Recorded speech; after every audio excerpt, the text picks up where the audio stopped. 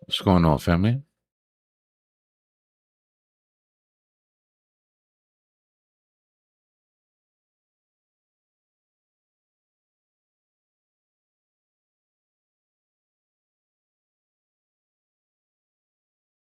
Damn, I think I wrecked my headset. Mic check.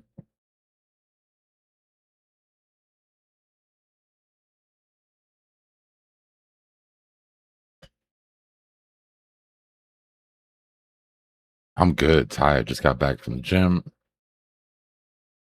Went to go run some ball for a little while with the homies. That was fun. Get some cardio in. Bust their ass. Come back home. Good stuff. Yeah, the mic is fine. It's the damn headset. Hold on.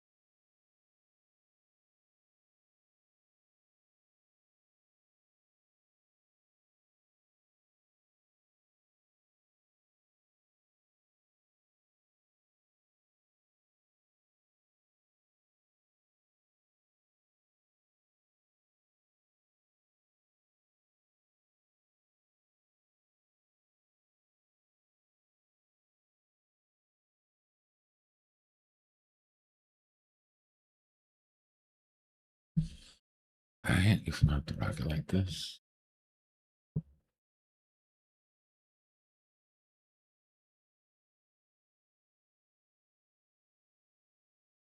Why the hell are all these numbers so sharp? I got a 10th pair of glasses on, and damn, maybe my eyes have been blurry for a while. This shit looks extra sharp.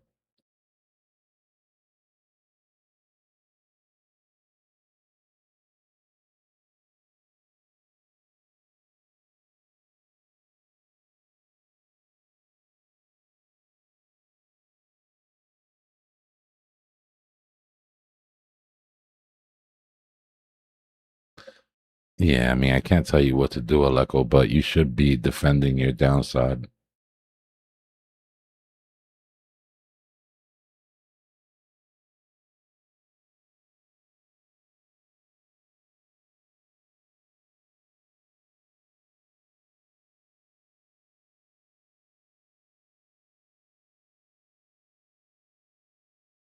Where's your break even at?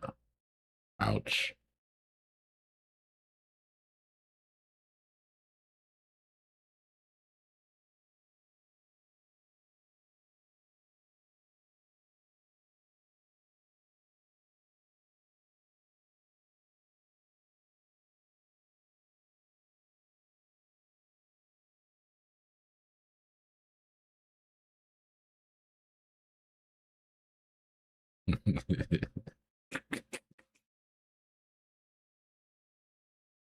This is how long I've been trolling about the new moon. My bad. This has nothing to do with the CA, but I remember when we were coming down during the bear market, and bro, nobody wanted to buy their Doge. Like nobody wanted to sell their Doge. You know what I mean? Like they really just we were so convinced of that Doge to the dollar at that point. So imagine after a big drop like that, and then a super failure to recover, and then another one, and right around here, everybody was talking about the new moon. Yeah, but the new moon is on the way.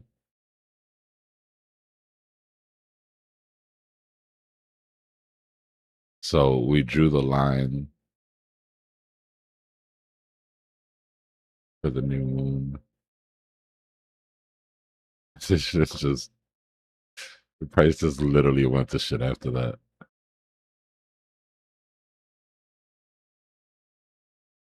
That's so bad. All right. Well, only good news I could give you is that you're at your major value area, which means you're basically inside of your old accumulation.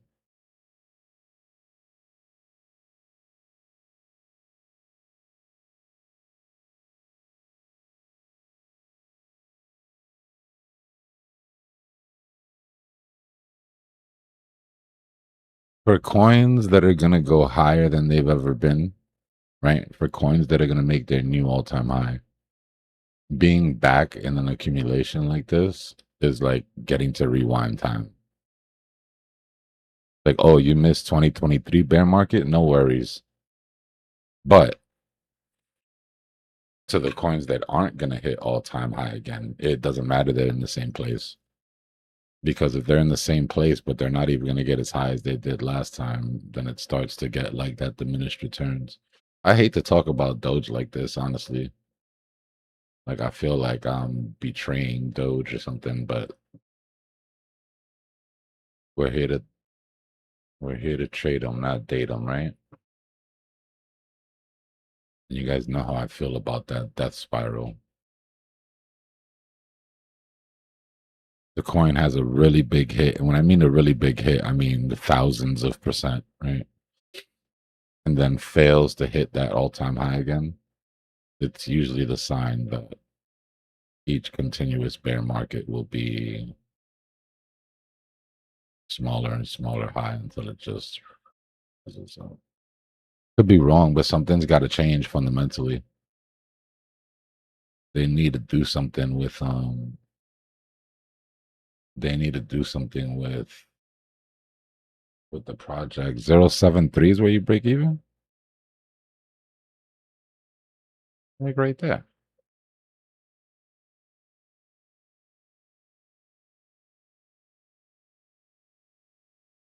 I thought you were gonna tell me you were up at like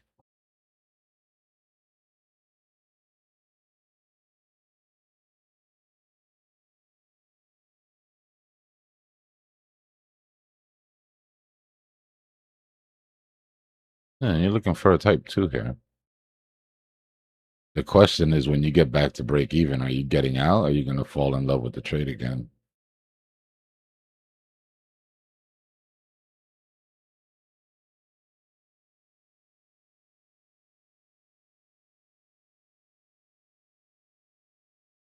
Yeah, you've already got decent type two retracement. Just be careful. Remember how you feel now.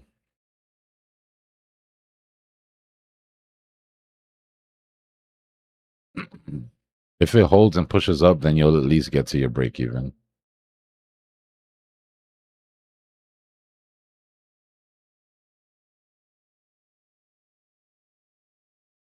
If you lose this SR flip, then probably not. Basically, golden pocket. Can you endure that ride down a golden pocket, or is that too much of a L? Is really the question you got to ask yourself right now.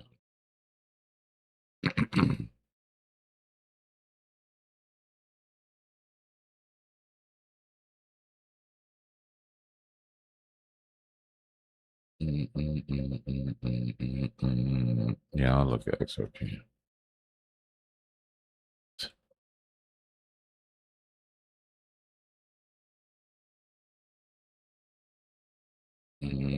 About to lose structure here.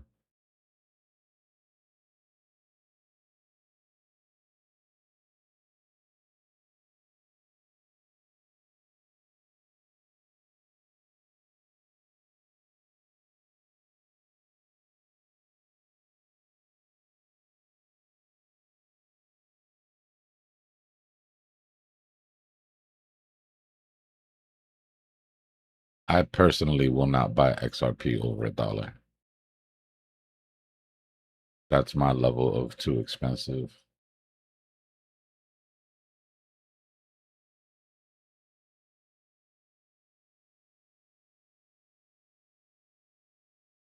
But anywhere in that nasty ass 50 to 60 accumulation range, 50 to 70 accumulation range, probably good money.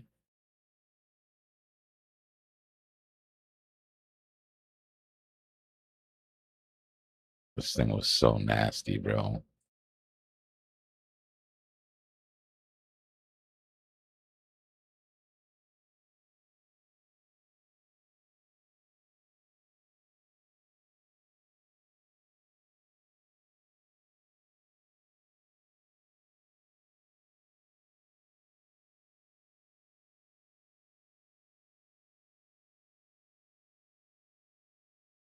That is a lot of time to spend in that range. To be dancing around between 40 and 80 from 1918, and then you're back at, like, look at the 50 cent line. Right?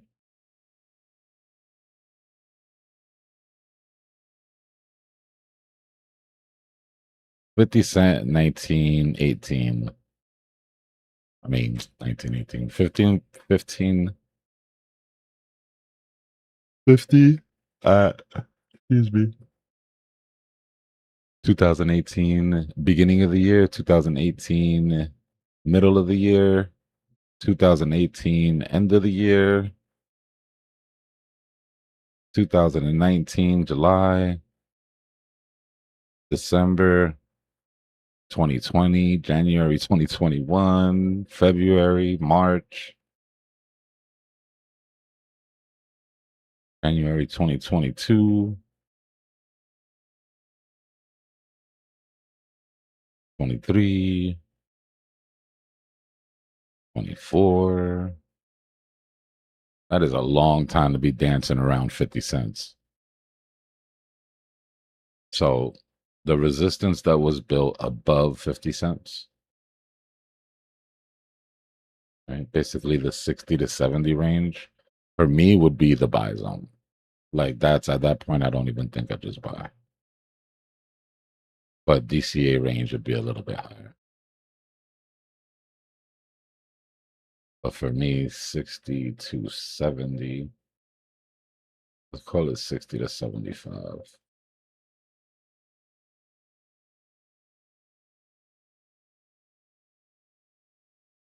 That's where I'd be interested in picking up. Um,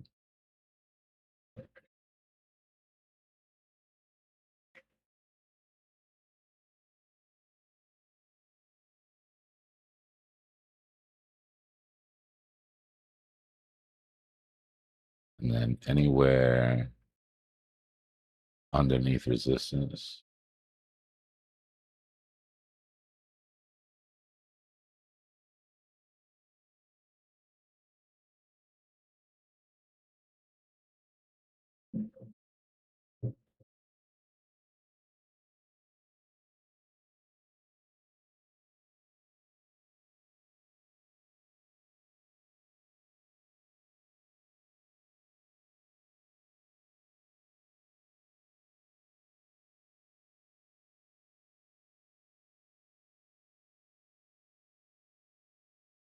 so that's basically what I'm looking at. If I get it, cool. If I don't, then I just don't hold any XRP for the way up. It'll be the end of the world.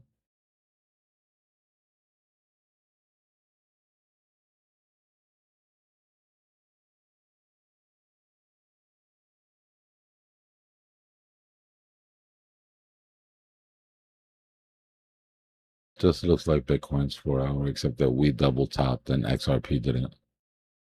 Right, where Bitcoin came up and hit its double top for the 4 hour. XRP just put in lower levels.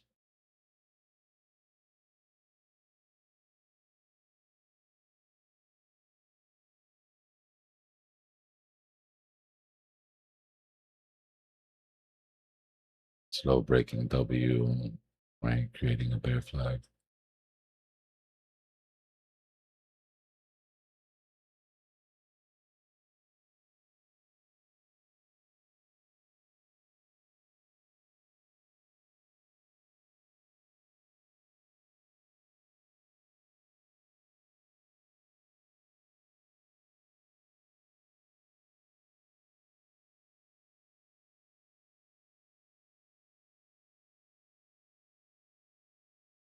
Let's just say something needs to change quick with XRP, or you're coming down to the SR flip.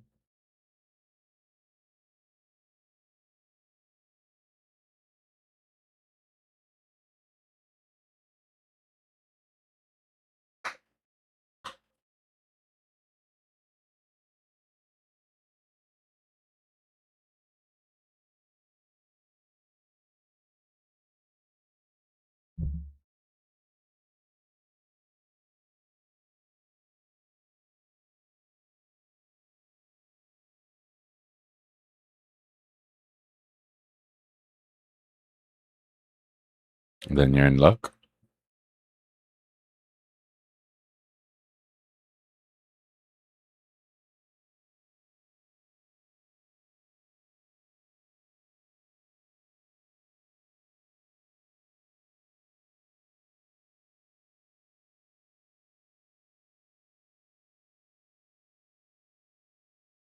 One is that.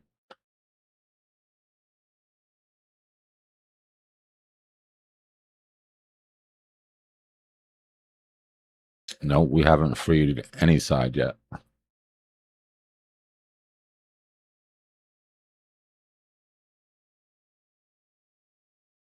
Now, I want to be clear. When I say we haven't freed any side, I'm being a stickler for the rules. Right? Some of you might not feel like you need to be this strict with the rules, and that's a decision everybody can make. But we came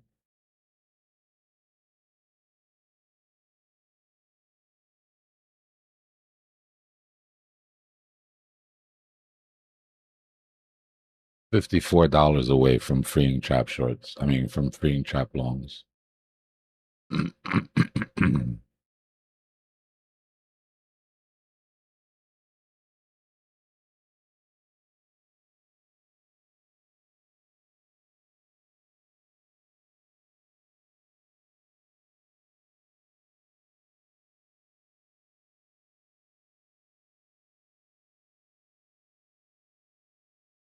Technically, is anybody that was trapped right here still trapped?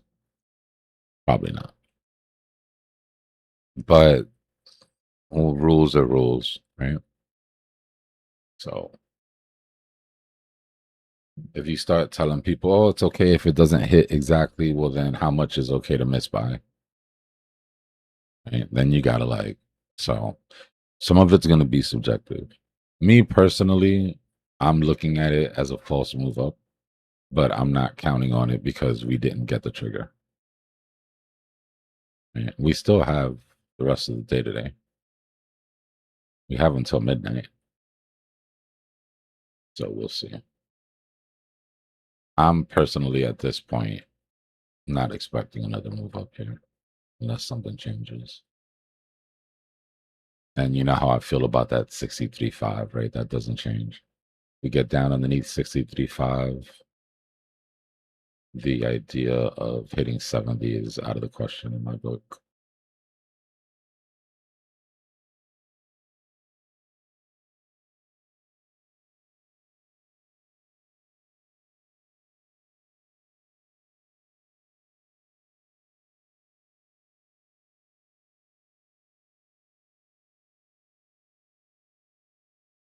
Just trade momentum.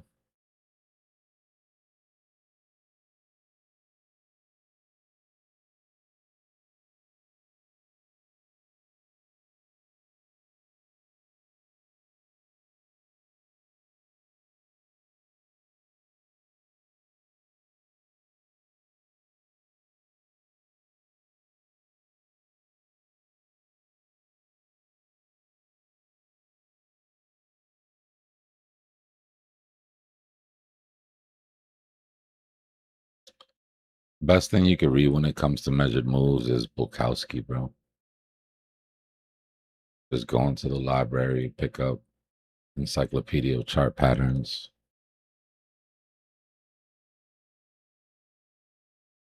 That's the man, the myth.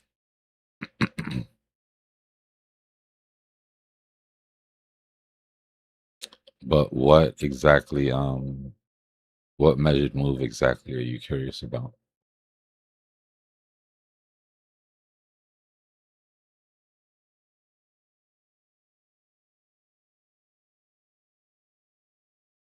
I got you. I'm no Bukowski, but know a little bit.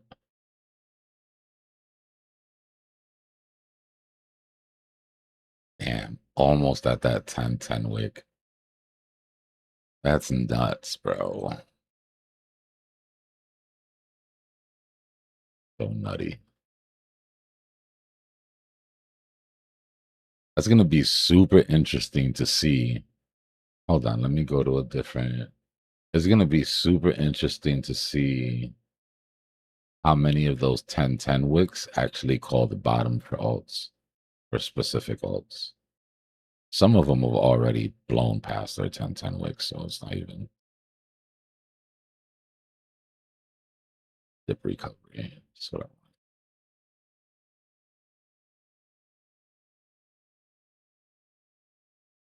Yeah, I think a lot of them are too.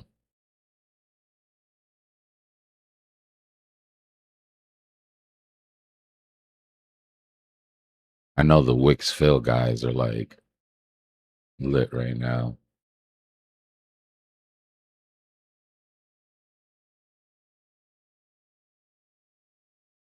Yeah, right up on that curse low.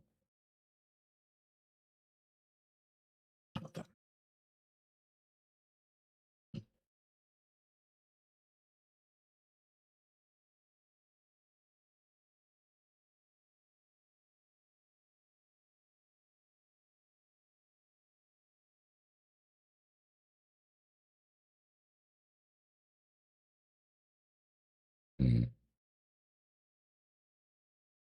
Hmm. Well, if we ignore that this is a monthly chart and look at it like a 5-minute chart, what would you expect?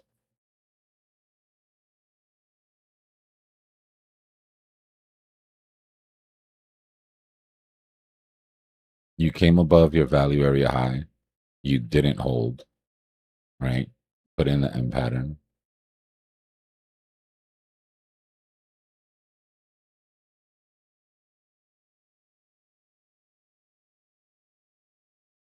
Measured move from your M pattern is from top of the right to the neckline. That gives you a straight wick fill. This measured move played out in one day. How crazy that is?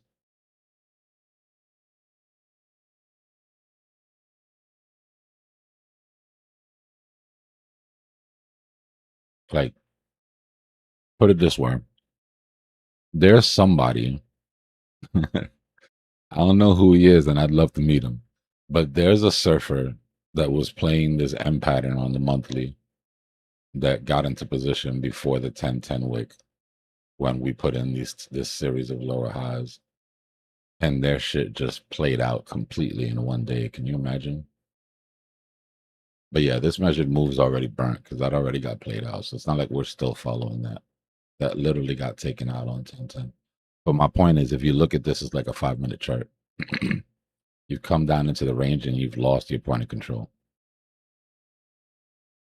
So wick fill is an area of interest, yeah, but value area low would be what you would expect to hit.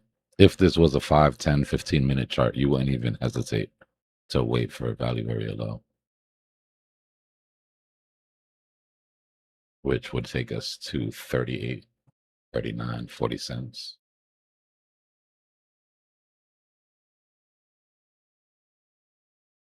I don't think it's a good idea to wait for that personally. So I would set up between this wick and this. Well, I am setting up. My DCA zone is between these two wicks.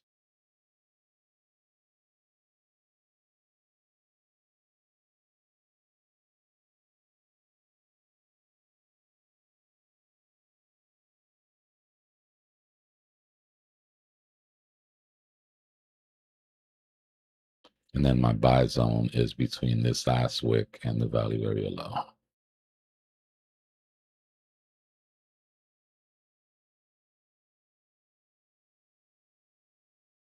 Fast move into that range, I'm buying. If not, I'm buying all the red days inside of the DCA zone.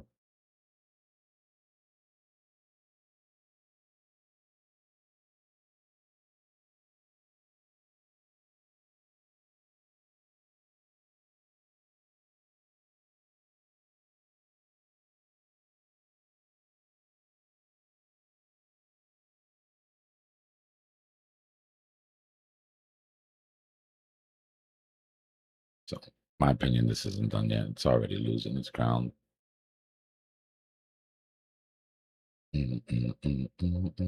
So we're talking about another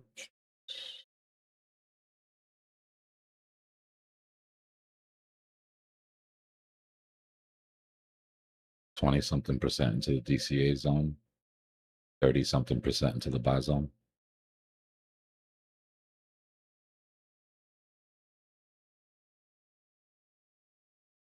Bulls did not hold.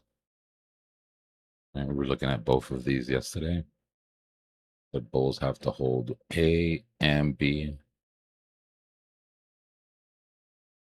or they will see our 3 targets then.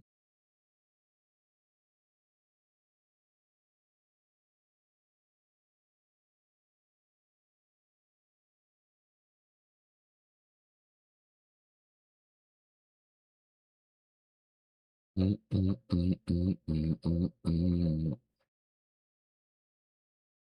got one more measured move to the downside that we haven't dropped yet. Give me a second.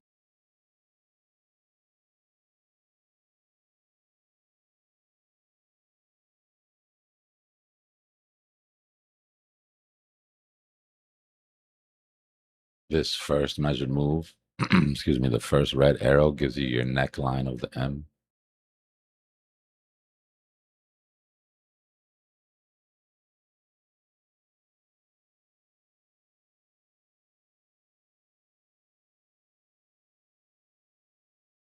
I'll draw the measured move now.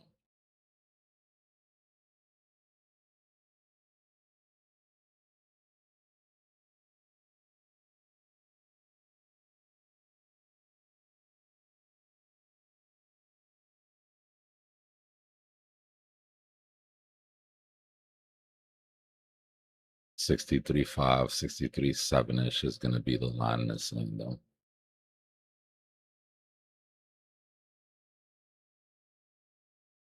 Come on down, baby.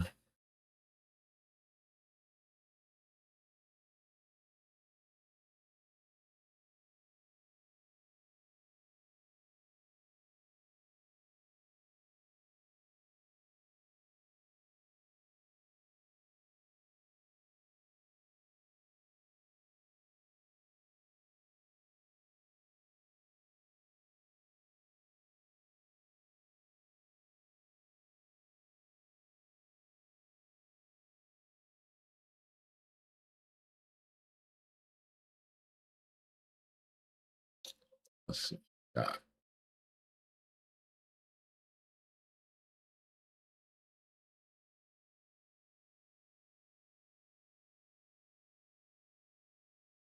a little spoofy wall underneath us. About 700 Bitcoin, but I don't trust they're not going to spoof that.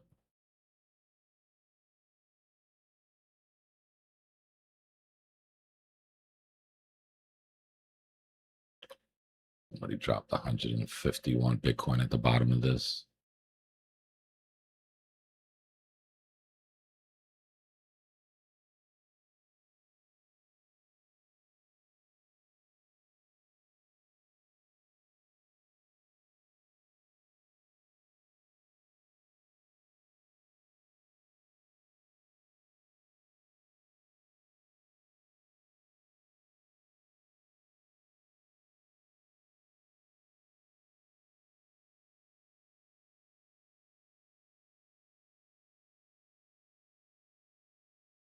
Nice.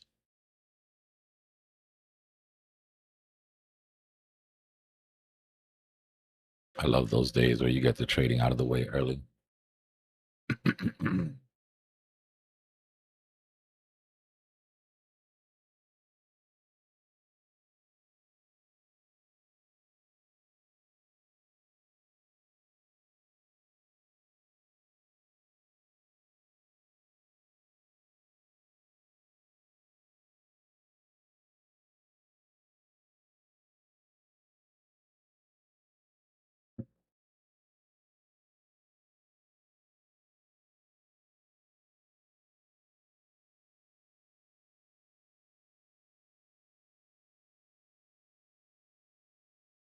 Value area low.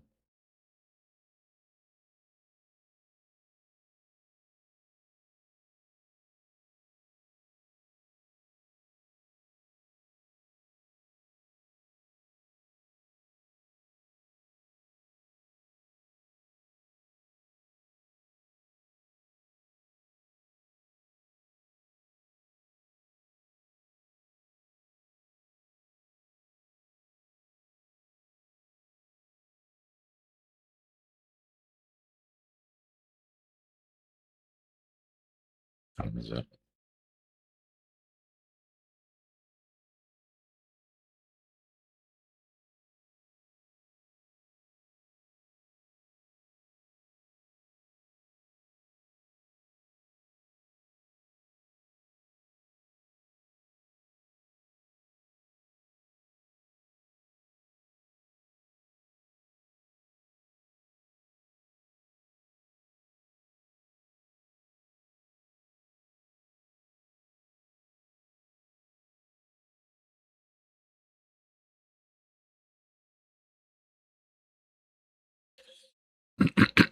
That's the name of the game, Cosmic.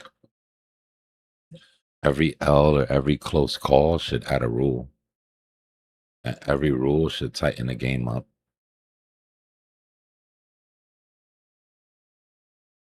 Insert news story here. Like everybody, everybody will pick the one they like the best. Yo, when I heard today that they locked in Congress, talking about they're locked in until they sign. You can't leave till you sign. I'm like, yeah, that's gonna end great. Nah, yeah, I'm sure everybody's just gonna play nice.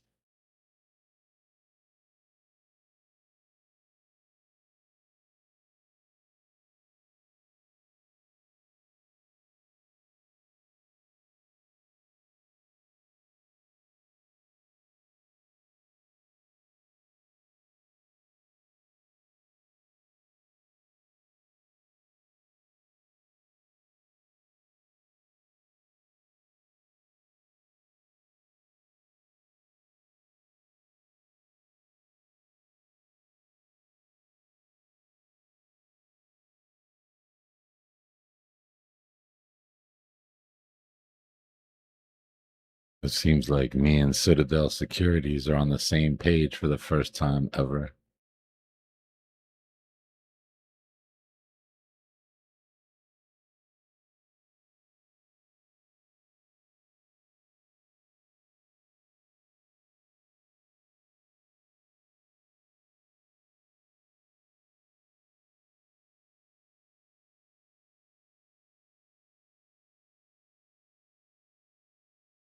See where this candle dropped?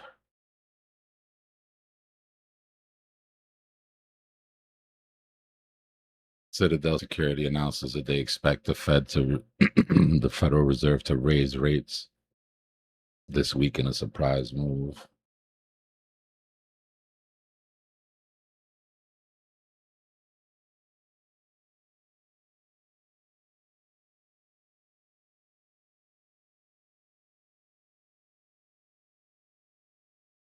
The market's not ready for that shit.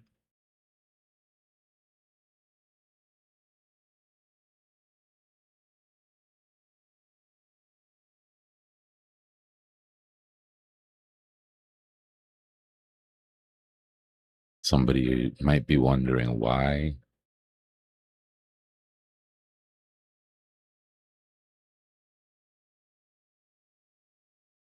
I don't know if you guys noticed what happened to the yen today.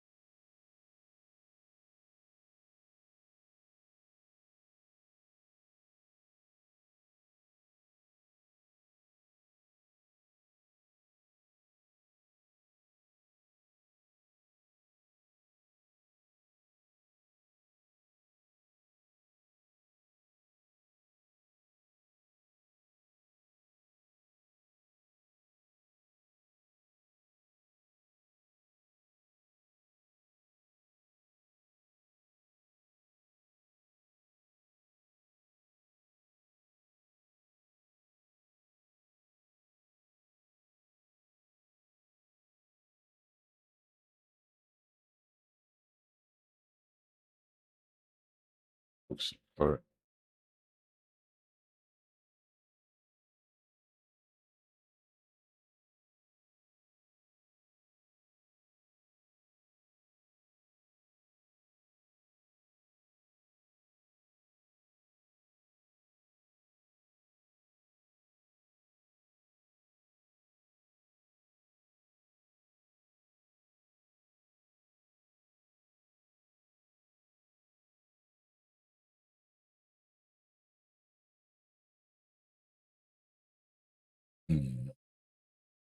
we left that big W there to bear witness.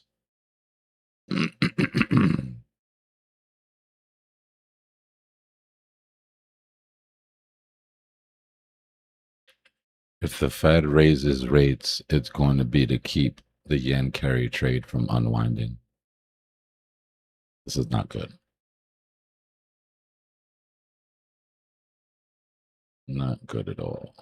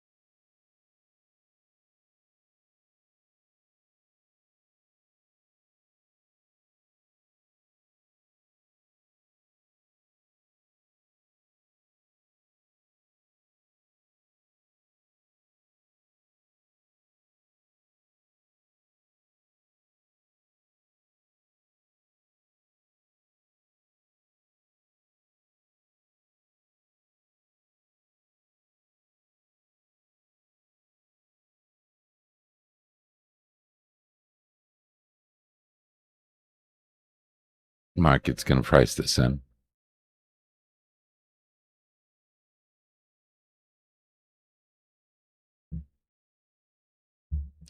It's bad because the market hasn't priced in raising rates. Everybody's pricing in a rate cut or a pause.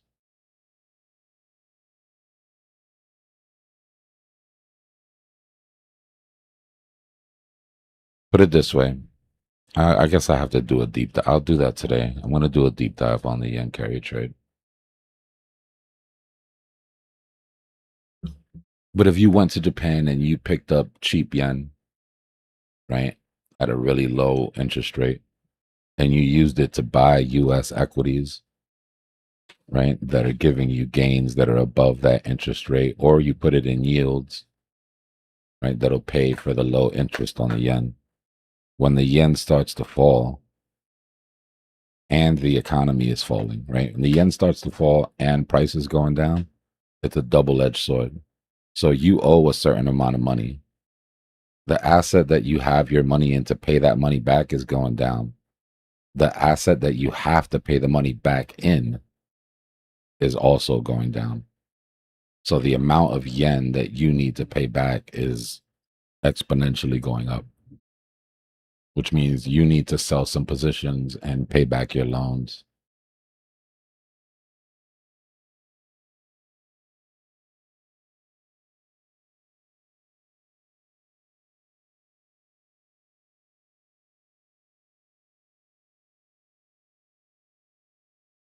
This isn't a move for market maker to free the trap shorts. This is a move for market maker to remove his orders out of the book. Remember I told you big news events, market makers will clear the order book.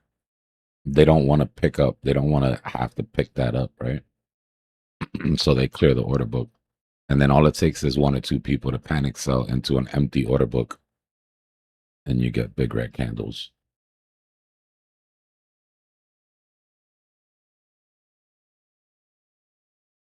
Yeah. Remember, they use their own money. So they're going to get out of the way of sketchy situations. Yep. I want to be obligated to pick up. emotional trades. It's the same thing they do during FOMC meetings, CPI numbers. You know,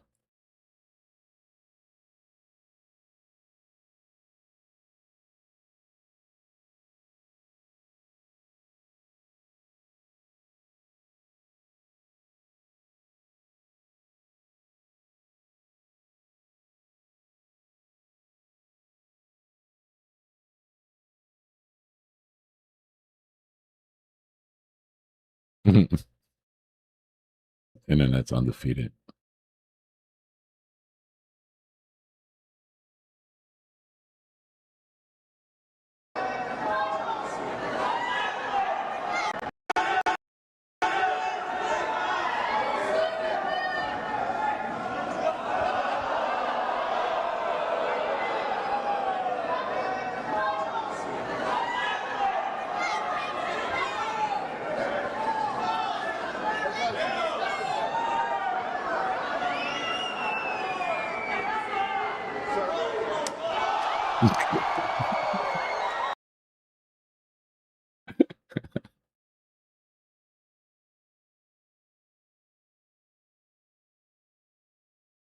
Is not going to be a happy president. You had one job, gang. You literally had one job.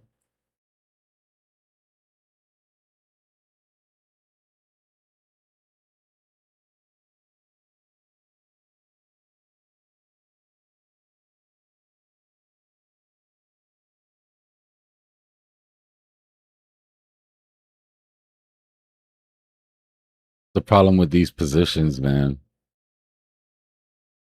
Somebody make you all the promises in the world, but once you put them in that position, they're there, and there's nothing you could do about it.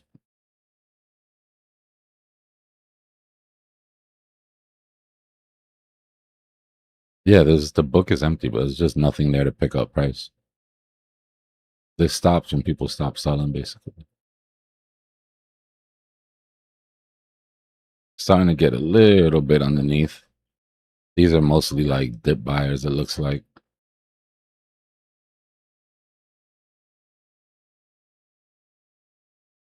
635 is the number that we're trying to hold, right? That's 200 and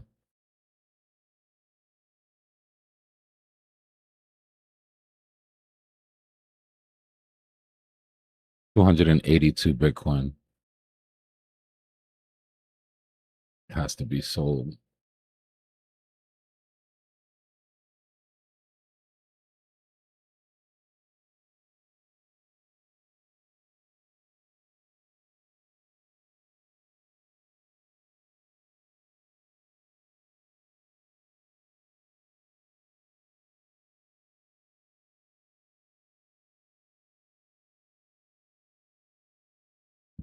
Damn, and Trump called another ceasefire yesterday, thinking that was going to help the inflation reading.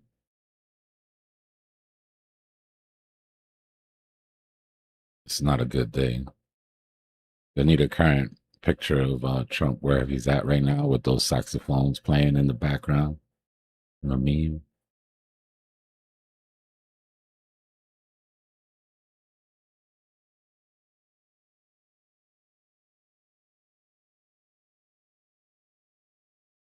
Trump gonna need a Jet 2 holiday after this.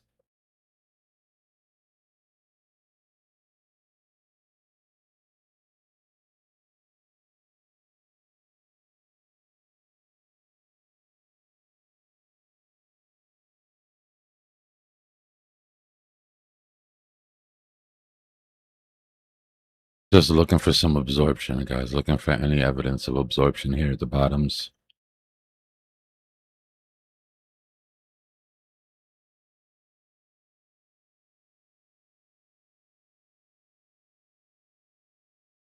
Starting to see a little bit of that absorption here.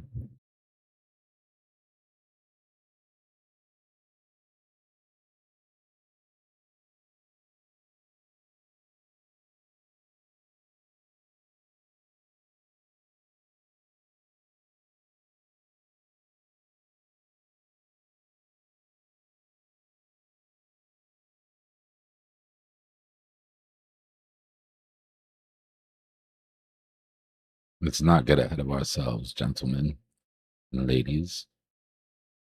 There's levels to this. All right.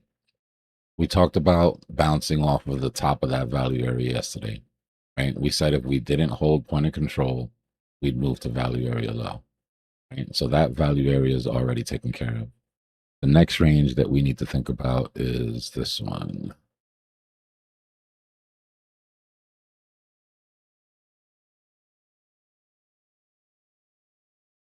All right. So our bearish channel, right? The bottom of our bearish channel is right here where it says bulls must hold. And then our next value range, the solid line, right? We lost that point of control as well. So if the bottom of this bearish channel doesn't hold, we're going to see that 62.4. So right now, the trend is your friend to the end, which means that support is support until it's not, which means I will be looking to pick up a falling knife into some of these vectors down towards the bottom of this range. Not financial advice. It's not for the weak heart.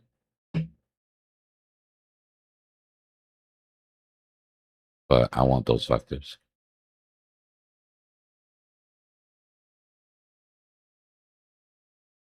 Time to put my knife catching gloves on.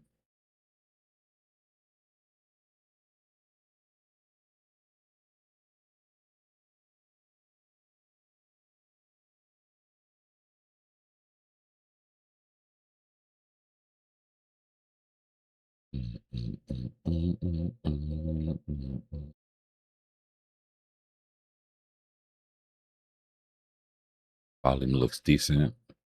Starting to see some aggression on the tape.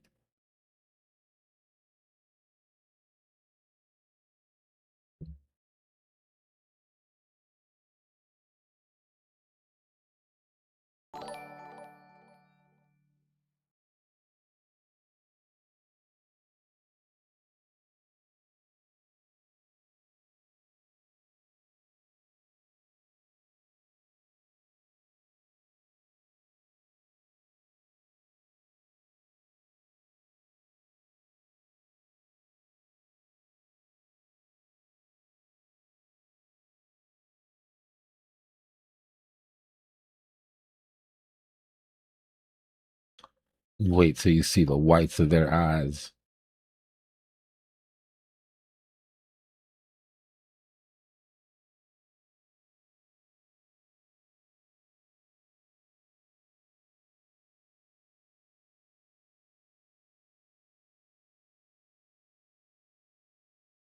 This wasn't market maker, guys. This isn't a move to trap shorts. This is a move to get out of the way.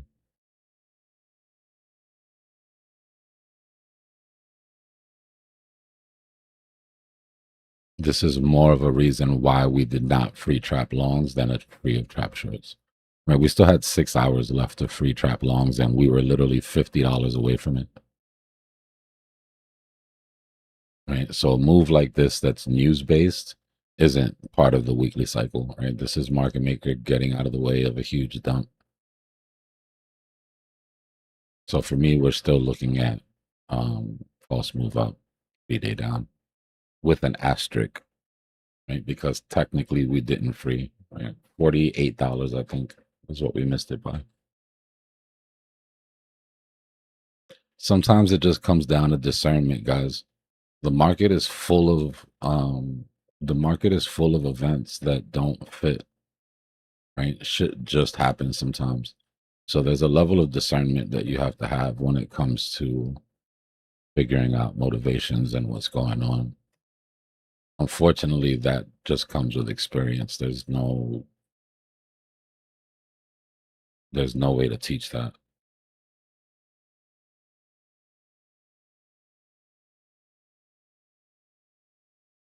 Yeah, the need for market maker to grab liquidity isn't going to be done. Right? You've already taken that top side and the bottom side liquidity at this point. So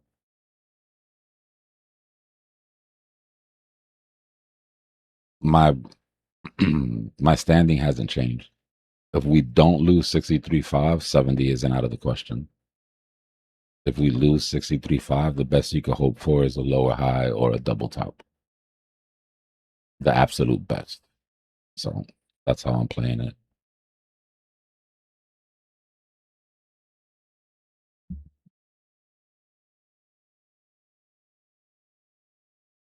Why are you being dumb, Kyber?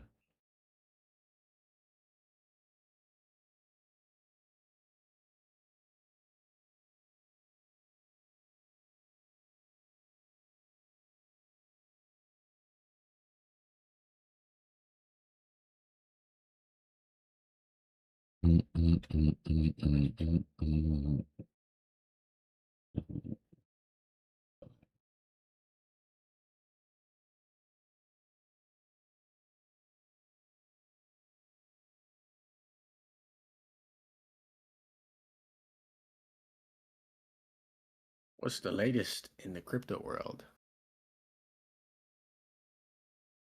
Crypto world, nothing. Legacy world, they're threatening to raise rates on us.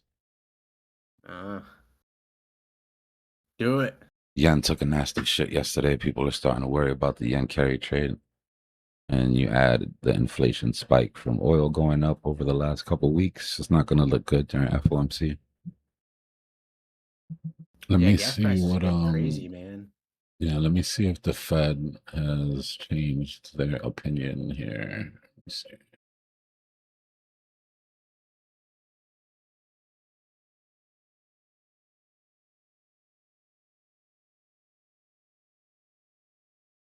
I saw gas at like 450. Damn, it went up. It's funny. Go ahead. Chances of a cut went up to 63 from 36% from 34. This is all though. What we need is poly market. Yes, sir.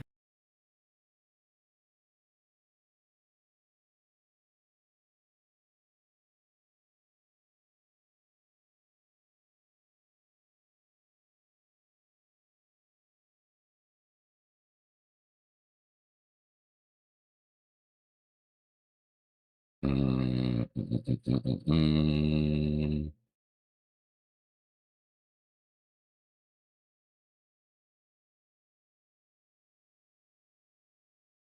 Oh, ECB rates, Fed decision in July.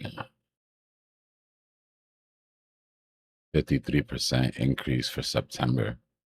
That's interesting. Hasn't gone up yet Do it. for July. Huh. Hmm.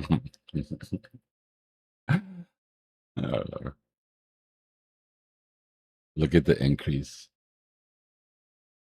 Oh yeah. Dang. Get out of here.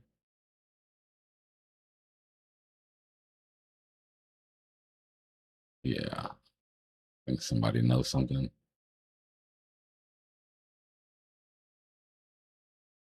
Damn, you could have bought that. You could have bought the increase at 4%.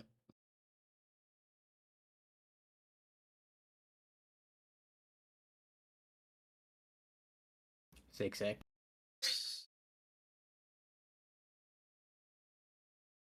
Craziness. Bitcoin dump. Somebody's altar down. All of them. Shit. Guys, okay. This isn't something, obviously, right? Yen going down, whatever. But what we were talking about 3 days ago when all the memes were running, remember I told you this doesn't give you a warm and fuzzy feeling when old memes are running, right? Not new memes, but old memes, like the memes that were hot when everybody left the market at the top of the market. Right? That's retail coming back and buying everything that they remember, right? They haven't been here for 6 months now. Oh, fart coin. Oh shit, bro. Oh look, Shib is saying AI. Let's do that. Dump it. I got rid of the rest of my dust altcoins. Just even though it's small, just to preserve some value. Yeah. Yeah, exactly, Slick. People were just coming by buying things that were hot the last time they were here.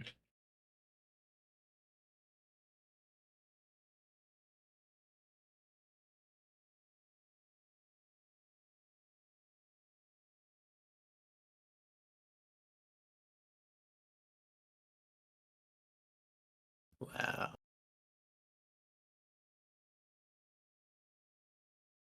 Maybe in like 10 years, you ski, but there's still too much volatility. Market makers make too much money off of mean reversion, but you're high algorithmic guys, right? A lot of the algos are already running gamma squeezes.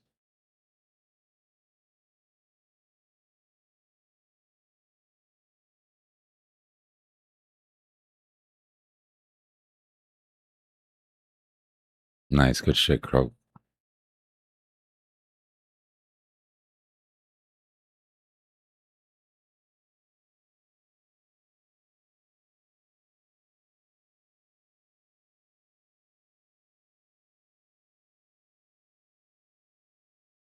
Just got to remember that crypto doesn't exist in a bubble, y'all.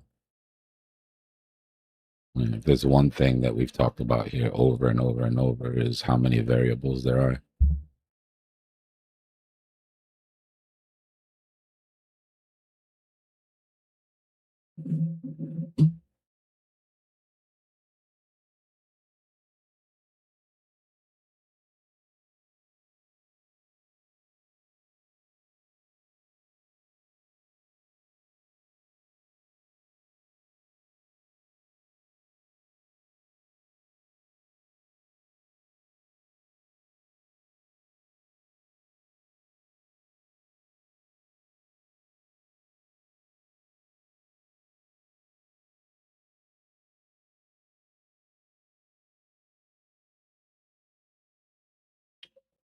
All right, give me life.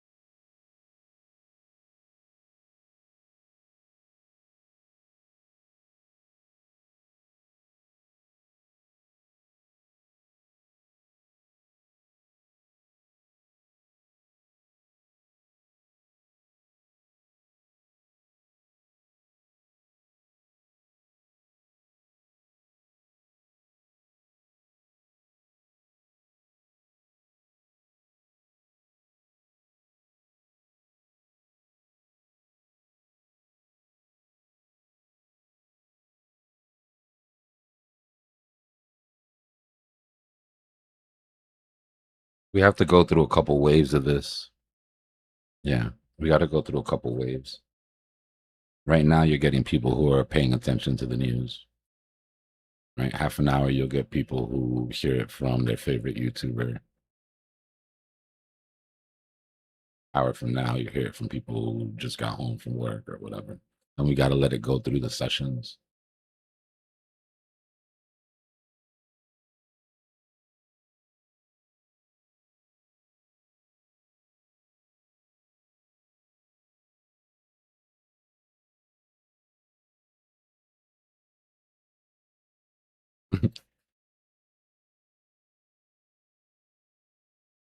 Hopefully, their favorite YouTuber is quick.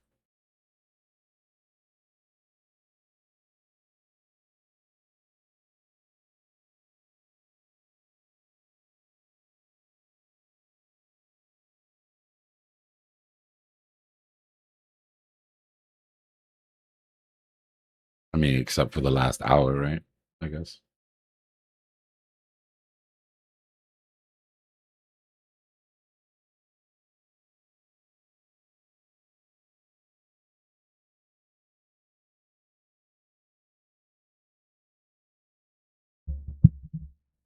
There's just a lot of talk about hikes right now. I mean, there was a lot of talk about hikes yesterday and the day before, but the yen took a nasty turn today.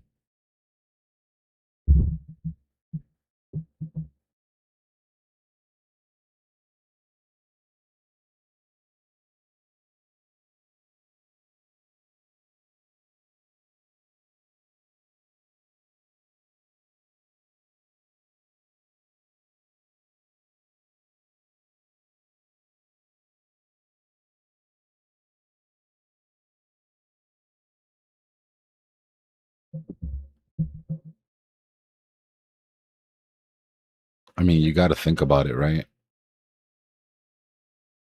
Anybody who's moved by emotions has probably been out of this game already. You got a bunch of salty dogs that are left that have been through a million tariff on off scares, a million peace war on off scares, and still sitting here. Yeah. Not really easy to move us right now.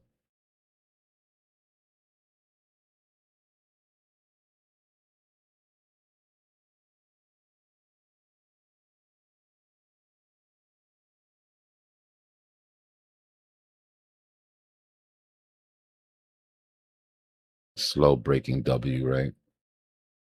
We know what the fear is here.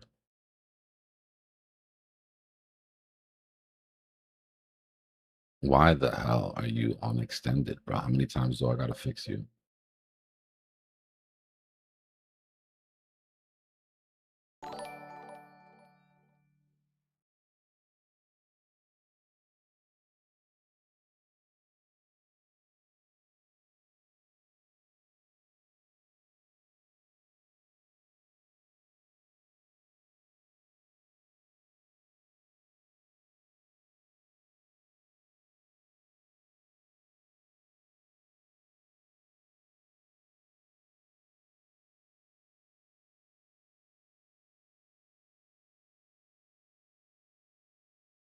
Mm, mm, mm, mm, mm, mm. Mm, mm, mm.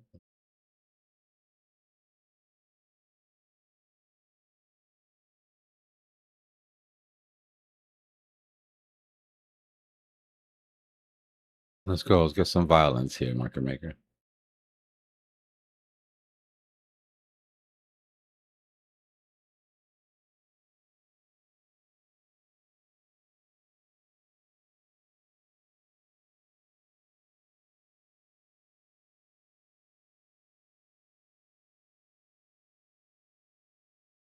I'm playing vector recovery back up to value. I mean to psych ranges personally.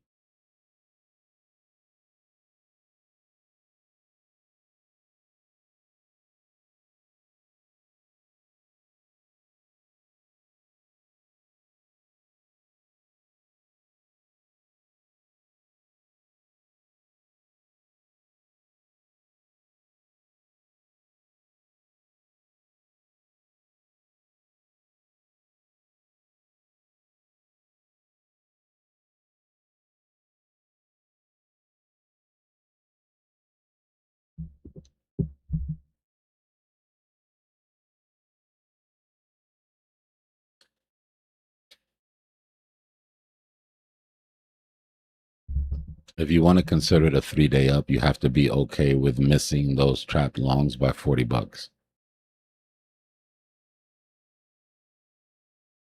This is going to be subjective, y'all. This is going to be up to y'all. I'll tell you where I stand. I stand that it's a false move up, 3-day down. And it was within the margin of error.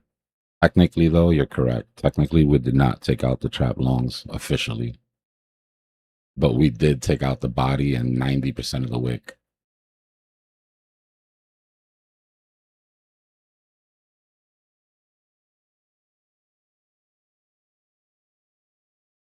So it's going to depend on how you want to read it. All I can tell you is how I'm reading it.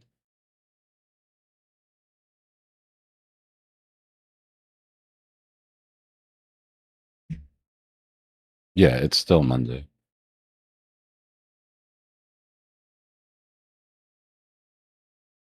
You gotta attribute intentionality, right?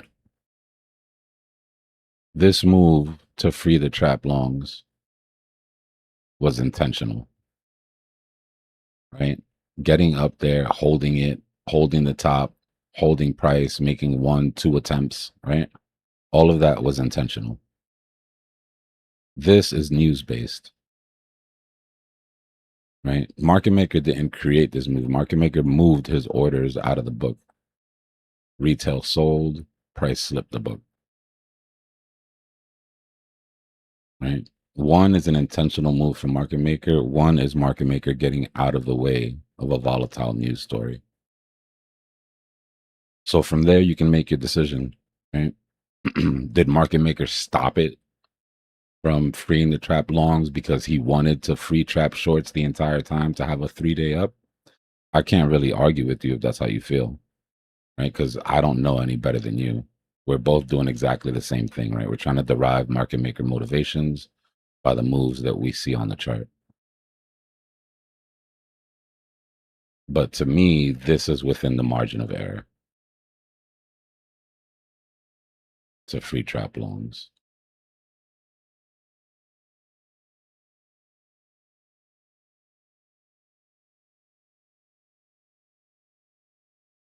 The easiest answer, y'all, is to just trade the next 3 days by momentum.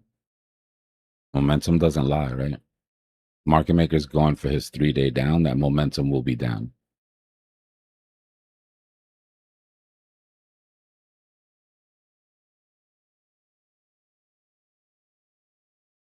The first indication for me was how hard we sold off here. But it wasn't until the news came out that the news came out officially that you saw retail sort of fall into that idea.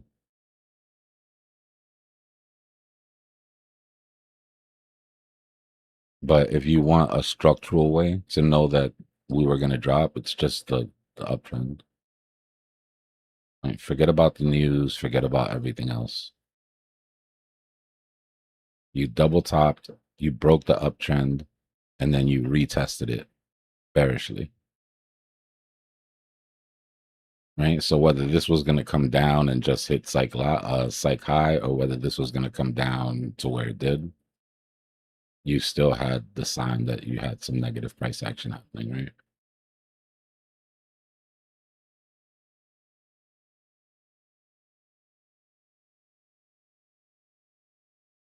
Remember range trading. Look at your dotted lines,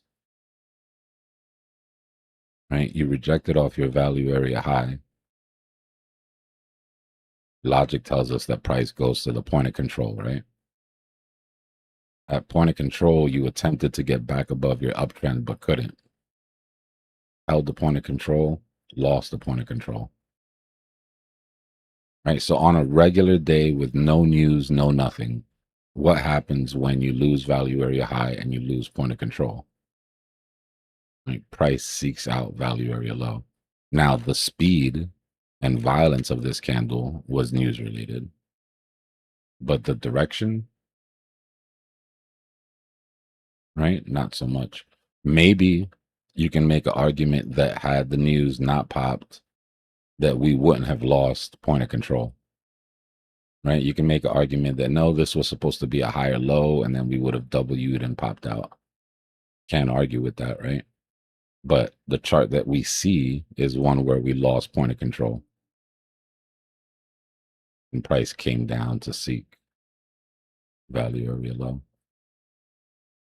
The news has been floating around all day, Marco. It's just the yen took a really big hit today. And then Citadel Securities came out and said that they expect the feds to raise rates. And then we had 3 or 4 other hedge funds come in and say that their quant teams also expect to. One of the reason that scares the market isn't because these guys know the future. The reason that it scares the market is because interest rate hikes and cuts are usually one of the most leaked pieces of data that there is in finance. Right? Anybody that has money that's willing to pay somebody for information, whether we're going to cut or raise rates, is that piece of information that you're willing to pay for. Right. So that's why you don't see too many surprises. You don't really go into FOMC and they do something completely different, right? The time FOMC comes, everybody's basically on the same page.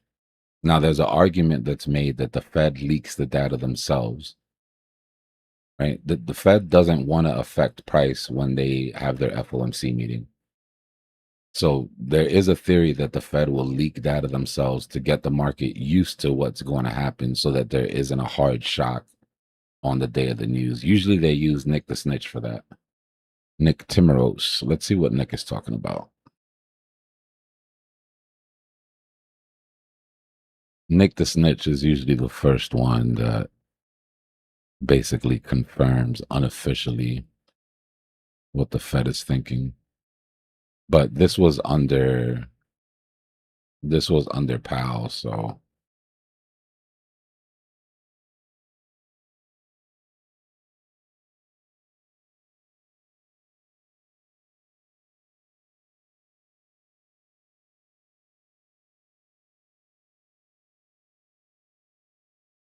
May 22nd, July 23rd. On the July Fed meeting, I can make a good case for either raising rates or not. They're just kind of stuck. Nick doesn't ever just say shit. Right? They call him Nick the Snitch for a reason. He's like the Fed whisperer. So him just quoting this, right, to me is a bit of a dog whistle.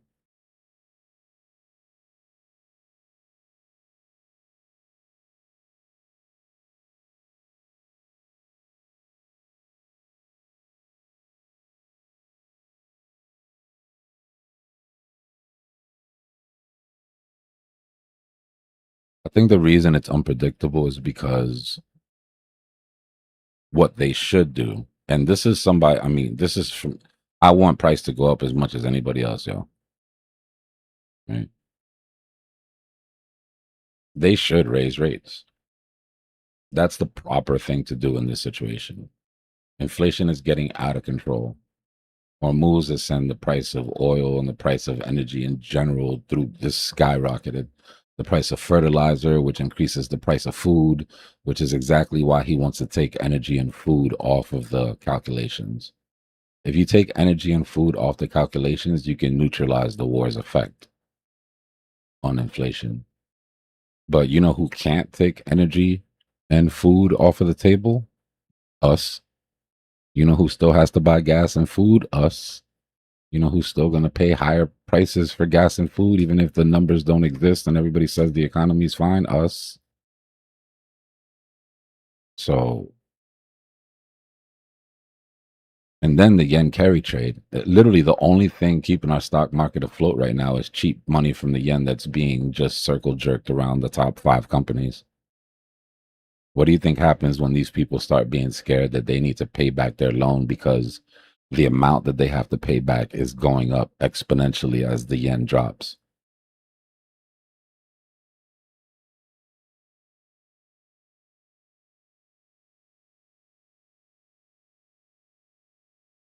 They're going to TP. They're going to take profit. They're going to pay their loans, and they're going to take their leftover profit while there still is profit. Remember, this is eating into people's profits. Right? People are sitting on profits for the last 3 years that they used with cheap yen, that they bought with cheap yen. As the yen drops, they're eating their profits. Not only that, but is the stock market currently going up or down? So what happens then? The asset that you bought is going down. The fiat that you bought it with that you need to pay it back is also going down. Right? So you're getting hit on 2 sides.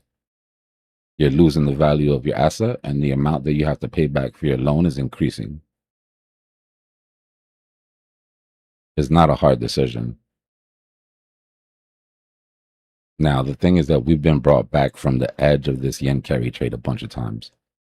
So people are like holding, trying to see if the government's going to do something. But what position are we in to do something right now? Are we going to print money and buy yen? We're printing money to keep our bonds from collapsing. And we have this little war thing that's going on that's sucking up a bunch of our capital as well. In the past, we would just make a massive yen purchase, right? And stabilize the yen so that the yen carry trade didn't fall apart. That's actually what we promised to do before the war, right? You don't remember before the war, we had a similar scare. And then we made a deal that we were going to buy a bunch of yen. And then the war started, right? So all this money that was promised to Japan to keep the yen afloat got used to buy drones and missiles and shit like that. Right? So they held it together for as long as they could. And now they're back in the shit. Except we're not in a position to help. Well, without hurting ourselves.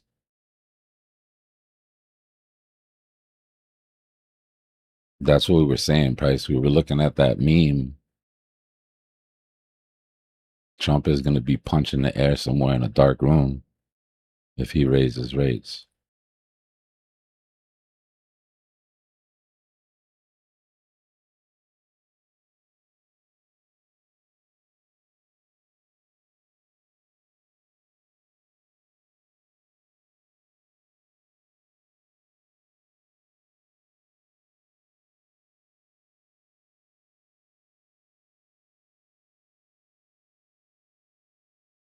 If you've listened to some of the things that War said before, like in the past, he's anti QE.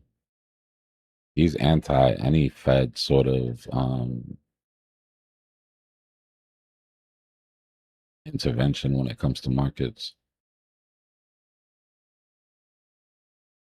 What's the deal? Not much. Is this technical or did something happen? You know me, peeps. I just look surface, bro. That's me. There's not a deep dive bone in my body, bro. You? Yeah. You know me. Mr. Airplane Radar? What's goody, man? What are you up to? Oh, man, just trying to see what this is all about. Had a little scare and shit. They're talking about raising rates. Yen dropped, so everybody's freaking out. Citadel Securities came out and said that they basically warning that Fed's gonna raise rates. Had a couple of other hedge funds jump on board. So market maker took his orders off the book. People sold, and we're at 63.7. Still haven't broken 63.5 yet, though.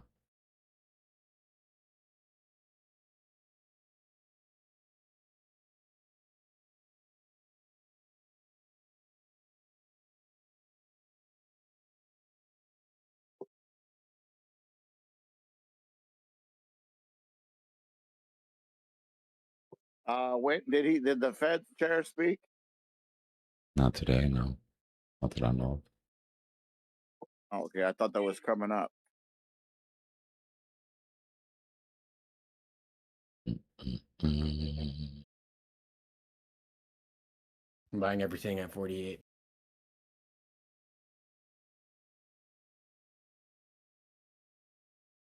Sounds good.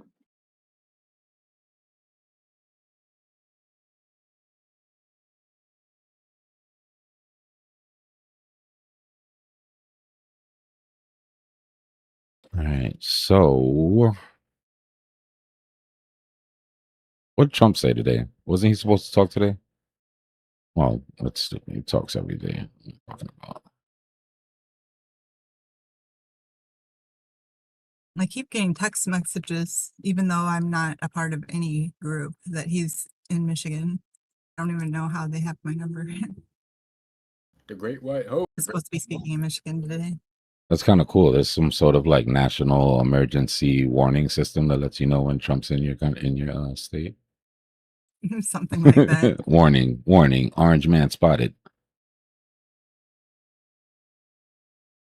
All right, the 29th. Federal funds rate, FOMC, but there's something before that. Tomorrow. What's tomorrow?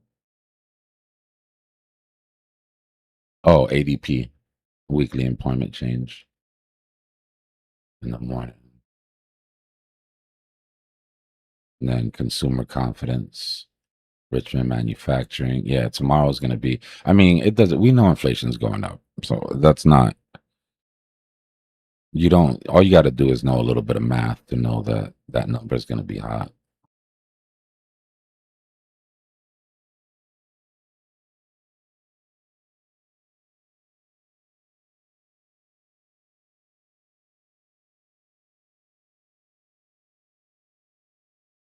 Bottom of the flag again.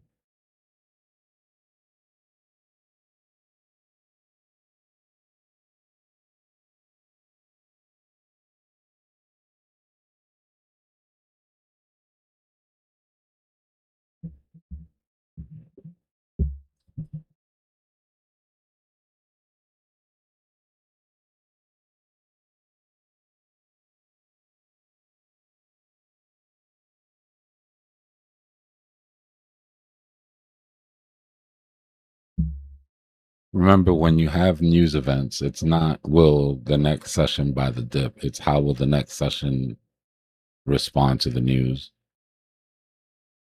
Remember, the news has to roll out across time zones.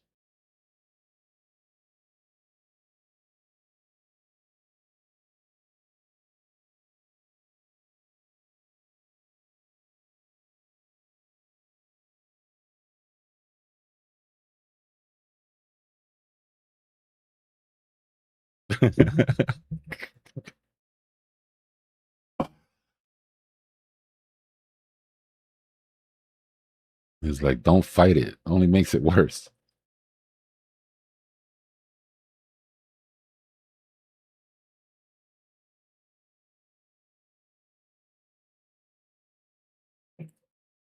I hear you, bro.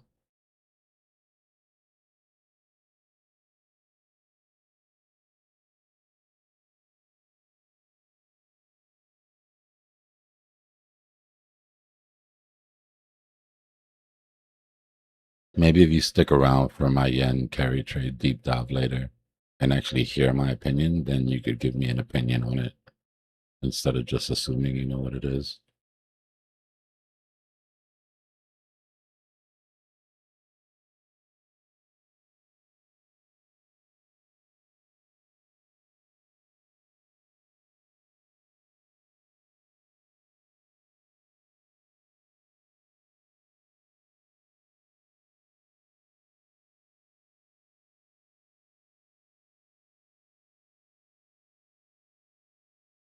Marino's the only person that cares about Jane Street.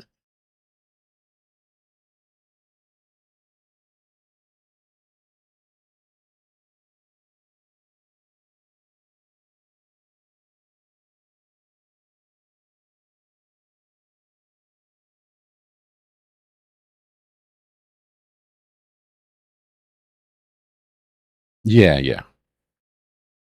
It'll be on YouTube. I'm gonna have to do this pretty quick though, because I know that the questions are gonna be coming in. Mm-mm.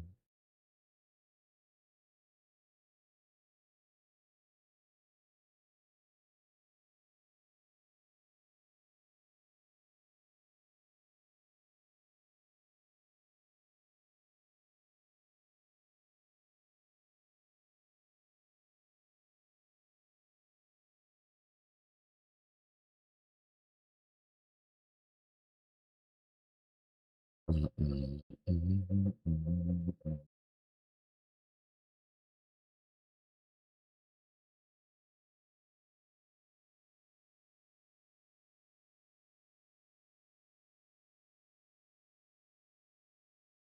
Drop it.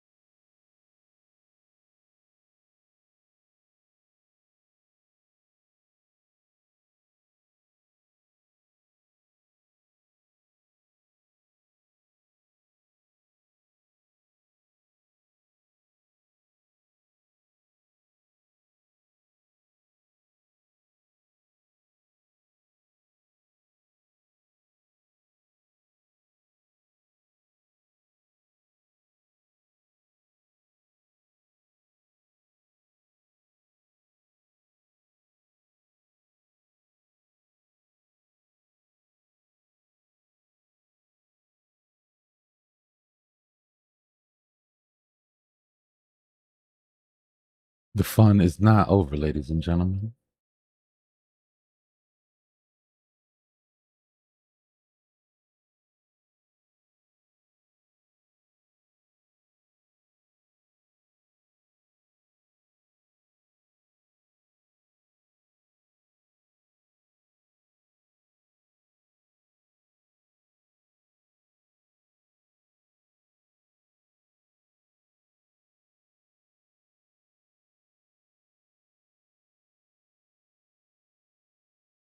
Ooh, drop it.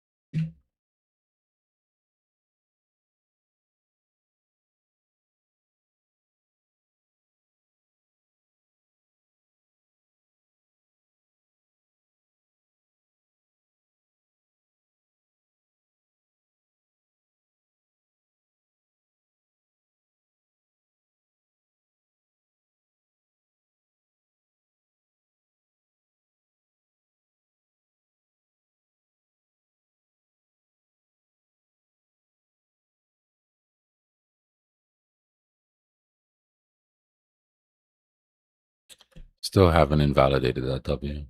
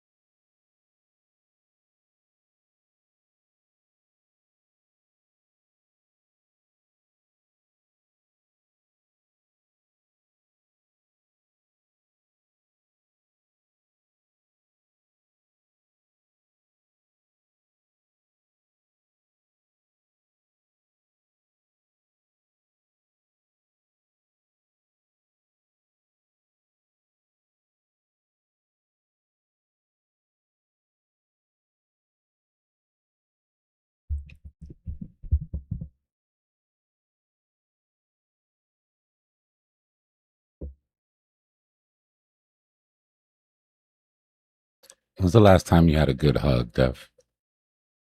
Like one of those hugs that you just melt into?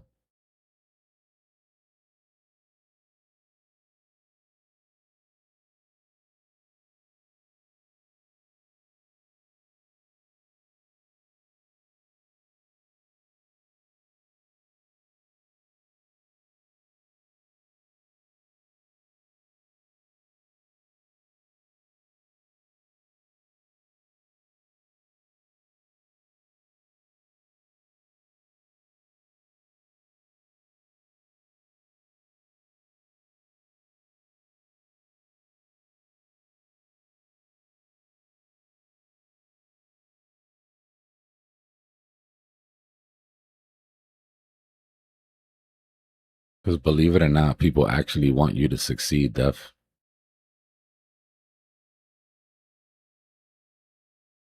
I know it's crazy, right?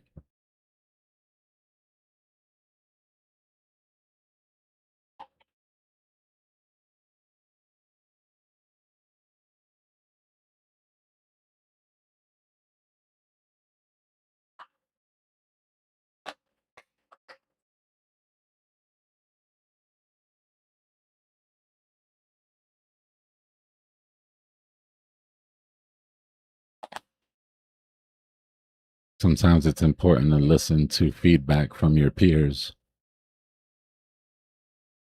You learn a lot about yourself.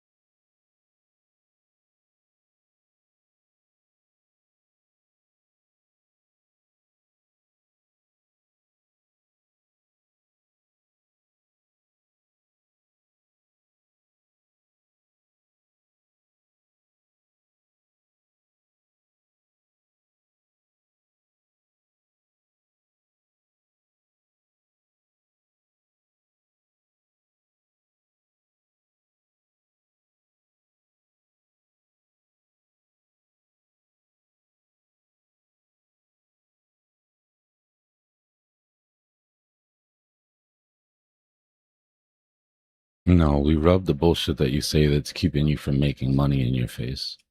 This is the difference.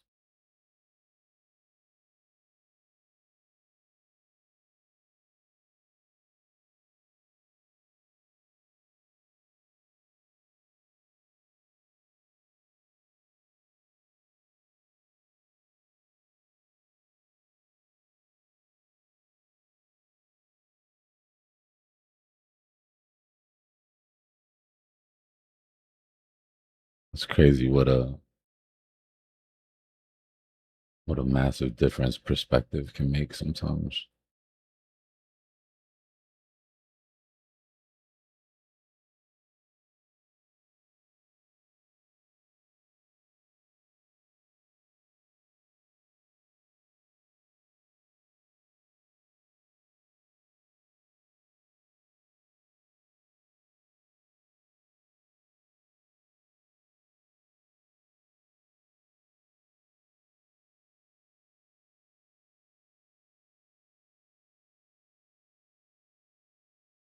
He was just in a corner for a minute.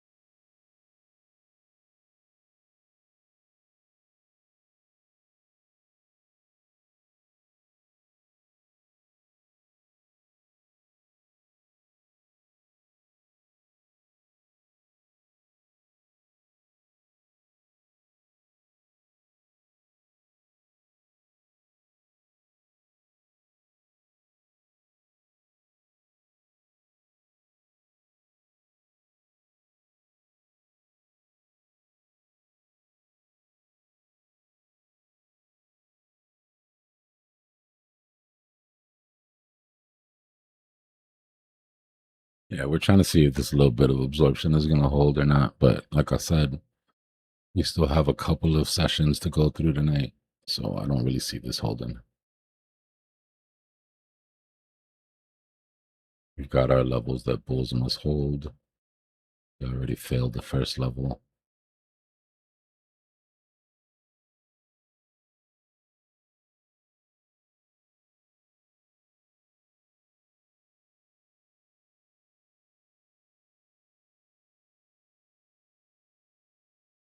And then our targets for failure to hold are there.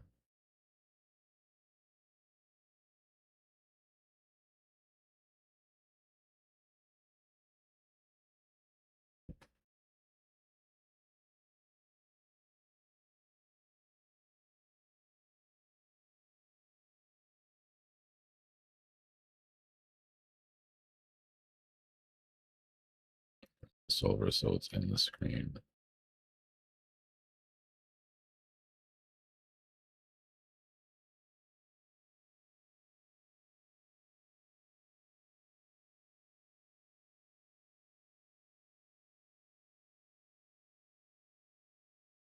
Just trying to get it to where both measured moves are visible.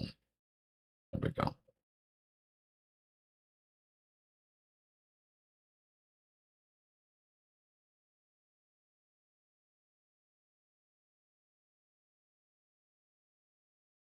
Dancing on that W invalidation, but technically not invalidated just yet. M pattern brings us to break that bulls must hold line.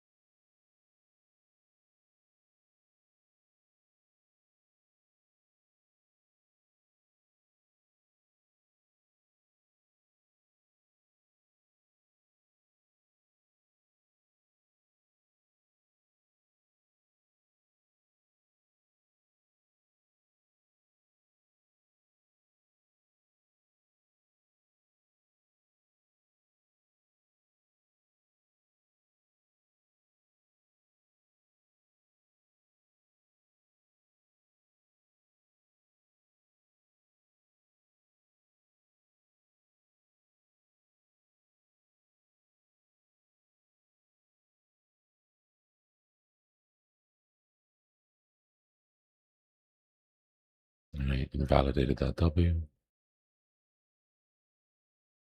My bad. I'm just trying to get this deep dive together, yo.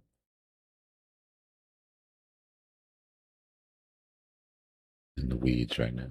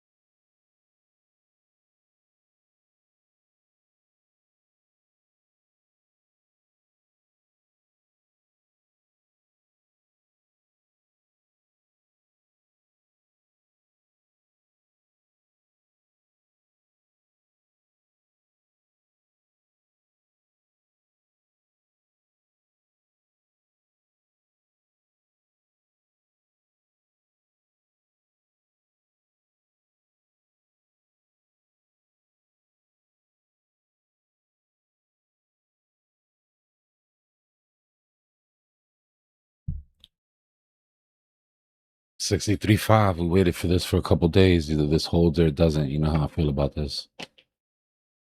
If we lose this, you can take 70 off the books. If it holds and pushes, it's too soon to do that.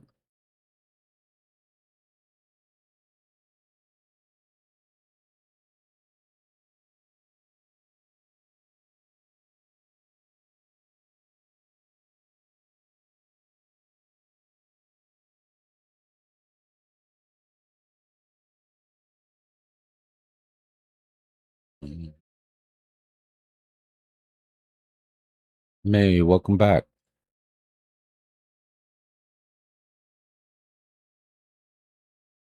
We just did a have we bottomed yesterday, but I'm gonna do a have we bottomed video. Are we there yet? Either probably not tonight, probably tomorrow. But the TLDR is we haven't bottomed yet. In my opinion.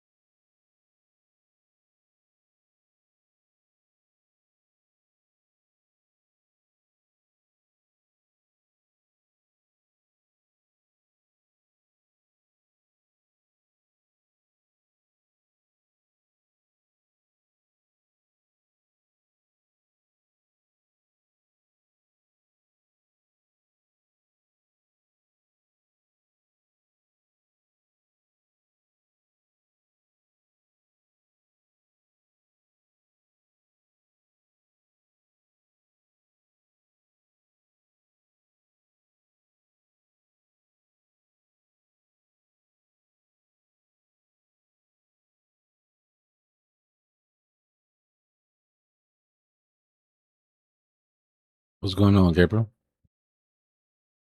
Just chilling, putting this deep dive together.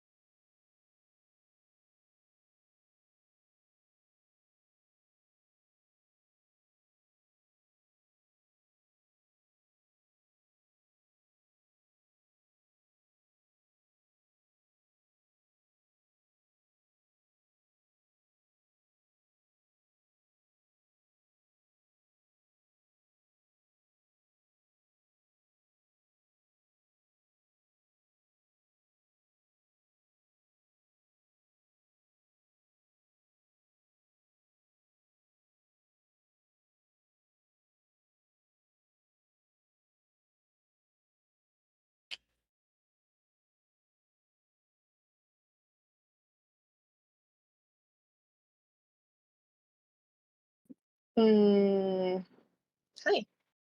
What up?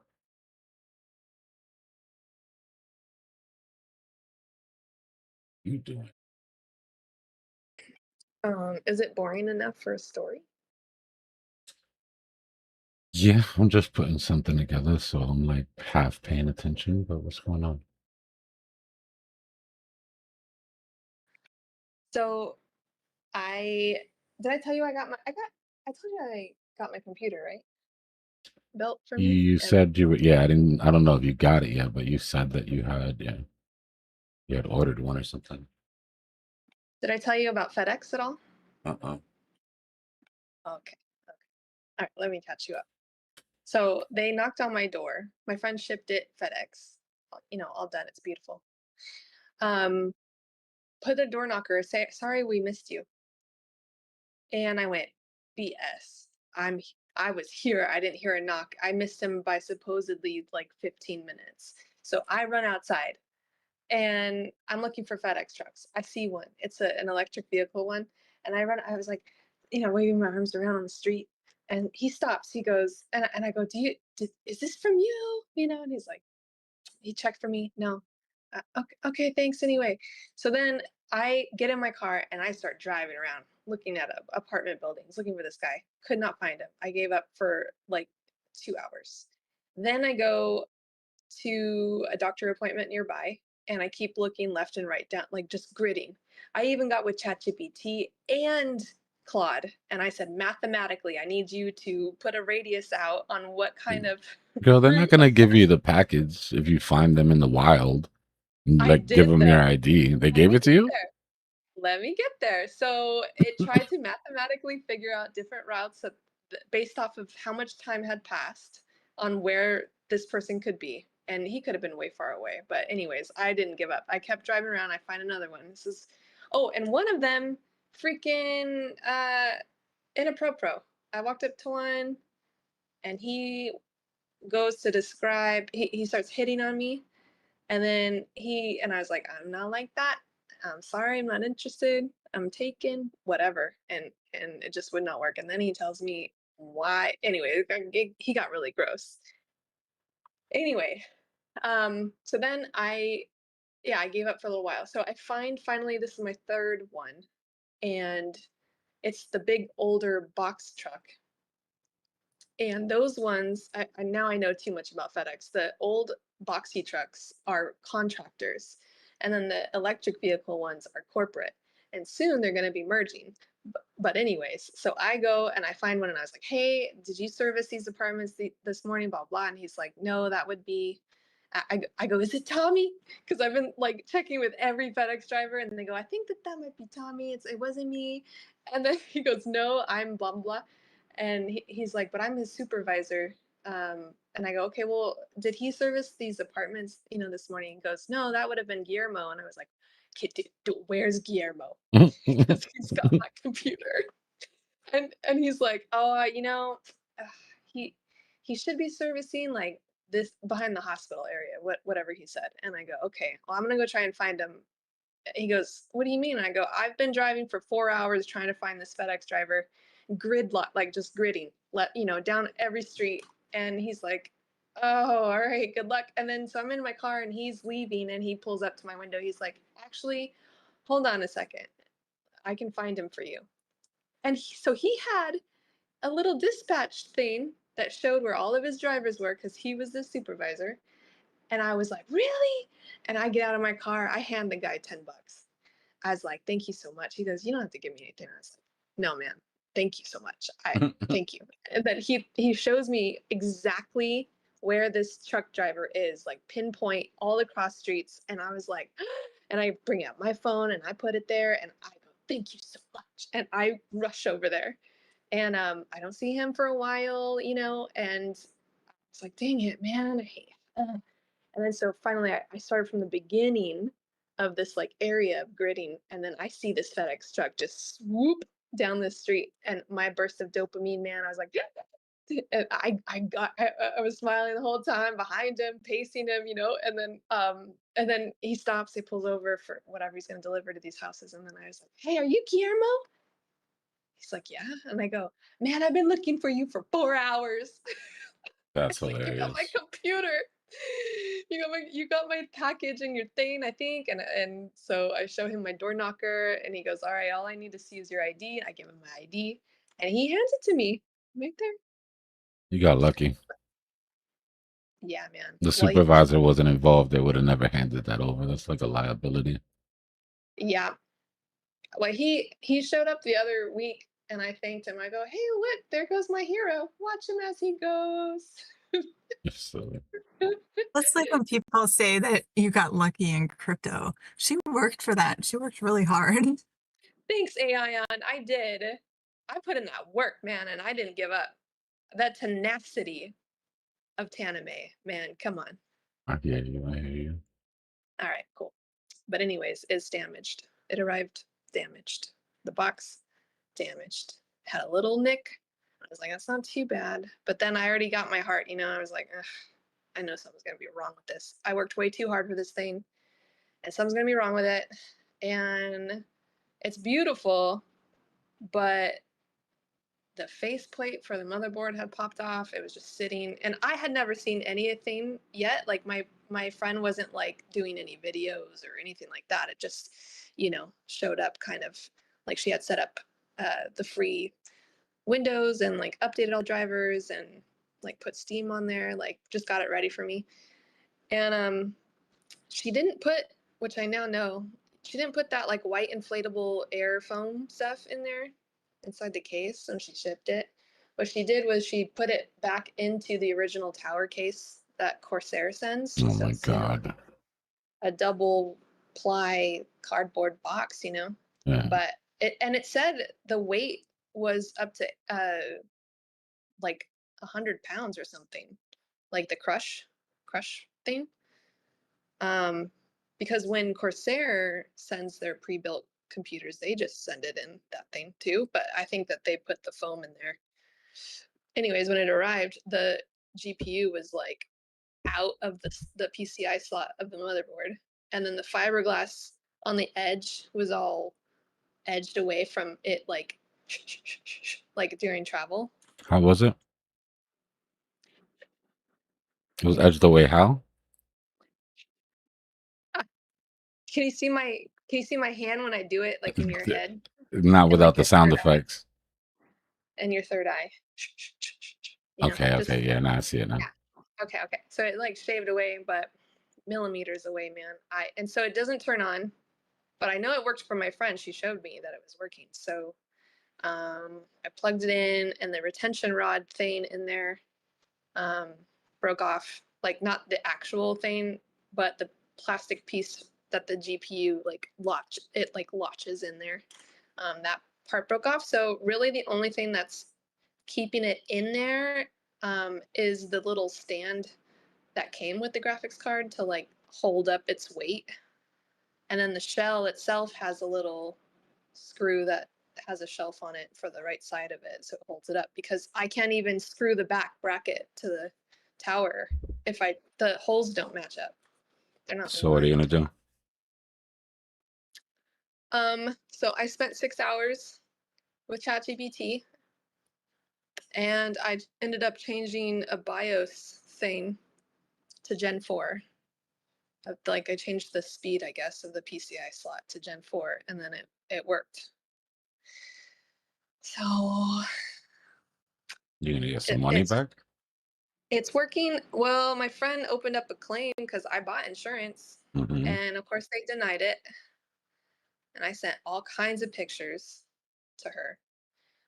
She goes, "It's normal, Tiana. They're always gonna deny the first one. Don't worry, I got you." And I was like, "Okay," but I'm not holding my breath for any. Insurance is a scam. I'm convinced now. I'm never gonna buy insurance again. What's the point? They're gonna just. I think because it's so expensive. Yeah, It's but when you 4,000. don't buy insurance, then they tell you, insurance would have covered this. Yeah, that's true. But I also, when I got it all and I wanted to just plug it in and play, I still didn't get to do that. But I figured it out, and I stuck with it, and I did all that work and was doing stuff that I had no idea before how to do. I remember being like on AIM, asking my nerdy friends, like, how do I do this or that? And they'd go, oh, just, do this or that. And then I'd be like, oh, dang, I had no idea. So ChatGPT has become something like WAI, that. Yep, you can do anything. it's really been helpful. So then yesterday I bought 2 days ago, I bought my 32-inch monitor that you decided to share with everybody. Yeah. Nice. But I got a different one. It's the same one that like spec wise, but it just doesn't have a few, like the wattage of the ports in the monitor. Like if you wanted to run a laptop and connect that to it, it just like didn't have that. And I was like, oh well, I don't need any of that. So I found this other version of that same one. It was almost $200 cheaper, and Best Buy was running a Black Friday sale in July. So nabbed it, man. Nice. Good shit. Well Awesome done. You story. had a busy day. Yeah. And I redecorated my entire office. I got like new furniture, and I'm building it to be a nice During a battle bear station. market? Mm-hmm. Hmm. Yes. I didn't say anything. Just asking. What should I be? What? Nah, I mean, if you want to spend money during a bear market, it's an interesting Oh, strategy. man, it's cheap Amazon furniture. I'm just I needed trolling you. I needed cheap Amazon furniture. Dbloc, and it's just Amazon furniture. And I'm upstairs, and I couldn't buy anything like a nice piece of furniture from Facebook Marketplace, because then I'd have to coordinate with someone. Then I gotta get a truck, and then I was like, F that. I'll just get Amazon to deliver it to me in a flat box, and then I'll drag it upstairs and build it. There you go.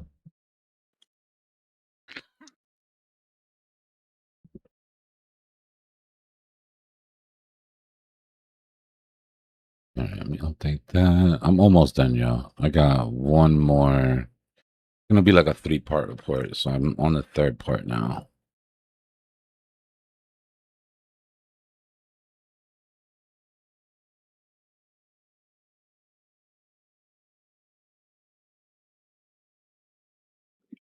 Is there any new news in the past 2 weeks? I've been on vacation and also taking care of my grandma.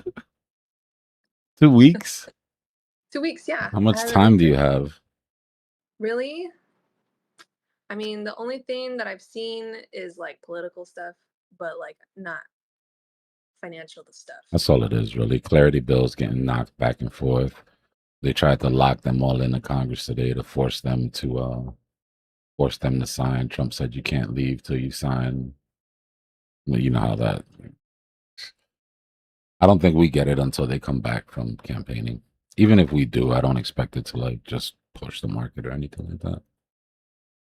But right now, we're just dealing with the yen carry trade threatening to unwind and FOMC meeting coming up in a couple days. Everybody's sort of panicking about if there's going to be a raise or if it's going to stay the same or what the yen carry trade effect is going to be. So that's what my deep dive is on. Wouldn't the market already project that in its price action days before? Like price it in? It's probably what that big red candle is.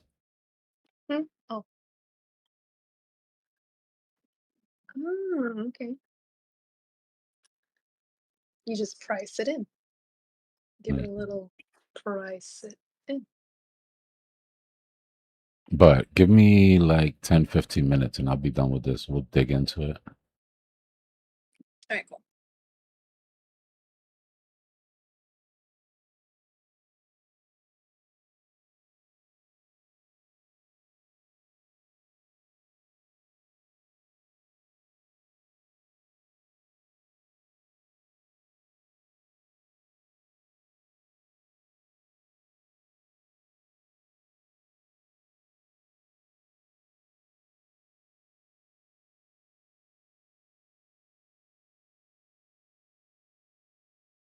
Morning, Deeps.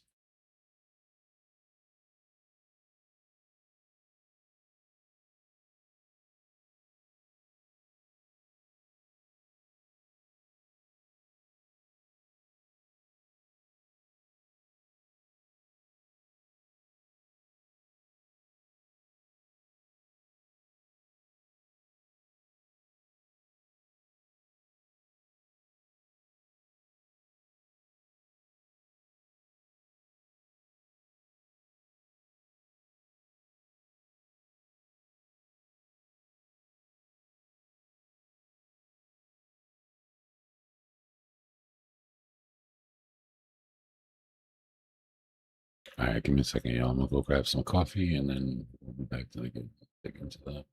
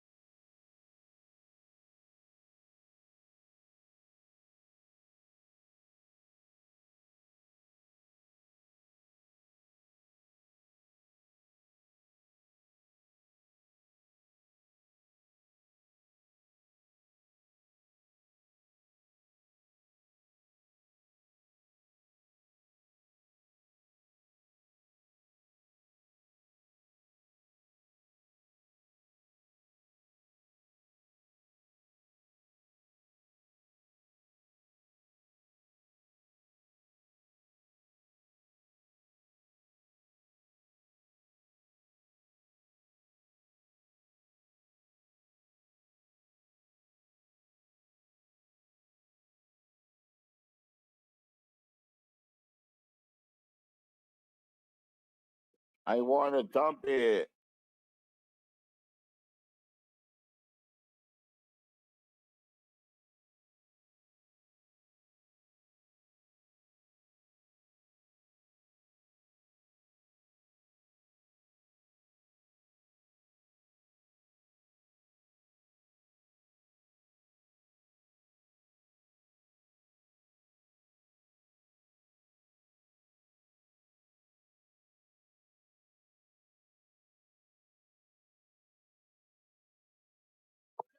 Bulls quit.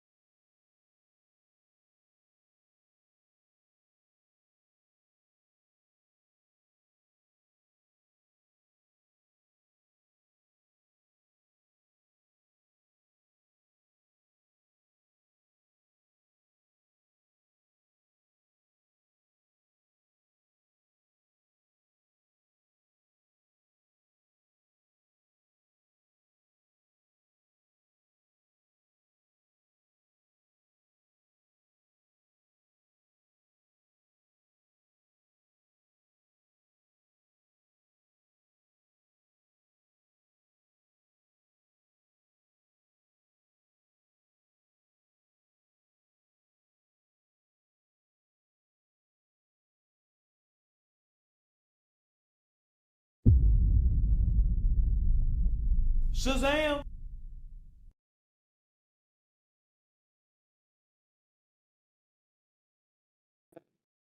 Oh. Shazam!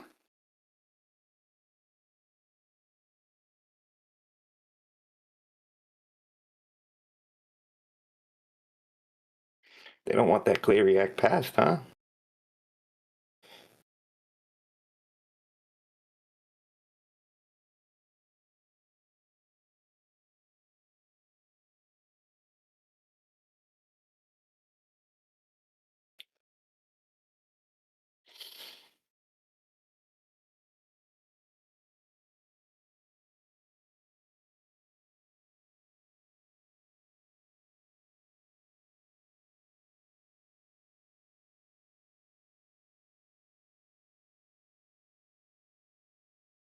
I'm back, y'all. Talk to me. What's the freak out about? We lost 63.5.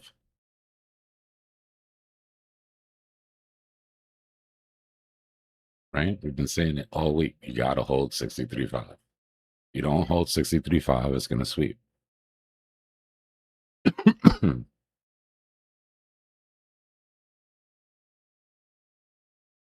What was that? No, I was trying to calm YouTube chat down.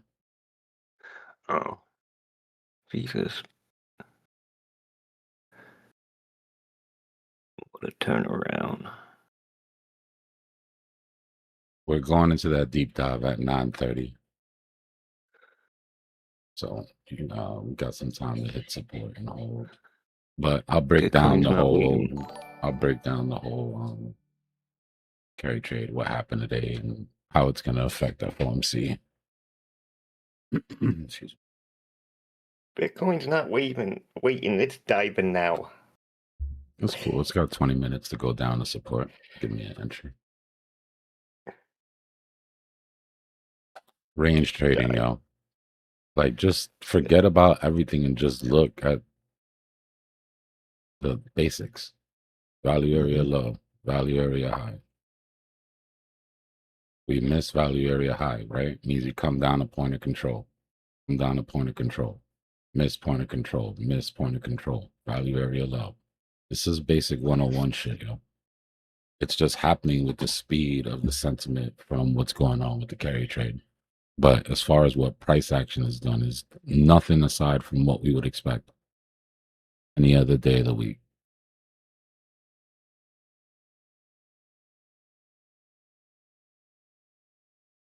That's all news does, right? It speeds it up.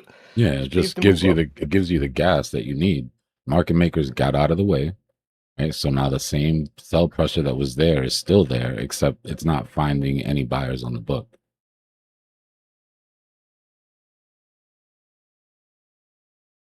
Yeah, it shows why you need market makers, right? Everybody's like, screw the market maker, da da da. I was like, all right. When he takes his orders off the book, price gets crazy, and then everybody's like, where's market maker?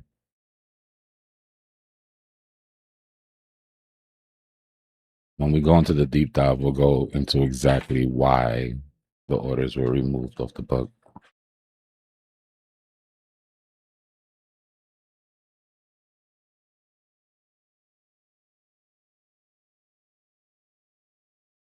So, market maker, if you're listening, well, it's not even you at this point.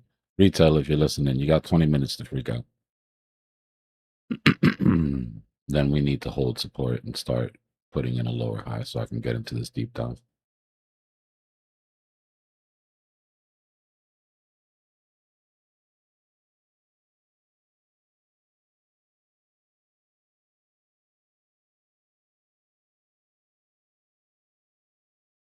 Losing 63.5 means 70s off the book for me. The highest I'd be willing to push it personally is a double top.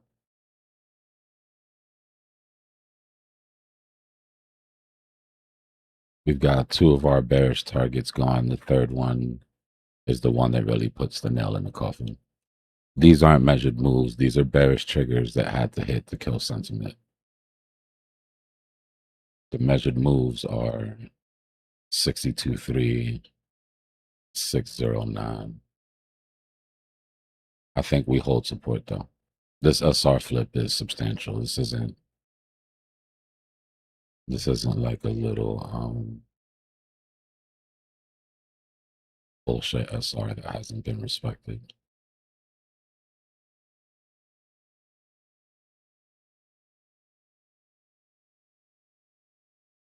But when we posted this earlier, right, when Citadel Securities came out, these people, they don't tend to speak without some sort of edge. Right. And it wasn't just them. A bunch of hedge funds came in and said they're expecting the Fed to raise. Now, whether they raise or not doesn't matter. Right. What that does is that sends a signal across the bow that says you need to price in the possibility of a raise if you haven't yet. And then to that, you add the yen crashing and the yen carry trade unwinding. And anybody that's picked up cheap yen to buy AI or bonds or Bitcoin or anything over the last 3 years is starting to do the math.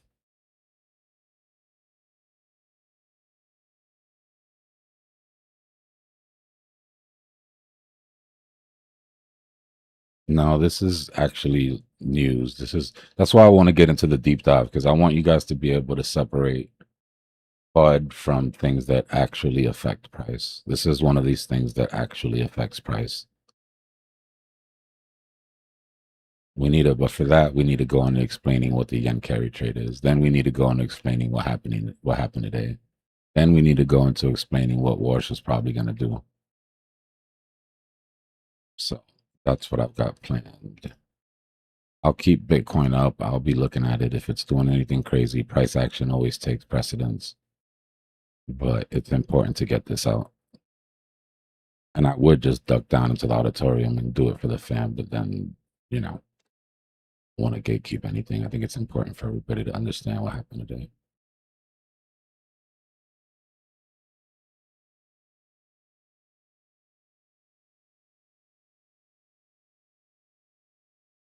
Vectors recover, but they don't have to recover when you want them to. And remember, this isn't a market maker controlled thing. What have I always said to you? Doesn't matter what the hell your TA says. If somebody hits that sell button and somebody else hits the sell button and a bunch of people hit the sell button, that shit's going down.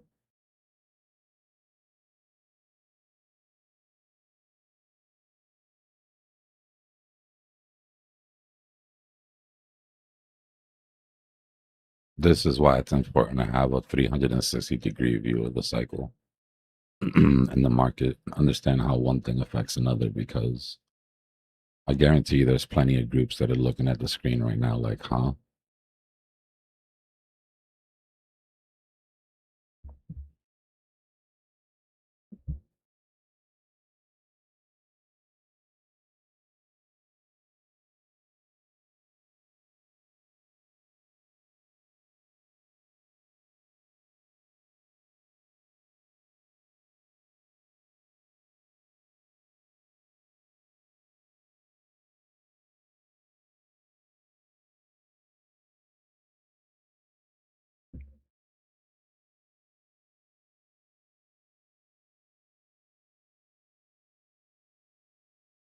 Just for some perspective. 4 hour.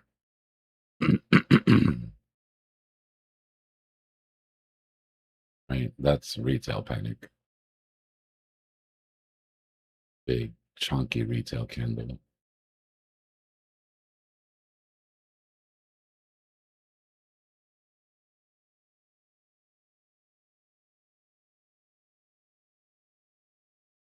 Right, market maker put the brakes on right here. Wasn't for lack of trying, right?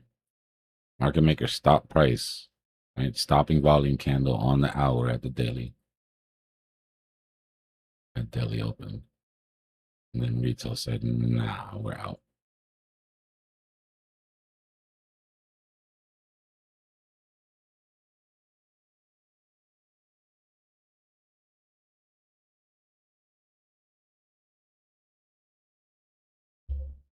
Where's that yen chart?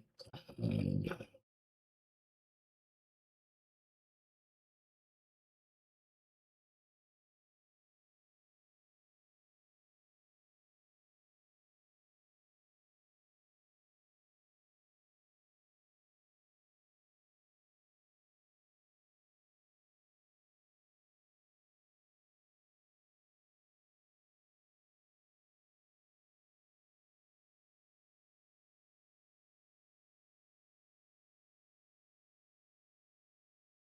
Anybody that's been here for a while knows that this has been sitting right here for a long time.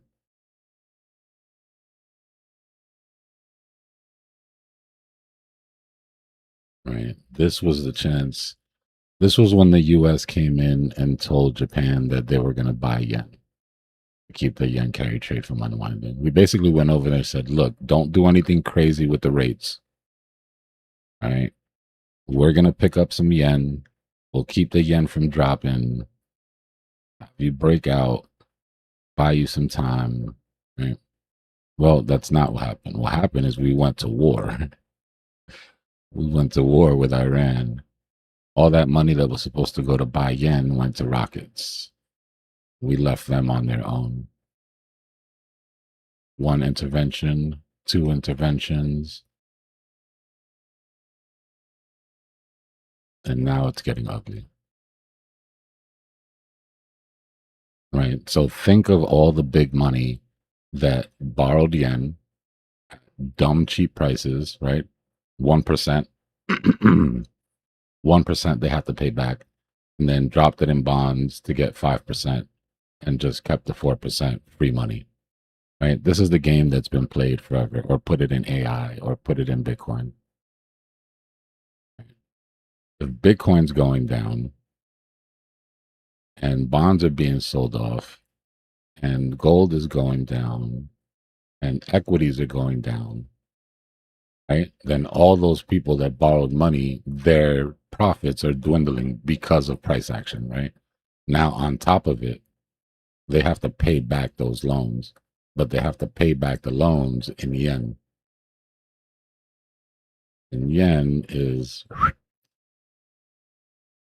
right? So you're getting hit on both sides. At that point, you start to think, okay, even if price continues to go up, because you're holding for a new high on S&P or holding for a new high on NASDAQ, even if price goes up at this point, right, are we cannibalizing our profits? So people get out of the way. And that's an obvious one, right? So when people are standing in line to get out of the way, market makers get out of the way before them. Market makers are here to keep balance. They're not here to, they'll save their money and help rebalance the bottom rather than waste the money on the dip down. So they move their orders out of the book.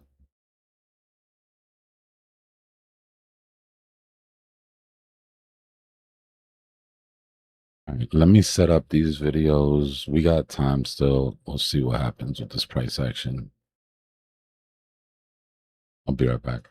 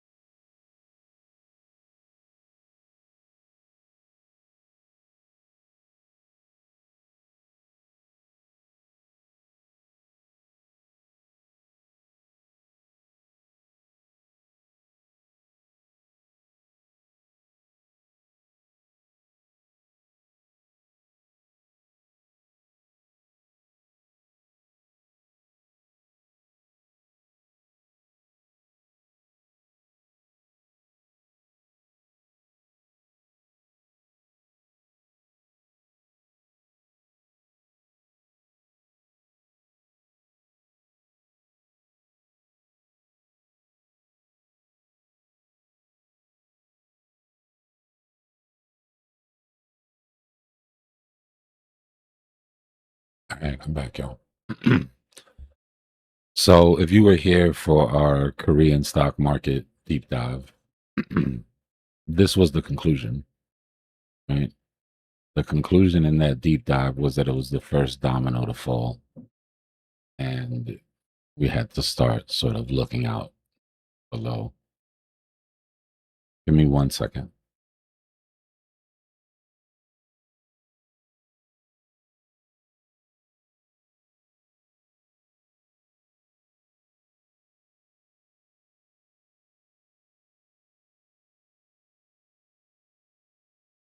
I know some of you are going to want to watch this chart, but I think it's important to get this deep dive out. I will have the chart up on the side. I will be watching. If anything crazy happens, I will flip the chart back on.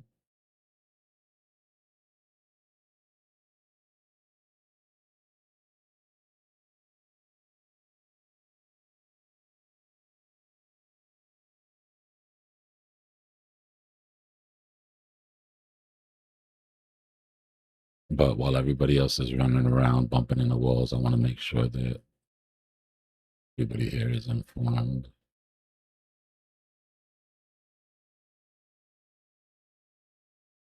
What time is it?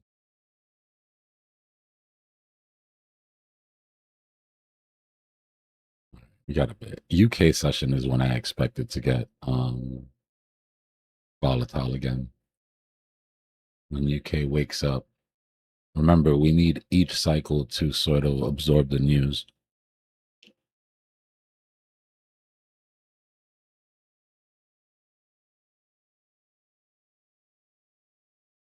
So give me, oh, we're already supposed to be starting it. Give me a minute and we'll start this deep dive. It's going to be a 3-part. Some of you might already understand what the yen carry trade is, but I want to make sure everybody does. Then we're going to go into what happened today, and then we're going to go into how this complicates FOMC coming up. Should be about half an hour.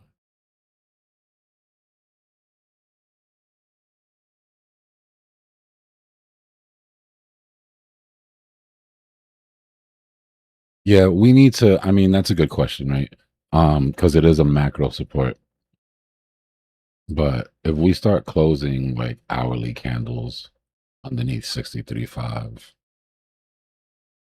yeah.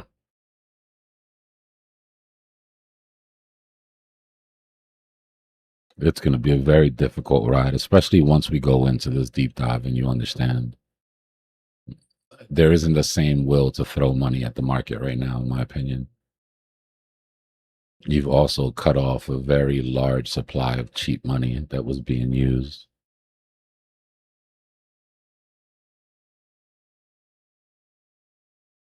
So let's see. And like I said, this is just one man's opinion on something that's very early, but we've been covering this for a while. If you've been in Cypher school, we've been talking about the possibility of this happening for a very long time.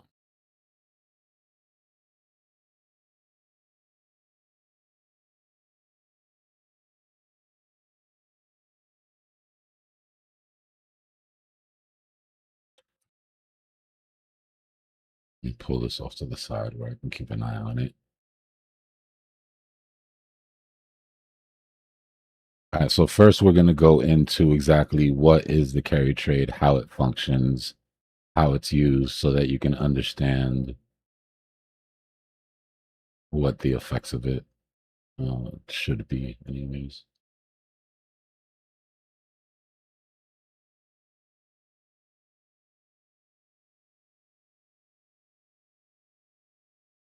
Let me do a mic check first, make sure everybody's got audio.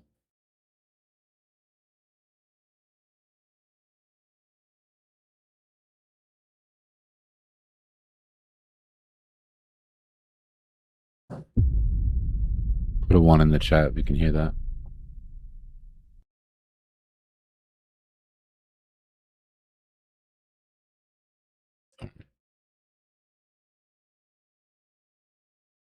Let's go. The Anatomy of the Yen Carry Trade, a structural deep dive into global financial plumbing. Fam, most people hear carry trade and glaze over. They think it's some hedge fund thing that doesn't affect them. But this system of pipes and gears you're looking at right now is the hidden infrastructure behind how your 401k gets inflated, how US tech valuations get pumped, and how global markets get wired to a single interest rate decision made in Tokyo. When this plumbing breaks, and it has broken repeatedly with catastrophic speed, every asset class in the world feels it simultaneously.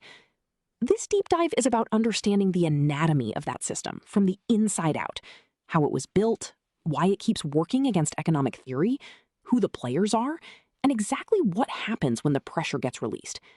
If you understand what's on these slides, you understand something about global markets that 99% of retail investors will never know. Let's walk every layer. Here's the core mechanic, the bridge that built the entire carry trade structure. On the left side, the funding currency, Japanese yen. Borrowing cost, 0%. For decades, capital could be borrowed from Japan at near zero interest rates, a rate structure the Bank of Japan maintained to fight deflation and stimulate domestic growth. On the right side, the target currency, US dollars. Yield, 5%. That capital gets deployed into higher-yielding foreign sovereign or corporate assets, US treasuries, tech equities, corporate credit. The operator walks that bridge, carrying JPY, and arrives on the other side holding USD yielding 5%. The spread at the center of the bridge is the profit, the differential between what you borrow at and what you earn. Now, here's what's critical. Economic theory says exchange rate adjustments should erase this profit automatically. If the yen weakens and the dollar strengthens, the currency move should zero out the yield advantage. In reality, it does not. And that breakdown of theory is what made this trade last for decades. Here's why the carry trade shouldn't exist, and why it does anyway. The academic framework is called uncovered interest parity, or UIP. The theory is clean. If you borrow in a low-rate currency and invest in a high-rate currency, the exchange rate should depreciate the high-yield currency by exactly the interest rate differential. The scale should balance perfectly. Slope coefficient of 1.00, zero excess return, symmetric risk. That's the theory. What actually happens in developed markets using JPY is a slope coefficient that goes negative, below zero. Instead of depreciating, the high-yield currency, the US dollar, actually appreciates. So you get the yield spread and capital gains on the currency move simultaneously. The scale is broken on the right side. This is called the forward premium anomaly. In emerging markets, the slope coefficient approaches 1.00 because high yields are offset by high local inflation and predictable depreciation. But in developed markets, with JPY as the funding leg, the anomaly holds. The theory breaks down completely. And that anomaly is the foundation the entire carry trade is built on. The reason the anomaly persists comes down to information asymmetry in the FX market.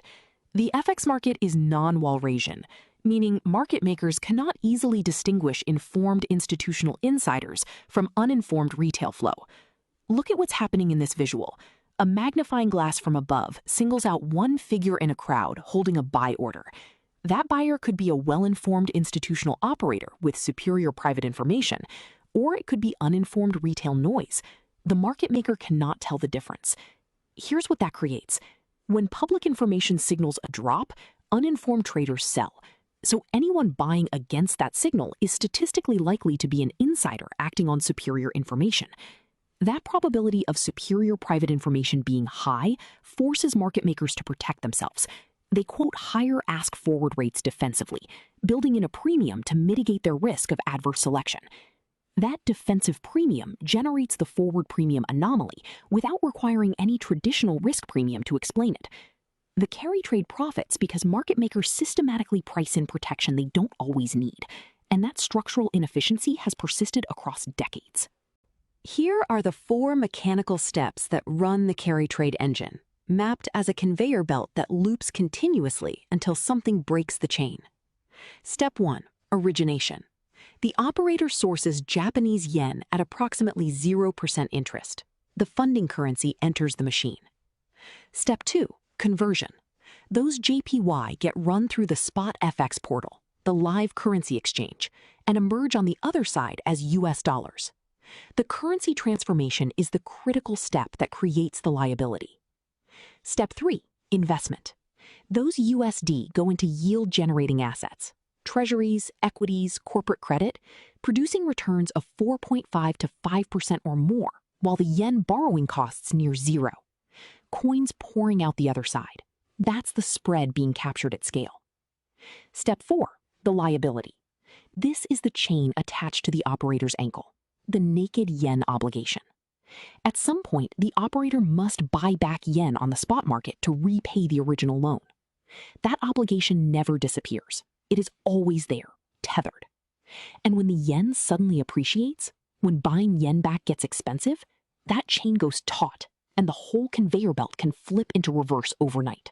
Here's what most people miss. The carry trade is not just $1 trillion. It's layered, and the layers you can't see are the dangerous ones. On the surface, the visible portion, on-balance sheet foreign lending at approximately $1.4 trillion. That's $145 trillion in direct bank lending from Japanese banks to offshore non-bank entities.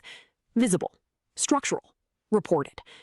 But underneath that, running through underground pipes, off-balance sheet derivatives at approximately $14.2 trillion notional. This is the primary source of hidden leverage, executed through FX swaps and forwards that create massive rollover risk without ever appearing on the books as direct debt. These instruments have to be rolled over constantly. When conditions change, the rollover cost spikes or the counterparty refuses, and that's when the $14 trillion becomes a live problem. And at the bottom, the hot money layer, speculative hedge fund derivatives at approximately $160 billion.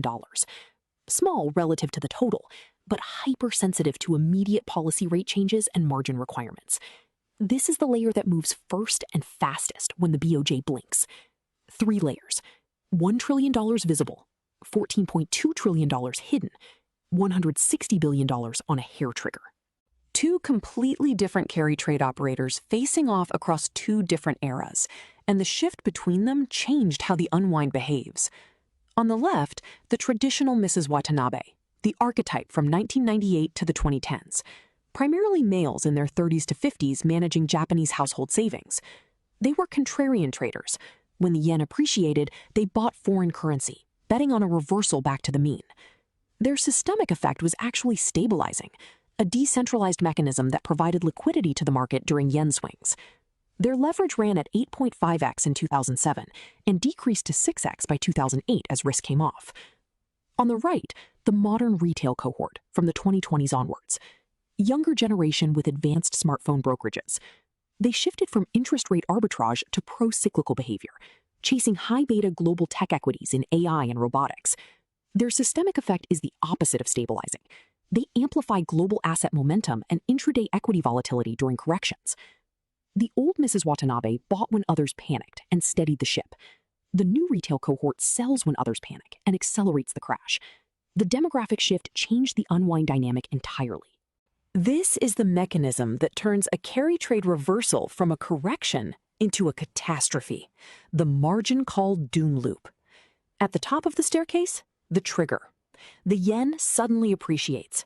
That JPY padlock, the weight of the debt, gets heavier in real terms immediately. Step down, the squeeze. Forced liquidation begins. Operators must sell foreign assets, global equities, treasuries, whatever they hold, to generate the cash needed to repay suddenly expensive yen liabilities. Step down again, the collapse. Here's where the fatal flaw of asymmetry locks in. Buying yen to repay the debt drives the yen even higher.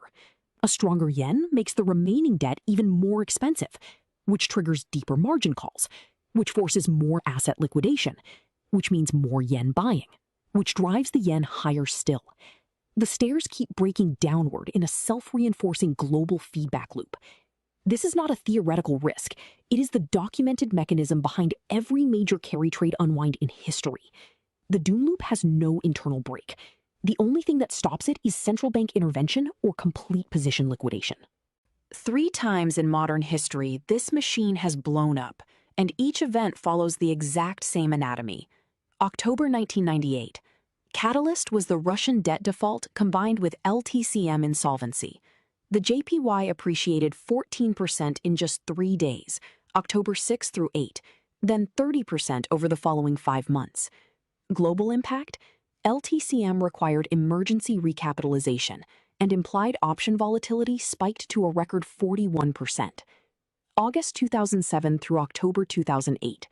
Catalyst was the subprime mortgage collapse and the interbank credit squeeze. JPY appreciation was violent and multi-stage, including the complete collapse of the AUD JPY carry trade. Global impact? Global bank deleveraging hit retail holders hardest. Liquidations dropped retail holdings from $45 billion to $20 billion in a single month. August 2024. Catalyst was an unexpected Bank of Japan 25 basis point rate hike combined with soft U.S. labor data. JPY appreciated 11% rapidly against the USD. Global impact? Topix fell 12% in a single day. VIX spiked above 60, and massive foreign portfolio investor capital outflows hit markets globally. 3 events. Same loop, different scale, always faster than expected. Here is the August 2024 crash mapped minute by minute, the most recent proof of concept that the carry trade doom loop is not historical. It is live. July 31, the catalyst. Bank of Japan delivers an unexpected hike to 0.25% and simultaneously announces quantitative tightening, reducing bond purchases by 400 billion yen per quarter. The market was not positioned for this. August 2, the squeeze begins. A soft U.S. employment report hits at the same time, sparking recession fears and narrowing rate differentials rapidly. Speculative short yen futures had been sitting at an unsustainable $2 trillion, $14 billion, and suddenly the math no longer works. Positions start closing. August 5, Black Monday. The Japan Securities Clearing Corporation raises initial margin requirements for long equity index positions by 60 to 80% overnight. That single institutional decision forces rapid global liquidation across all entities holding Japanese equity exposure. Topix falls 12% in a single day. VIX spikes above 60. The figure falls off the edge of the chart. And this was a 25 basis point move. Not 50, not 100. 25 basis points dropped the Topix 12% in one session. This is where we stand right now, mid-2026, and the operator is being crushed between 2 boulders moving toward each other. On the left, the blue boulder, the Bank of Japan's historic normalization. The BOJ has raised its short-term rate to 1.00%. The 10-year Japanese government bond yield has been driven from 0.7% all the way above 2.7%. This is the definitive end of the negative interest rate regime that defined Japanese monetary policy for 30 years. On the right, the green boulder, the Federal Reserve holding rates high at 3.50% to 3.75%, driven by persistent global oil shocks and domestic energy inflation that keeps cutting any path to rate cuts. Between them, the yield gap sits at 250 to 275 basis points. And here is the critical read on that gap. It is just wide enough to keep the carry trade technically alive, pinning the yen at 40-year lows. But the trade relies entirely on short selling the yen to generate that artificial downward pressure.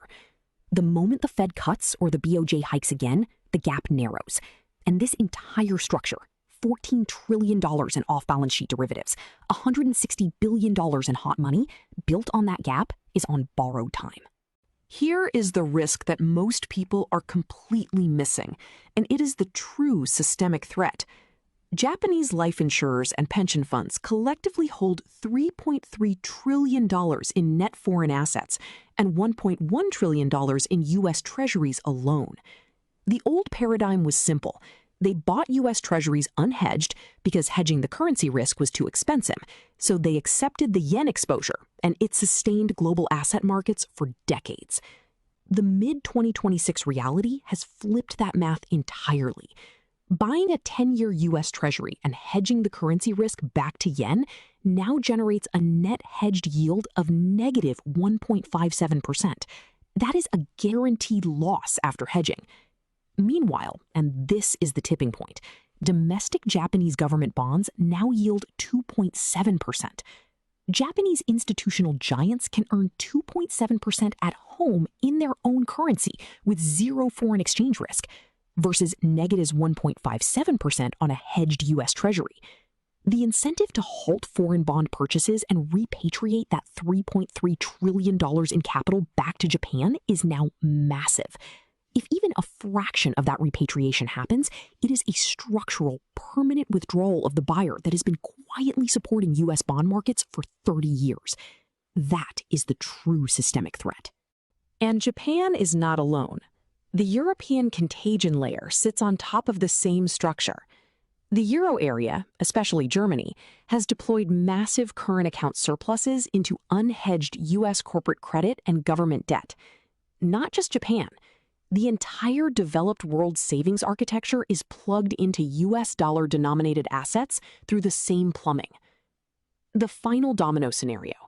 If both JPY and euro meaningfully appreciate simultaneously, if both low-yield funding currencies strengthen at the same time, global asset holders are forced to liquidate U.S. dollar-denominated portfolios simultaneously, from multiple directions at once. Not one country unwinding.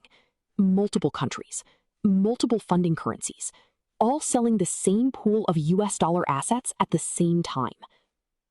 The conclusion on this slide says everything that needs to be said. The global financial system remains highly vulnerable to a synchronized multi-currency deleveraging spiral. The plumbing is primed. The unwinding is structural. This is not a tail risk. It is the architecture of the current financial system. And understanding its anatomy is the only edge that matters when it breaks. End of transmission. That's a fact. All right, that was 101, right? That's letting you know exactly what the yen carry trade is. Just a quick recap on Bitcoin. We're still going sideways, right? Put in a higher low. W's invalidated at 631. Don't expect anything crazy. If it does drop, I'm expecting it to come down to support. Right now, the time to be taking new trades, unless you're a sniper. And if you're a sniper, then I know you have your own screen up. So it's more important that we wrap our heads around this so that we know how to move in the next couple days.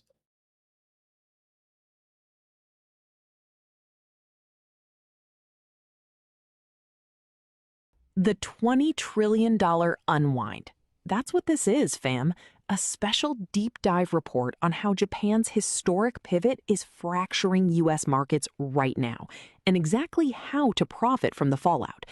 This isn't a theoretical risk. The Japanese yen just crashed to its weakest level against the dollar in 40 years. Japan's central bank just raised interest rates to their highest level in 30 years.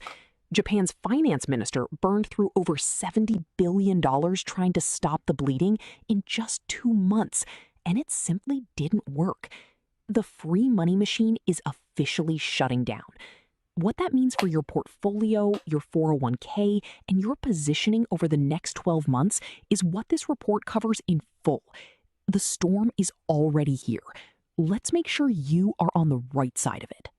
3 simultaneous historic extremes are all triggering at the same time, and that combination is what makes this a global shift. Extreme 1, a 40-year low. The Japanese yen just hit its weakest point against the US dollar since 1986. 40 years. Extreme 2, a 30-year high. Japan's central bank raised interest rates to 1%, shattering decades of a zero-interest economy that the entire global financial system was built around. Extreme 3, $73 billion burned. That is the exact amount Japan's finance minister spent in just 2 months attempting to artificially prop the yen back up. It failed. These 3 events are not separate headlines. They are one tectonic shift happening simultaneously. When the world's 3rd largest economy ends 30 years of free money policy all at once, the shockwave does not stay in Tokyo. It travels directly into your portfolio. To understand the real threat, you need to understand the carry trade, because this borrowed Japanese money is currently sitting inside your 401k. Here's exactly how the machine worked. Step 1. Borrow for free. Institutional investors borrow Japanese yen at approximately 0.1% interest, basically zero. Step 2. Convert. Those yen get converted into US dollars. Step 3. yield farm. Those dollars get invested into U.S. assets yielding 4.5% or more, specifically tech stocks. The profit is the spread. Borrow at 0.1%, yield 4.5%, pocket the difference at massive scale. And the scale is staggering. Somewhere between $1 trillion and $20 trillion in borrowed Japanese money is currently sitting inside the global financial system, propping up the NASDAQ, artificially keeping American borrowing costs low. All of it funded That's a by lot of money. cheap yen that Japan is now demanding back. That is what's unwinding right now. Here is the vortex, and once it starts, it feeds itself. Step 1, the trigger. The Bank of Japan raises rates to 1%. That completely changes the math on every carry trade built on cheap yen. Profit margins shrink. Step 2, the reaction. Investors have to close their positions. To do that, they must buy back yen, which means they must sell U.S. assets, tech stocks, treasury debt, whatever they're holding. Step 3, the impact. Mass selling weakens the U.S. dollar and crushes U.S. stock prices simultaneously. Step 4, the acceleration. Falling U.S. asset prices trigger margin calls on leveraged positions, forcing even more investors to sell, driving prices lower, triggering more margin calls. A self-accelerating cycle. We have already seen this fire as a proof of concept. In August 2024, this exact cycle began, and the NASDAQ dropped more than 10% in just 3 days. That was the preview, fam. The full unwind is still in motion. Before we go further, I have to cut through the noise, because unverified panic destroys portfolios just as fast as the actual event. If you've been on X or TikTok recently, you've seen viral posts about Article 589 of Japan's Civil Code being a secret legal weapon that would force carry trade loans to be recalled overnight, triggering an instant collapse. Here is the Dbloc reality check. Article 589 of Japan's Commercial Code governs passenger transportation, buses, trains. It has literally zero connection to banking, interest rates, or the carry trade. The real story isn't a secret legal trigger. Japan is experiencing inflation, loan growth, and trade surpluses. They no longer need to export cheap money to the rest of the world. They are keeping it at home to fund their own domestic recovery. The tap of cheap money is being turned off structurally and permanently, not by a sudden overnight legal recall. Unverified panic destroys portfolios. The operators who survive this are the ones who stay rooted in the actual mechanics. 3 specific targets are in the crosshairs right now, and they get hit in sequence. Target 1, U.S. tech stocks, the NASDAQ. These valuations were built on cheap Japanese money flowing in at scale. The NASDAQ just experienced its worst July in 22 years because of this exact mechanism. Tech was priced for a perfect future and funded by cheap money that is now being pulled. Target 2, over-leveraged hedge funds. When carry trade financing costs rise, these funds face mass liquidation events. They are forced to sell whatever is most liquid, which means a second wave of tech selling hits from a completely different direction. Target 3, yen borrowing U.S. corporations. Companies that issued yen-denominated bonds to lock in cheap debt now face massive immediate refinancing pressures as the cost of that debt rises sharply. The cascade runs through all 3 targets simultaneously, and the feedback between them is exactly what makes the cycle self-accelerate. Fam, if you are sitting in a traditional 60-40 portfolio thinking you are protected, this slide is for you. In a normal economic crisis, 60-40 works exactly as designed. Stocks fall because of an economic slowdown. Bonds rise because investors flee to safety. Protection achieved. That is not the type of crisis we are in. This is a carry trade unwind. The mechanism is the repricing of global liquidity. Here is the critical problem. Both your stocks and your bonds were artificially propped up by the same cheap Japanese money. When that money gets withdrawn, stocks fall and bonds fall simultaneously. The traditional crisis, stocks fall, bonds rise, protection achieved. The carry trade crisis, stocks fall, bonds fall, total exposure on both sides. Both asset classes hit at the same time by the same cause. The umbrella has holes in it from the same storm hitting everything else. The 60/40 portfolio was built for a world where cheap yen didn't exist. That world is ending. Phase 1 of the playbook is protect, and this is where you act right now. 3 specific actions. Action 1. Run the vulnerability filter on every asset in your portfolio. Ask 2 questions. Is it priced for a perfect future? And is it funded by cheap money? If the answer to either is yes, reduce exposure. Do not panic sell, but cut the positions that score yes on both first. Action 2. Eliminate leverage. Cut margin trading entirely. Leverage will kneecap your portfolio during a sudden carry trade unwind, because when prices fall and margin calls hit, you are forced to sell at exactly the worst possible moment. Get it out now before the acceleration phase intensifies. Action 3. Deploy that freed capital into cash held in high-yield savings accounts, currently yielding 4 to 5%. Holding cash is not a losing trade right now. It is the dry powder that Phase 3 requires. Optionality is the asset. Protect capital first. Positions can always be rebuilt. Capital destroyed in a panic cannot. Phase 2 is hold value, positioning in assets that hold ground and actually thrive while the unwind plays out. 2 anchors. Asset 1, gold. Gold is the direct beneficiary of a weaker US dollar, global uncertainty, and massive central bank purchasing. And that purchasing is accelerating. China added 15 tons of gold in June alone. The institutional price targets are real. Goldman Sachs at $4,900, JP Morgan at $4,500. If you are seeing 30% pullbacks in gold right now, those are breathers, not broken trends. The structural bull case for gold is intact and getting stronger. Asset 2, defensive sectors, healthcare and utilities. These are boring. That is exactly the point. While the highly leveraged tech sector aggressively reprices through the carry trade unwind, healthcare and utility earnings are stable, recurring, and completely uncorrelated to cheap yen exposure. Boring is the trade. Boring is the anchor. Hold both while the storm moves through everything else. Phase 3 is where the profit opportunities live, and the core equation is simple. A stronger yen equals a weaker US dollar, which creates massive tailwinds for 4 specific categories. Category 1, emerging markets.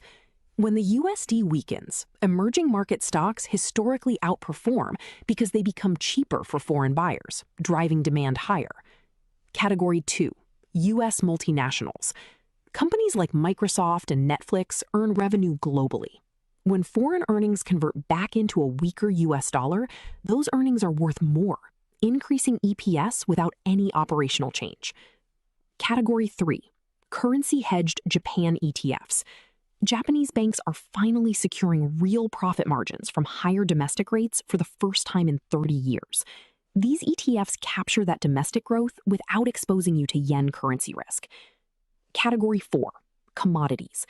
Oil, copper, and agricultural commodities are priced in US dollars. A weaker dollar makes them cheaper globally, which drives up demand and pushes prices higher. 4 categories, 1 thesis. Weaker dollar wins. Before you panic about what is happening to tech right now, zoom out. The NASDAQ has survived 5 major bear markets in its history, and it has always recovered to new all-time highs. In 1999, the dot-com crash wiped out tech valuations. The NASDAQ recovered. In 2008, the financial crisis sent markets into free fall. The NASDAQ recovered. What is happening now in 2024 is the carry trade unwind. And the critical distinction is this. The current tech sell-off is being driven by carry trade liquidity mechanics. It is not a fundamental collapse of the underlying businesses. Microsoft is not broken. The AI infrastructure build-out is not broken. The cheap capital that was artificially pumping those valuations is unwinding. That is a different problem, and it is a temporary one.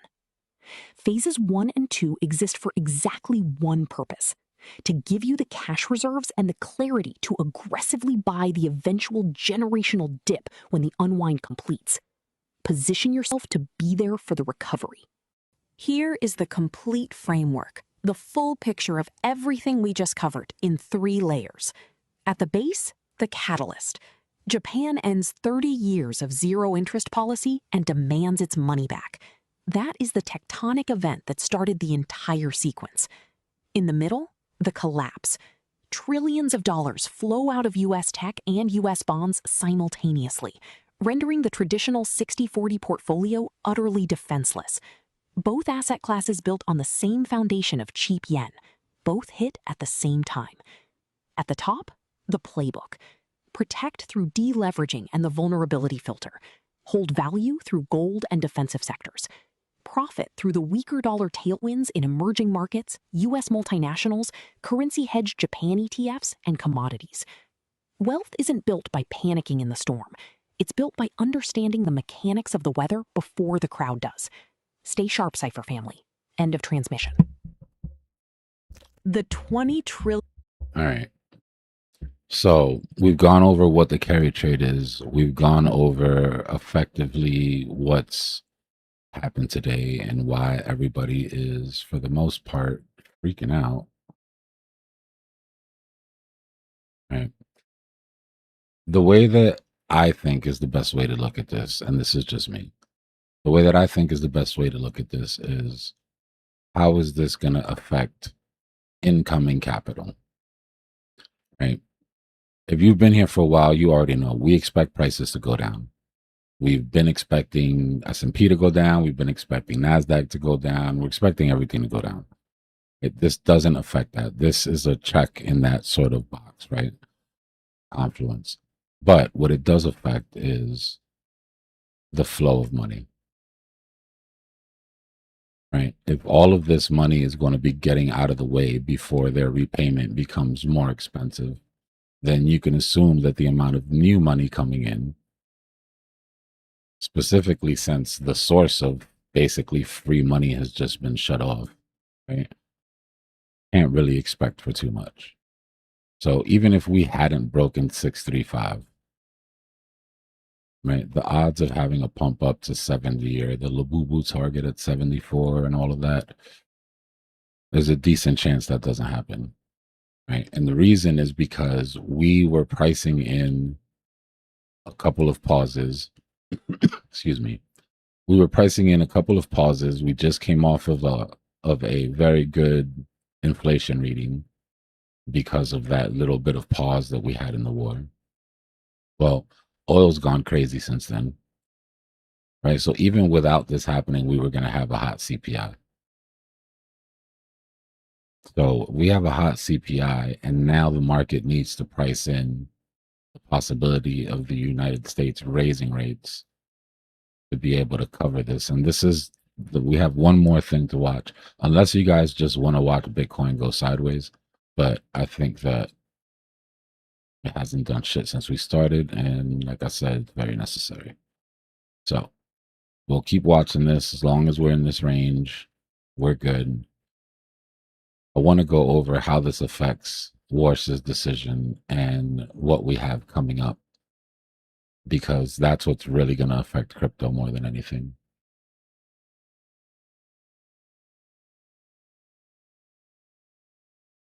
Fam, the clock on this slide is not decoration.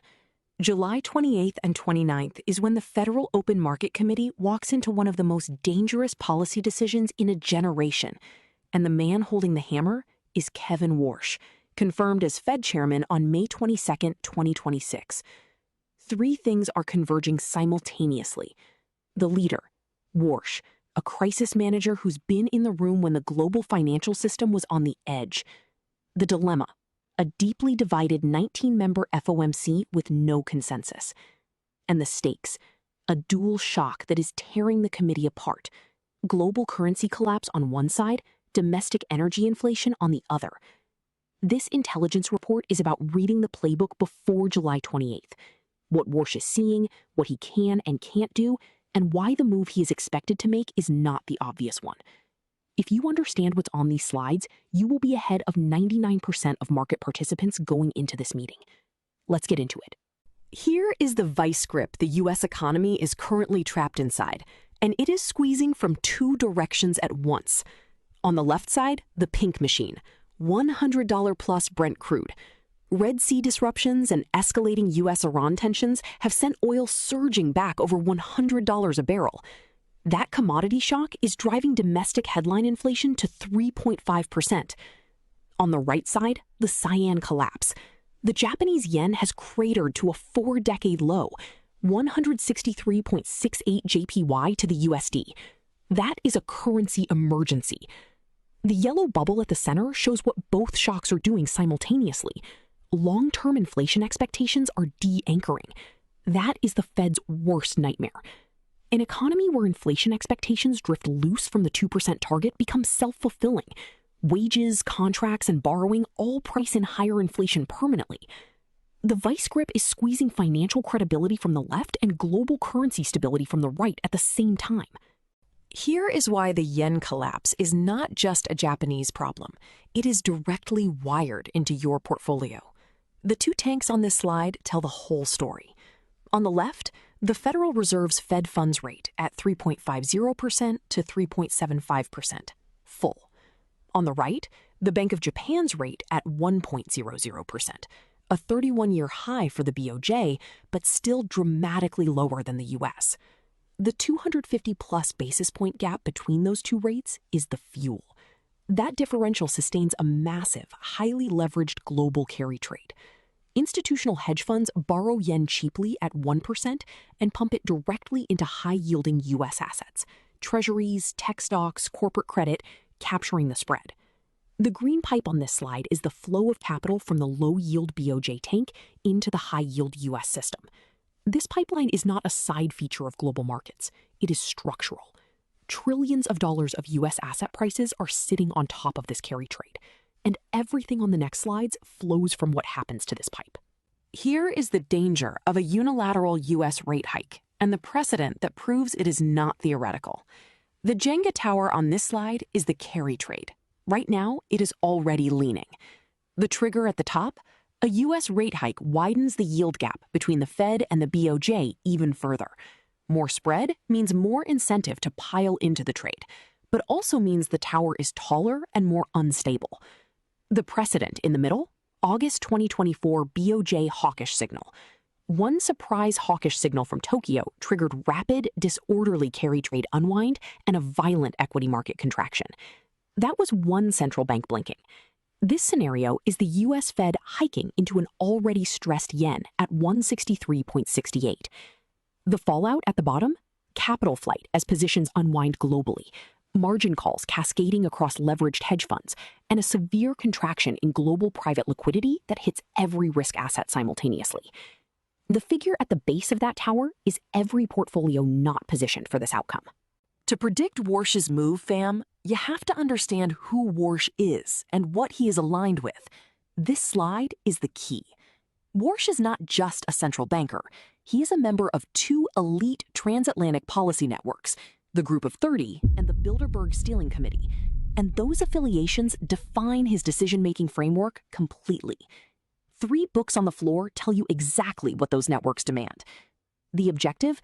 Defend the US dollar as the dominant global reserve currency. A unilateral rate hike that collapses the yen threatens that dominance directly. The threat? Uncoordinated monetary actions that disrupt international balance sheets. Precisely what a surprise hike into the current yen environment would do. The conflict? Resisting the Trump administration's populist demand to slash rates to 1%. The ring reads the protagonist's alignment, stability over populism. That is the override. No matter the political pressure, Warsh's institutional DNA runs toward global stability first and domestic politics second. 3 data points from Warsh's career tell you exactly how he thinks, and they all point to the same July 2026 action. On the left of the board, 2008 GFC liaison. Warsh managed the Bear Stearns and Lehman Brothers emergency liquidity interventions during the financial collapse. The insight? He is highly sensitive to private cross-border capital freezes. He has seen what happens when international capital flows lock up overnight, and he will not deliberately trigger that. Bottom center, 2025 Hoover Address. Warsh publicly criticized forward guidance and short-term forecasting. The insight? He prefers a rule-based focus on long-term price stability over hand-holding markets with rate path projections. He wants markets to think, not to be told. Top right, 2011 QE2 resignation. Warsh stepped down from the Fed in protest of Bernanke's balance sheet expansion. The insight? He views aggressive bond buying as a structural inflation risk.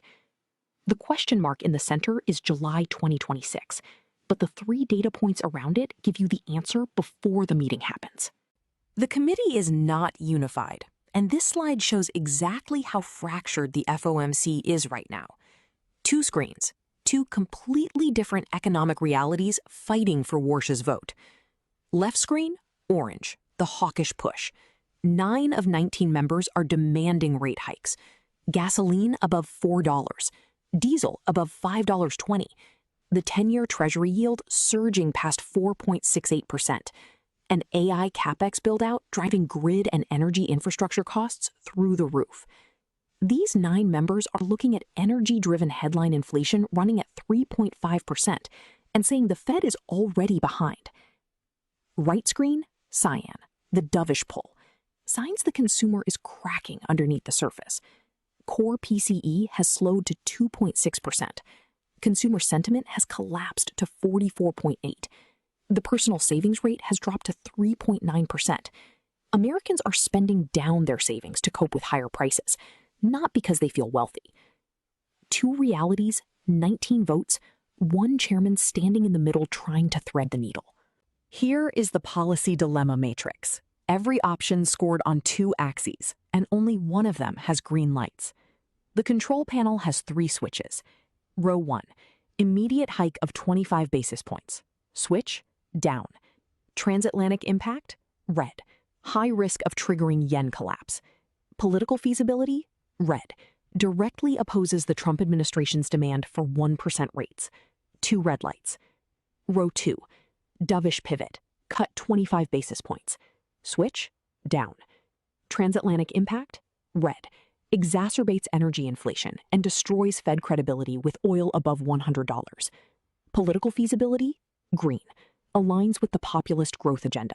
1 red, 1 green. Disqualified on inflation credibility alone. Row 3, hawkish hold. Rates unchanged at 3.50% to 3.75%. Switch, up. Transatlantic impact, green. Stabilizes global capital flows and protects the yen carry trade. Political feasibility, yellow. Provides enough compromise to survive the political pressure. And a hand on the slide is already flipping that 3rd switch up. The hold is not passive. Tactic 1 is active and surgical, deploying ambiguity to drive term premium. The figure on the left is smashing the future rate path sign to pieces with a hammer. That is exactly what Warsh is going to do to forward guidance. Action. Drastically reduce forward guidance. Refuse to provide detailed rate path projections. No more dot plots that markets can read like a script. Reaction. Without a rate path to anchor on, market participants are forced to rely on incoming data themselves, driving up uncertainty. That uncertainty shows up immediately as rising term premium on long-dated treasuries. The machine on the right is pumping that uncertainty into the market like pink smoke, driving the gauge into the red. Result: domestic financial conditions tighten organically, without Warsh touching the short-term rate dial even once. Bond yields rise naturally. Credit tightens. The inflation fight advances through deliberate opacity. Tactic 2 is the Task Force Shield, the working groups Warsh established in June to buy him time to wait out the Middle East energy shock. 3 clipboards, 3 teams, 3 lines of intellectual defense. Left board, inflation metrics, led by Thomas Sargent. Task, shift focus to alternative measures, like the Dallas Fed's trimmed mean PCE, to argue structural inflation pressures are contained, not the headline 3.5% driven by oil. Center board, data-driven metrics, led by Raj Chetty. Task, reevaluate traditional labor and consumer sentiment models that may be misreading the underlying demand picture.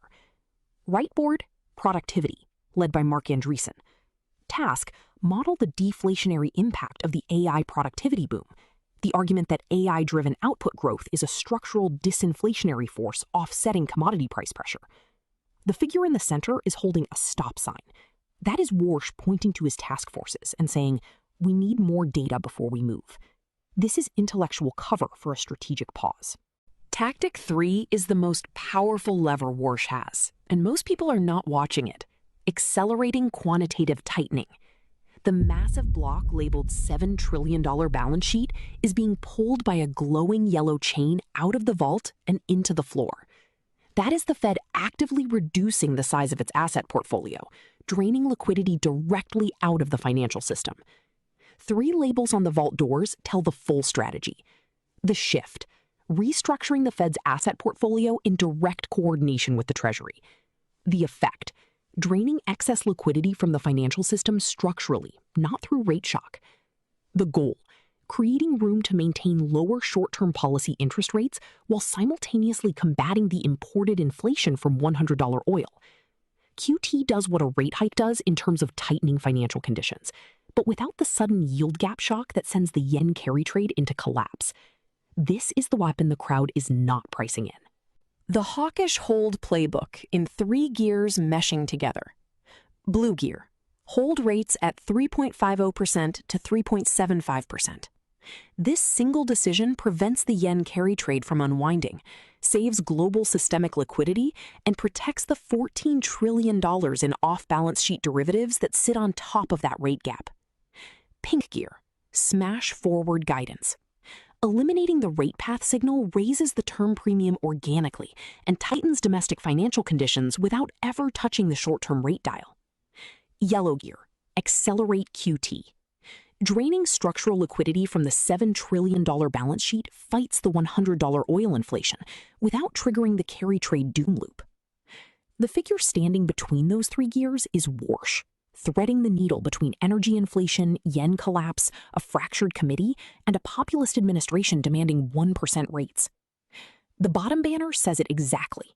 By shifting the primary weapon from interest rates to the balance sheet, Warsh tightens the U.S. economy without touching the rate dial, defending the dollar's credibility and saving the global chessboard. Stay sharp, Cypher family. End of transmission.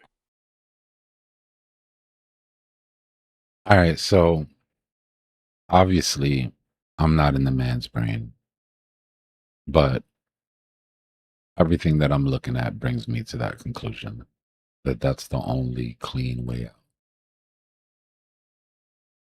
Leave rates the same, but take us into QT. He already won us. The only money that's being spent right now is being spent on bonds, and he's already against that. He's already said that that's inflationary. He doesn't think that the Fed should be involved with bond yield control. What that means for us, depending on how long it lasts, is how we play the next cycle. If we go into another, this doesn't affect whether we have a bull market or not. Right? What it does affect is what type of bull market we're going to have. We just came out of a quantitative tightening bull market. Right? And we saw that in that environment, the alts that ran gave it back really quickly. And the only thing that really held ground was gold, silver, and Bitcoin, right? Some AI stocks. So we have to pay attention to what the decision is going to be. He's not going to come right out and say we're going into quantitative tightening. We're going to have to read between lines. But luckily, I'm obsessed with reading between the lines, so I don't think that'll be too much of an issue.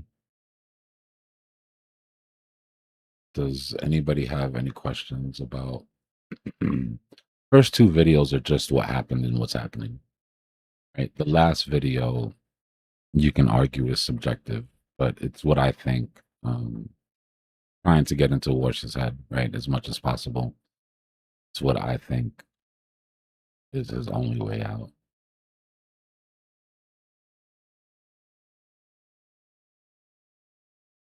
And Bitcoin did nothing but go sideways.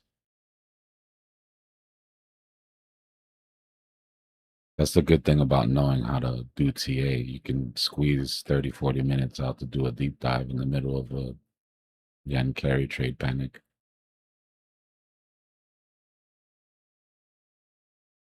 But does it make a little bit more sense on why you would see sell-offs? Right. I mean, that's always been where we stand, Azerty. Right. What we're seeing are the catalysts for those moves start to line up. But I've been saying red August, red September.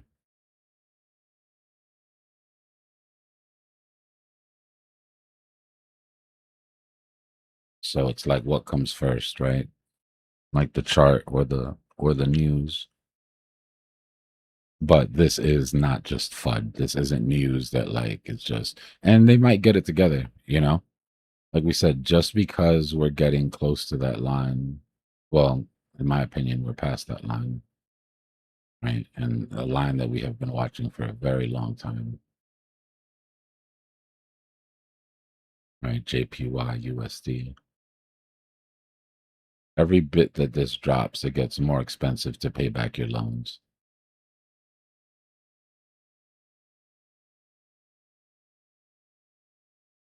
Not yours, but the majority of people who have been taken advantage of the yen carry trade. And unfortunately, it's big money, right? It's not the sort of thing that retail takes advantage of for the most part. But the point is that the positions that they're holding are big.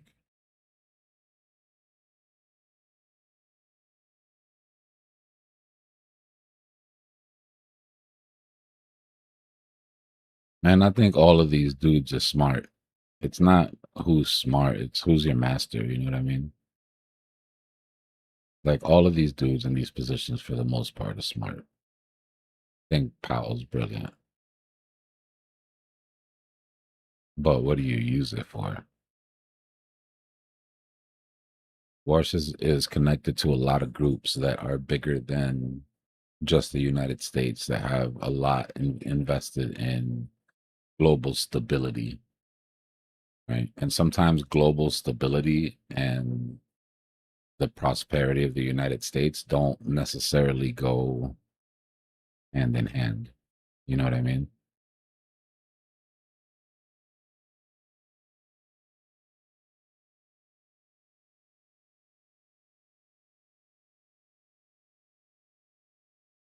But I don't envy the position. Raising rates would be too much. You can't, but that's my argument, right? Raising rates would immediately cause the yen carry trade to collapse. So you can't do that because then you'll get blamed for it. Not only that, you can't do that, but Trump will be on your ass. Then you get a nickname. Worse doesn't, it's too early for Worse to have a nickname. He'll call him something like Wish Washy Warsh or something, right? And then that shit'll stick for the next 4 years. But what he can do is a hawkish hold, right? Which is hold and then start cutting off the money from the books, right? Start selling off or start dragging money back into the Fed, which is basically a liquidity vacuum for us.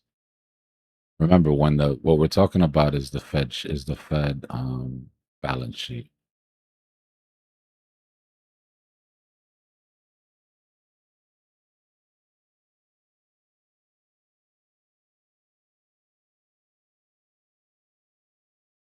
Give me a second. So this is the Fed balance sheet. Basically, the Fed's portfolio. Right? When they add to their portfolio, they're buying things. When they're buying things, that means they're printing money. Right? They print money, they buy things into their portfolio goes up. When their portfolio goes down, this was slight quantitative tightening, right? And they're selling off assets, equities, bonds, whatever they have in their portfolio, right? They're selling off. Well, to sell off their portfolio, that pulls that liquidity out of the market.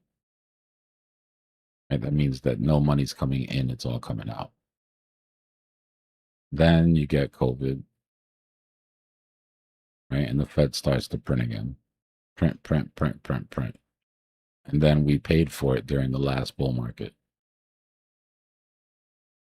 Right? This was the steepest quantitative tightening that we've seen, right? The biggest drop for the longest time at the steepest angle. Because of that, alts didn't do their thing. Because of that, only the top dogs and all sort of did their thing. Except for the stock market, we had some run on like Micron and some of the semis. But for the most part, it was all top companies, top crypto, gold, silver, deliverables. But now the Fed started printing again. Right? And what they're putting on the balance sheet is bonds because they're trying to save the bond market. But the problem is, if all the money is going into bonds, then nothing is going into helping balance the yen trade. And as you could see, as we've been printing, the value of the dollar against the yen has just collapsed. Right, so what I'm talking about is instead of raising rates, they just start to sell off again. Right, that in turn is going to crash the bond market. That in turn is going to crash the equities market, but it'll keep them from having to raise rates. You heard his main plan. His main plan is just ignore food and oil, and then when we don't have inflation, now we can cut. But there's no excusing it now. You can't do it now. Right? We looked at the three pillars. Where is it?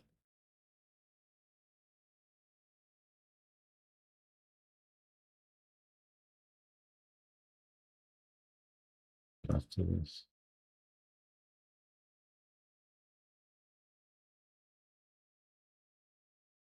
It was before this.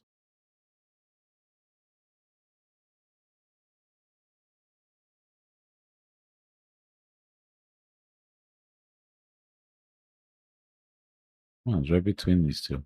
Impact of the AI productivity boom. The argument where we move. This is intellectual cover for a strategic pause. People are not watching it. Maybe it wasn't there.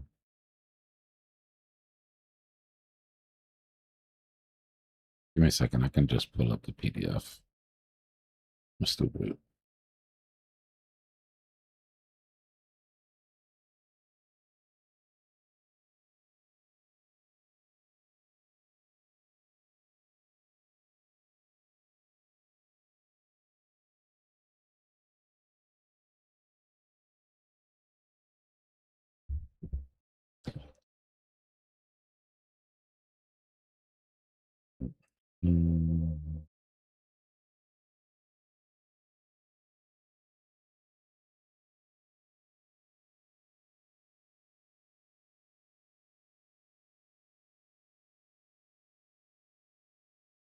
Give me 1 second, y'all.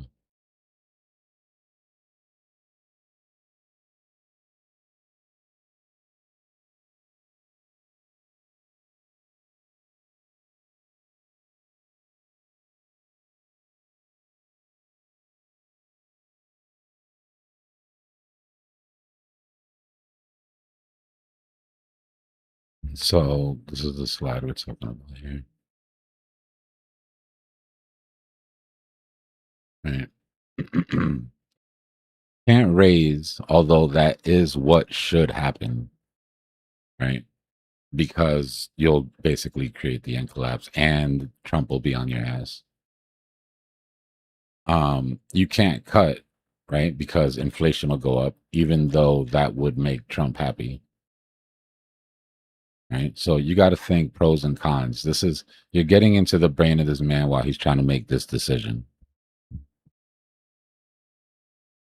Right. So pros and cons: hiking, bad. Dovish, bad, but Trump likes you.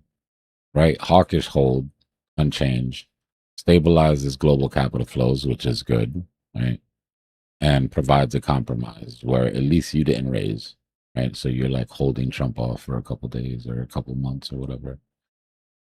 To me, that makes the most sense. But the only way to do this and help affect the real problem is to unfortunately go into more of a quantitative tightening monetary policy. This speech is going to be a big one. Like, we're going to have to literally dissect everything he says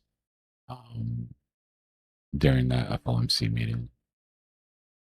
Not like we don't always, but this one particularly.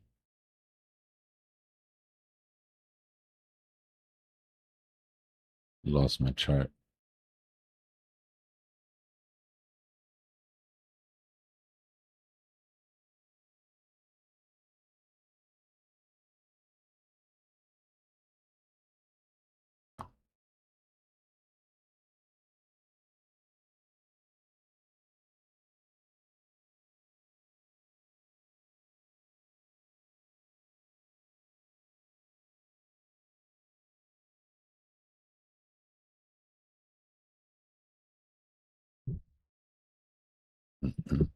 Give me 1 second, yo.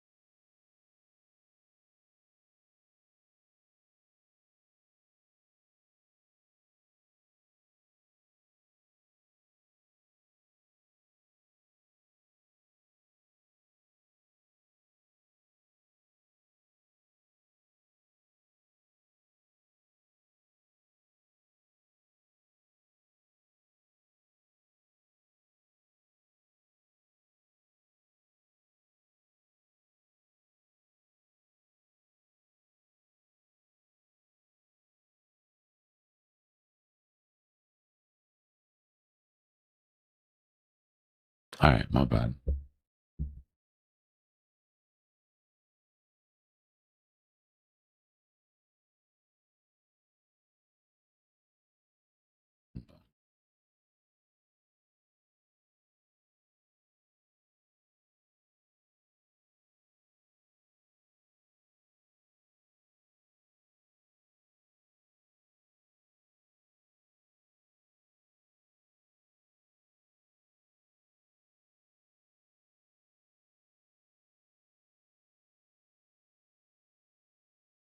Evan, because it's like a feedback loop.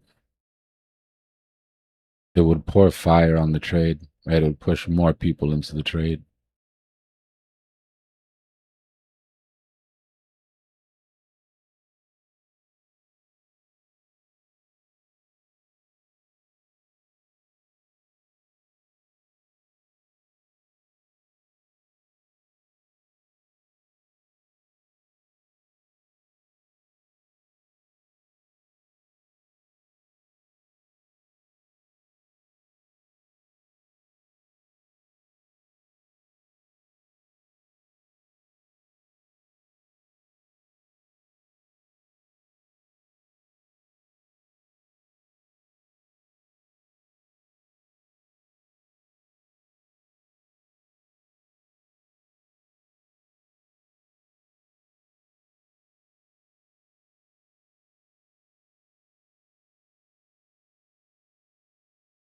Like I said, it's everything that we've been talking about. It just adds catalyst.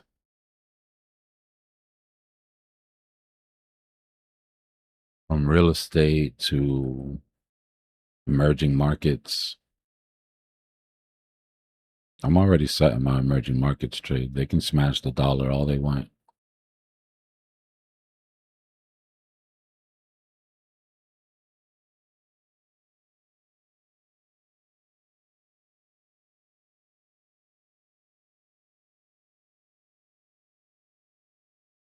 Somebody wants that 50.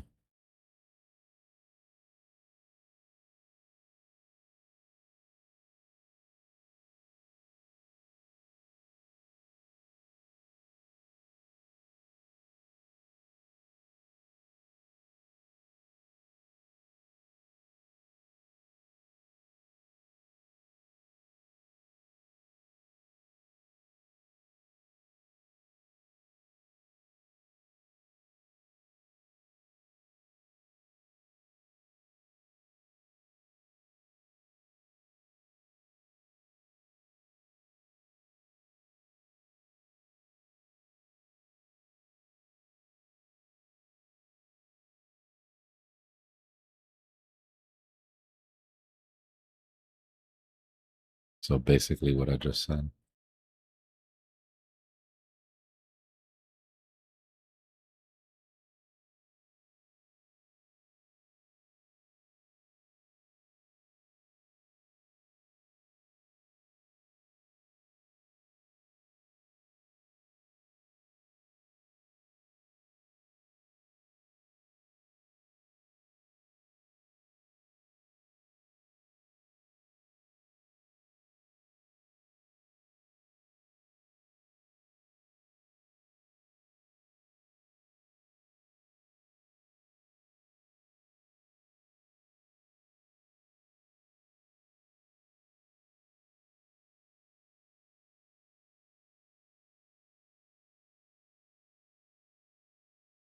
Right.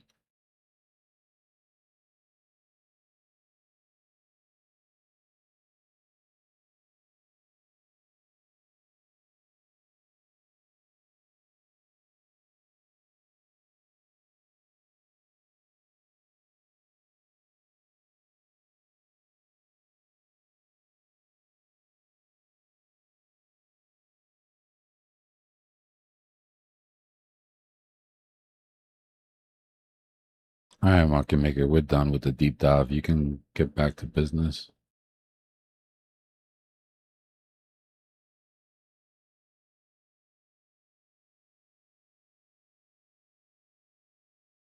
Peace.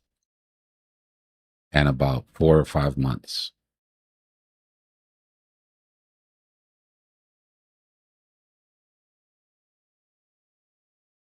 Free travel through the canal. Weather straight. And 4 or 5 months for energy prices to go down.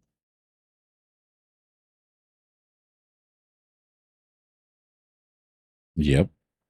When those gears turn, bro, they tend to, you know what I mean? The reason we look at them as gears is because that's exactly what it is, right? Like when one turns, it does push the other in a big way. And that goes all the way down the line.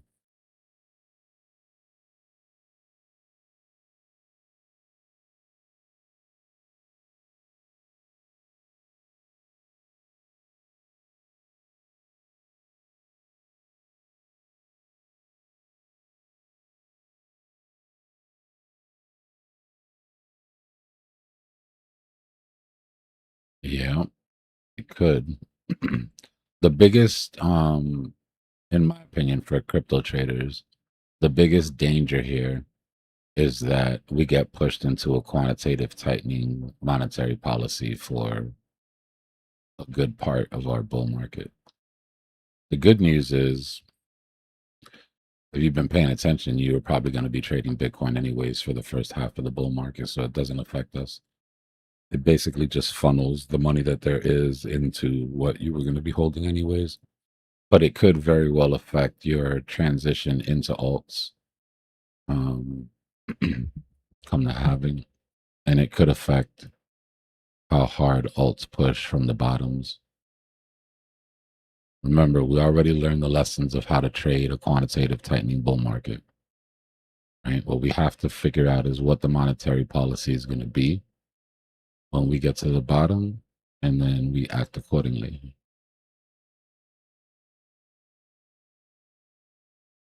That's it. Trade the chart you see, not the one you want.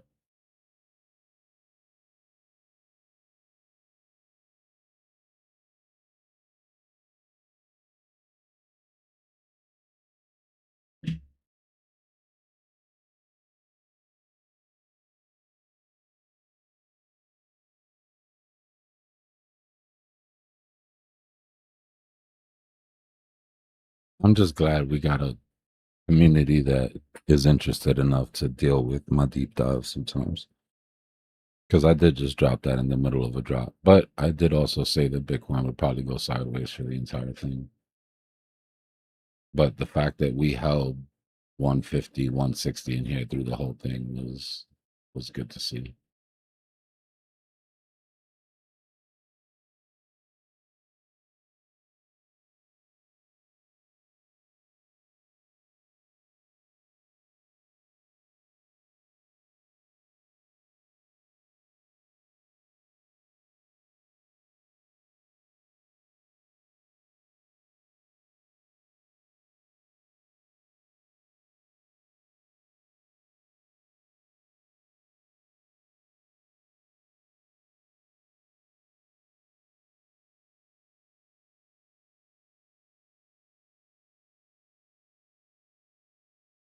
You go grab a drink. I'll be right back.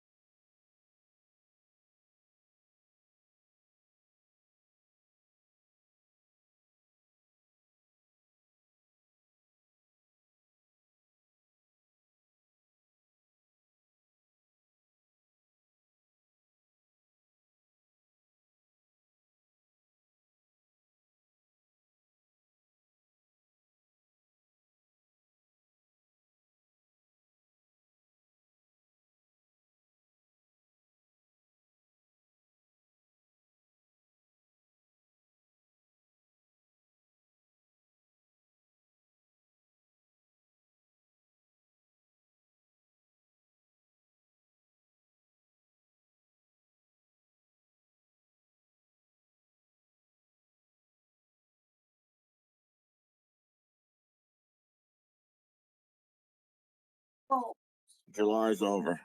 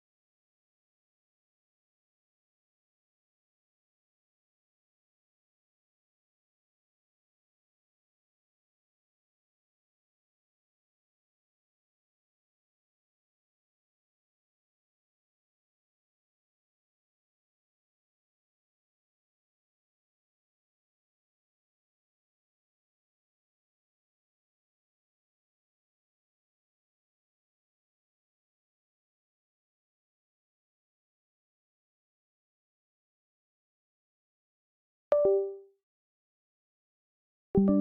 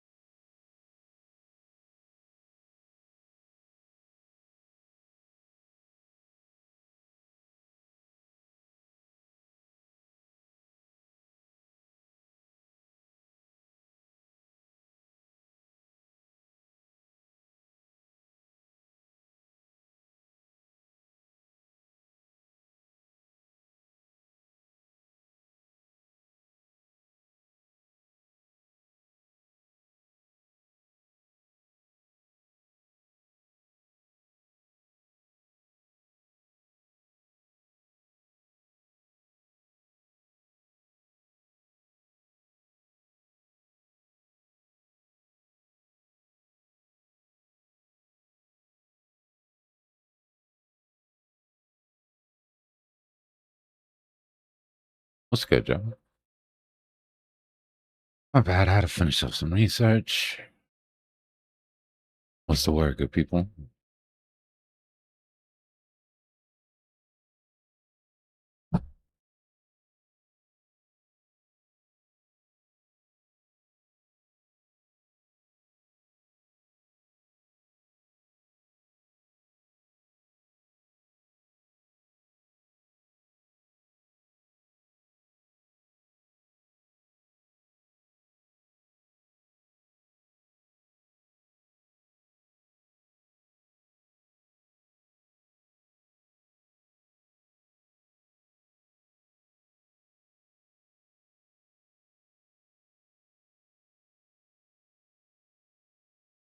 What are you good people up to?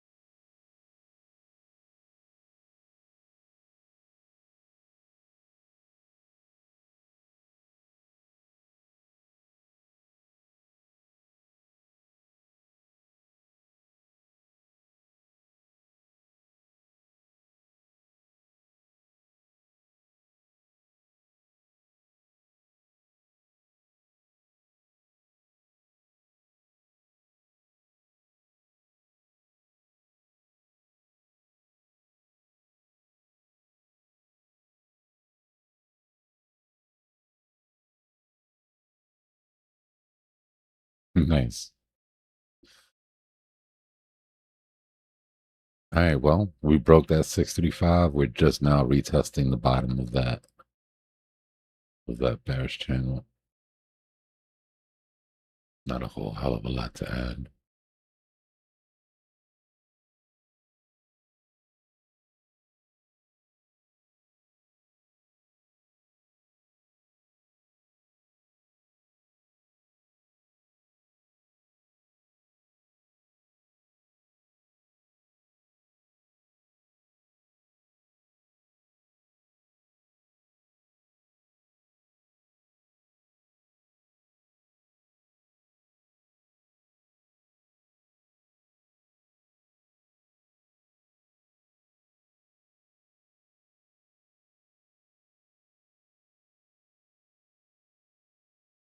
Not great.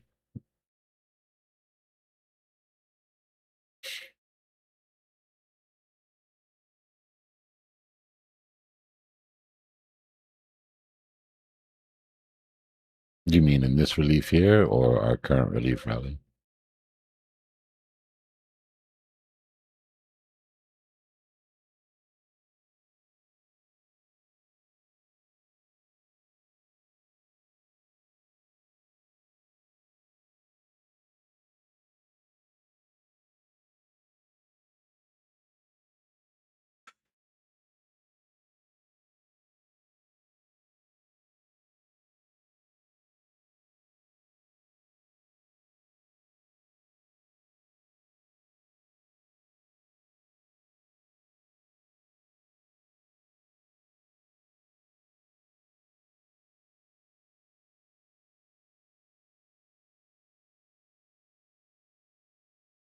Anybody who missed the deep dive on the yen carry trade, it was about 3 hours deep into this live. It's worth going back and checking out if you missed it.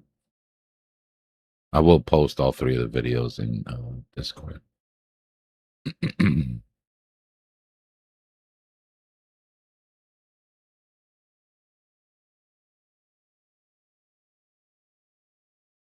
I've been saying for a couple days, if we lose 63.5, the best you can hope for is a double top.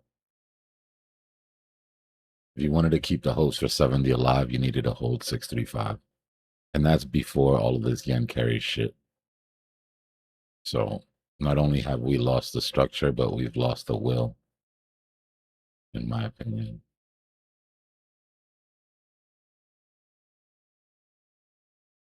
New York Open tomorrow for Legacy should be interesting. But it's the same shit we've been talking about ever since we did the South Korean domino deep dive. Well, before that, but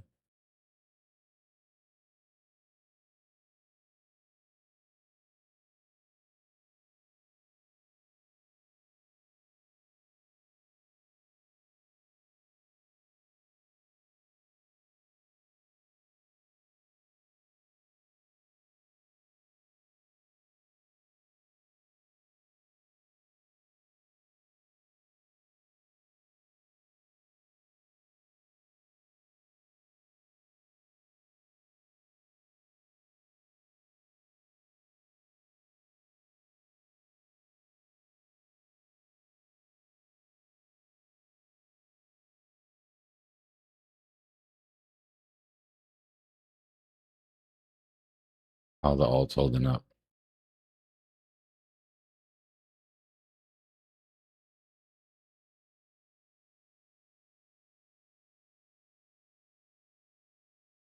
Yeah, we did a deep dive earlier. Goes about hour and a half long. But the South Korean deep dive is in the Discord already. The daily briefings. I'm gonna add the other 2 now though.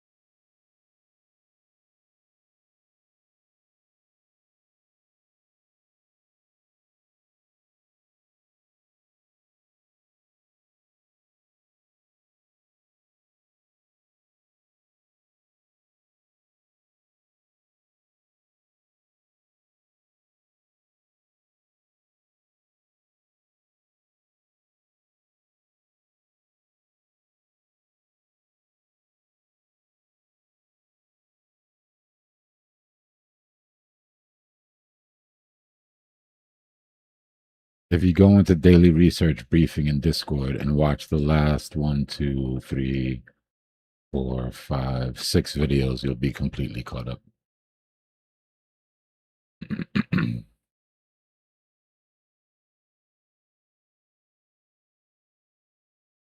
All of that is covered in the deep dive. What I expect from the Fed tomorrow, what happened today.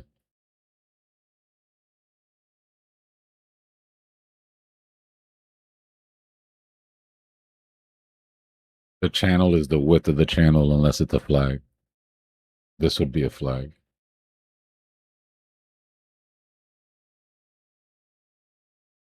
Flag is the uninterrupted flagpole.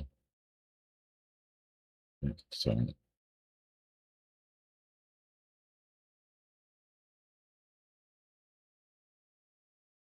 we're on the 1 minute. So I'm being a little generous by just taking from here.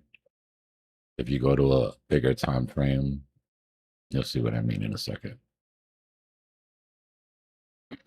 Always take the most conservative measured move though. Because if you don't, what you'll get is you'll get people that see this and say, well, that's a flag.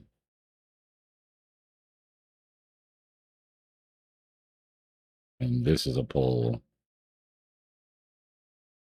Right? So this is going to come down to, it's not how that works. That flag's not big enough to justify a pull that long pause.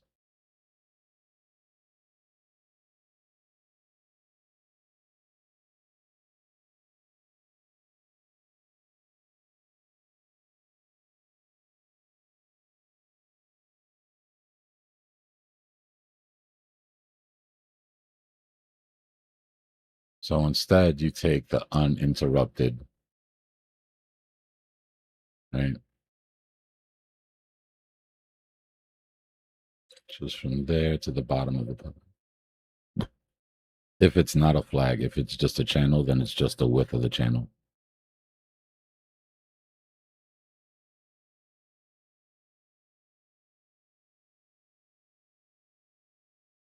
I got you, bro.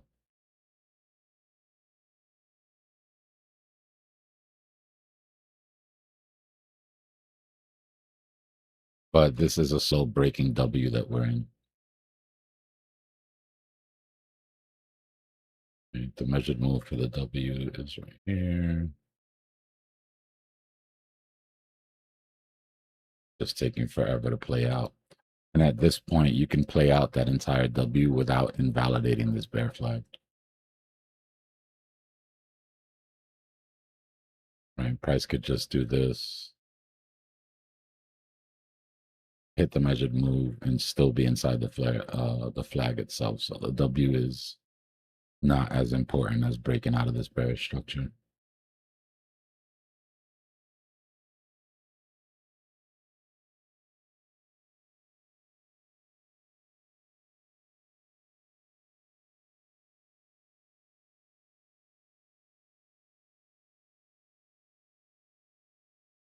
I don't think he's going to do anything tomorrow, but I think that the market is still going to price in his hawkishness. It's all going to come down to the press conference tomorrow and how he walks in there. Or honestly, it's crazy to even say it, but if we even have a press conference, remember these press conferences are not promised anymore.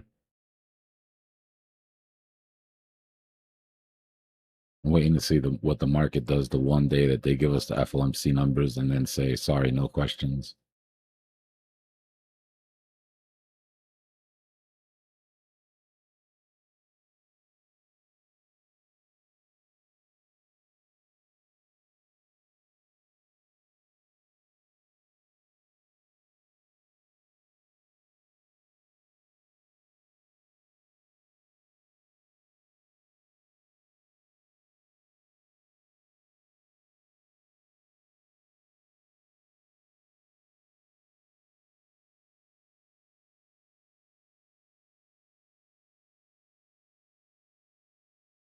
Nah, they're always going to have the meeting, but the press conference that comes after isn't promised.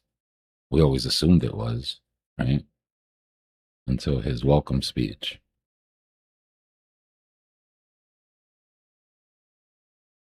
It's not that it'd be worse than hawkish, it's that there'd be no way to know if it's hawkish, so it would be the uncertainty would be worse. Right? At least with hawkish, you know, you just got to price it in, right? You know what you have to do. But the market really hates uncertainty. At least if it's hawkish, you could say, you know what, I'll ride the downturn. It's not a big deal. I feel like it's going to be all right. Da da da. But when it's up in the open and there's no response at all, you know what I mean? Like you can assume the absolute worst. And then people won't have, at that point, the only responsible thing to do is to price in the absolute worst possible scenario. Yeah, we said it from the beginning. We said he spent his entire speech and then everybody was like, all right, well, translation, what did he say? I was like, well, he said they're going to cook the books. That's what he said. He said, we're going to open 12 committees and buy as much time as we can. And hopefully Trump could stop this war. And if he can't, we're going to cook the books.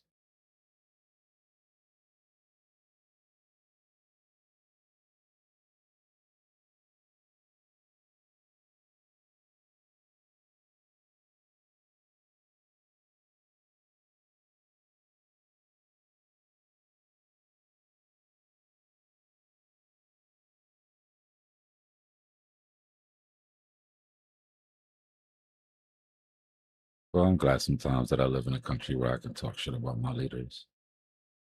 Because God knows I can't keep my mouth shut.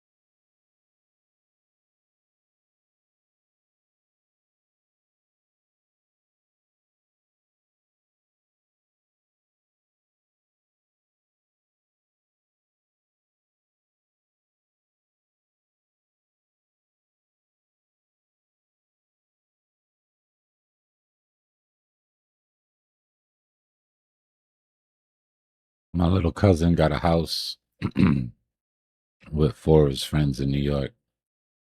They opened like a content house, like a streaming house. Can't stop watching.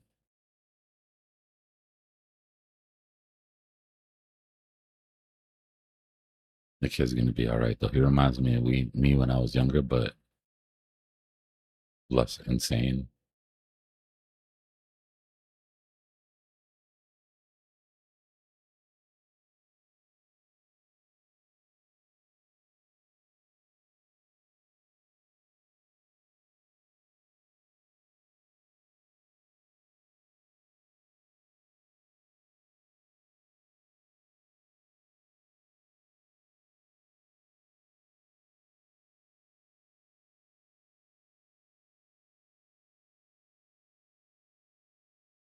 Uh,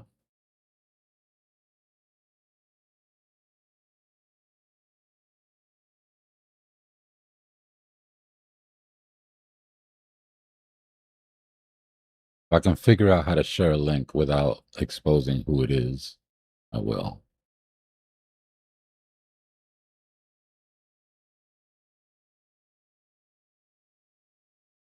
I gotta wait until somebody else is I gotta wait till somebody else is streaming their stream.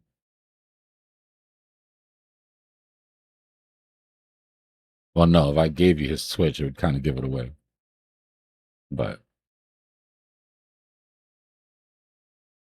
some of the kids he's with have a little motion, so there's people that rebroadcast their shit.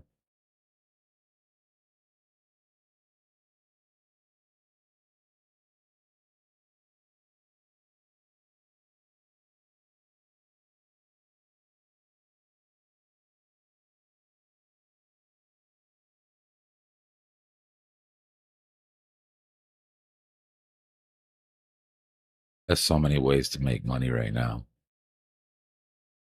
As a young kid, it's crazy, man. The amount of opportunity out there. These are measured moves. The M pattern from this break are original.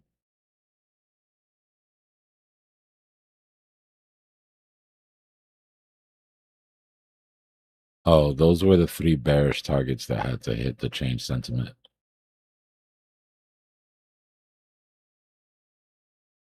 Six 6.35, 6.3 flat, and about 6.27.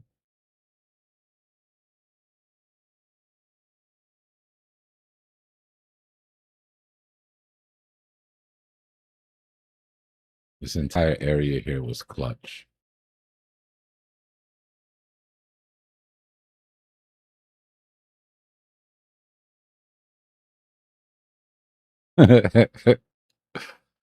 Here's my little cousin.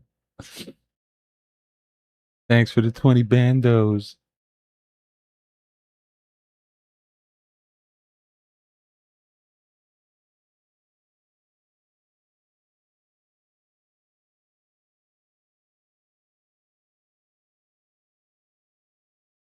That would be funny.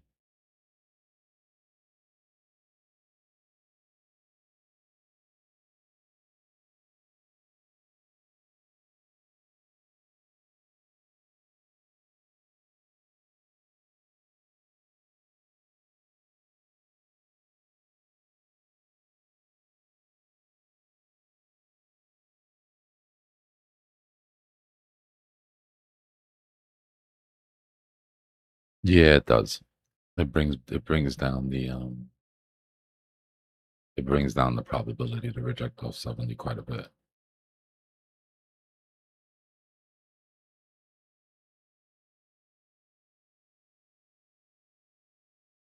I said it before, man, and I know nobody wants to hear it. I didn't want to say it when I said it, but if all we get is the relief rally,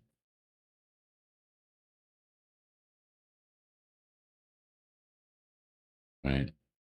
If at the end of this, all we got was the relief rally base case, we cannot complain about it.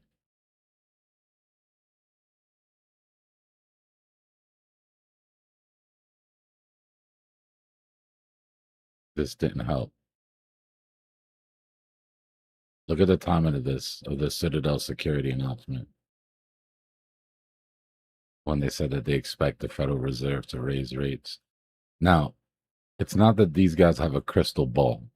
It's Citadel Securities.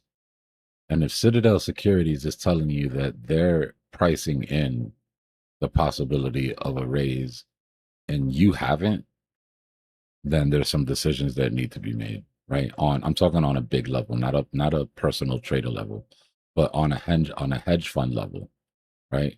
Meetings were had over this shit. Emergency meetings were called in, round tables were, established. They looked through all the data. What are they seeing that we don't see? Do we need to price this in? All of that shit. And then you had 3 or 4 hedge funds come in after and say, yeah, we see a raise. We see the possibility of a raise as well. Now they're just doing the math, right, of what needs to be done. Inflation is going to be high, then carry trade is low. What they're not doing is what we did in the deep dive, right, which is go through all of Warsh's motivations, all of the options that he has. Right? They don't care about all of that shit. All they care about is there a possibility to be is there a possibility for a raise? Have we priced it in? That's it. If there's a possibility and they haven't priced it in, they have to price it in. And if they're going to price it in, meaning if they're going to sell, then why not put out a little message to the world to let them know, hey, maybe you should be doing the same thing. It's definitely self-serving, but it doesn't mean that it doesn't have any value.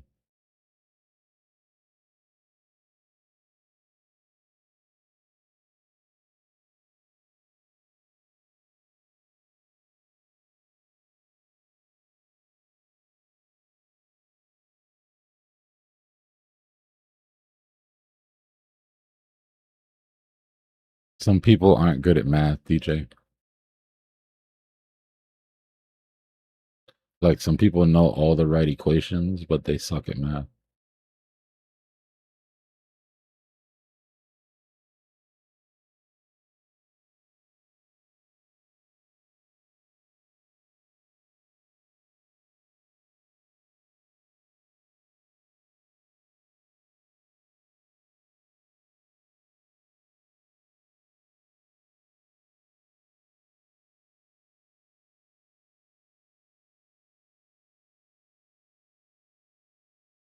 Yep.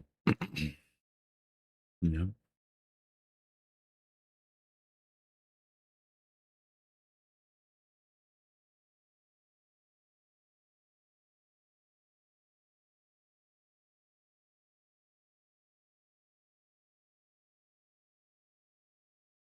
You go into daily briefing on the Discord, watch the last 4 videos there. You'll be caught up with where we're at and what I'm thinking.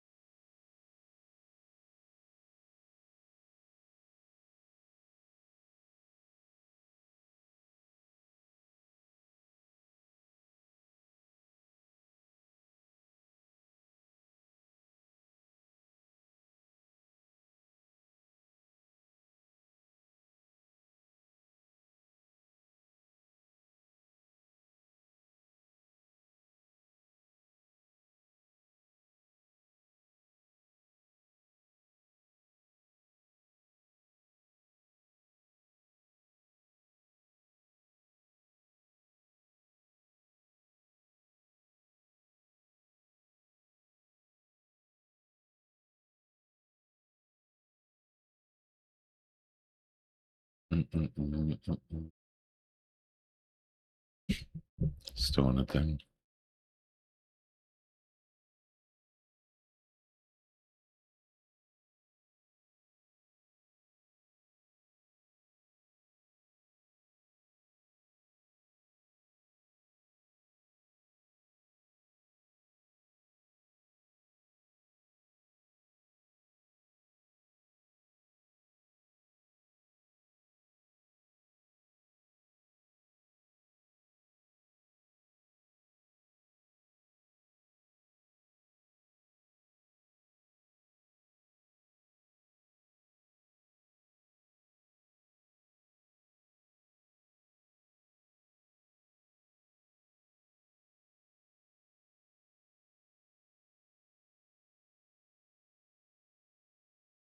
Yeah.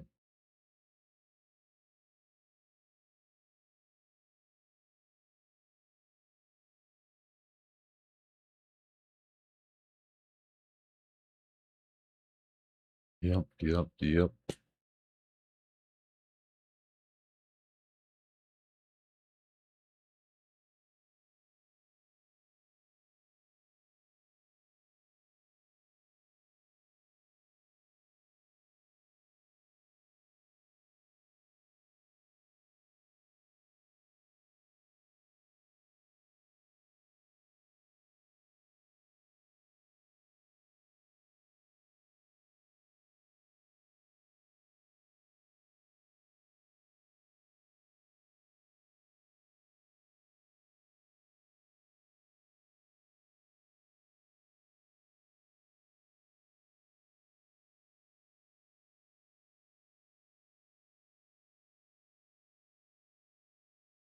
Err on the side of most touches without breaking bodies is the rule that I follow.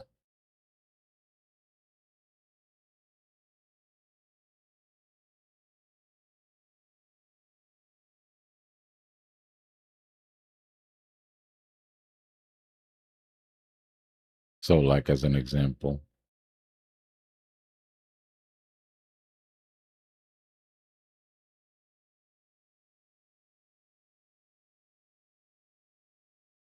that would be a strict by wick, right? And then this would be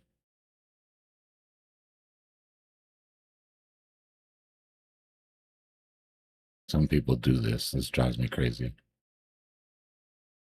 This would be most touches.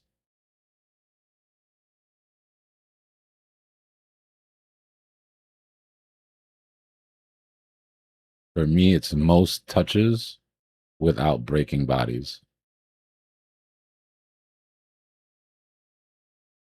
Right?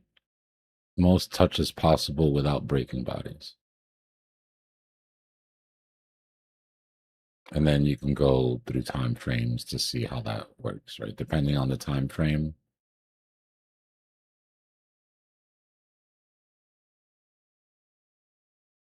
Tends to get cleaner.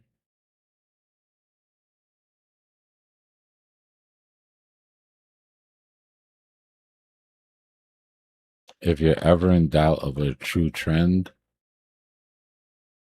go line chart.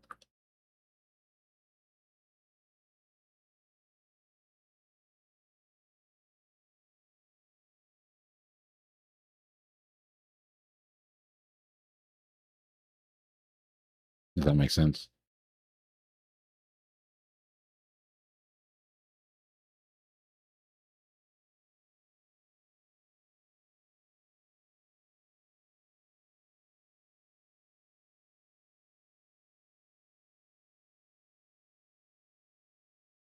Same thing for support and resistance, right?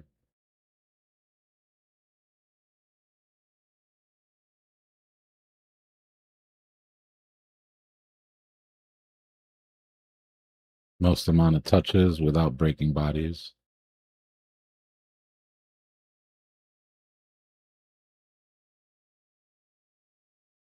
Right, so instead of having support here or support there,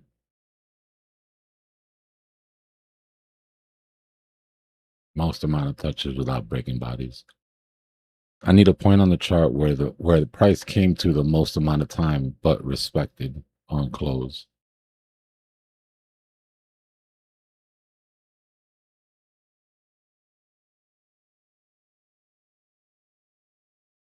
Yeah, a line chart is going to kill a lot of the noise.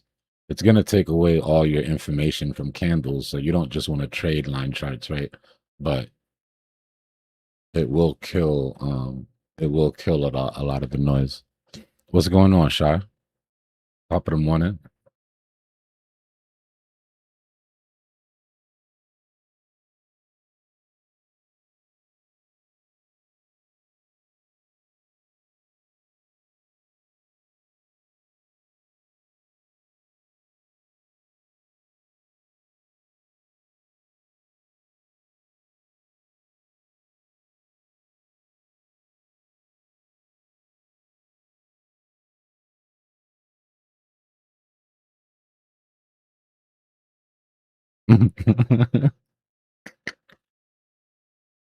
See, there's some synchronicity that the universe just gives you sometimes.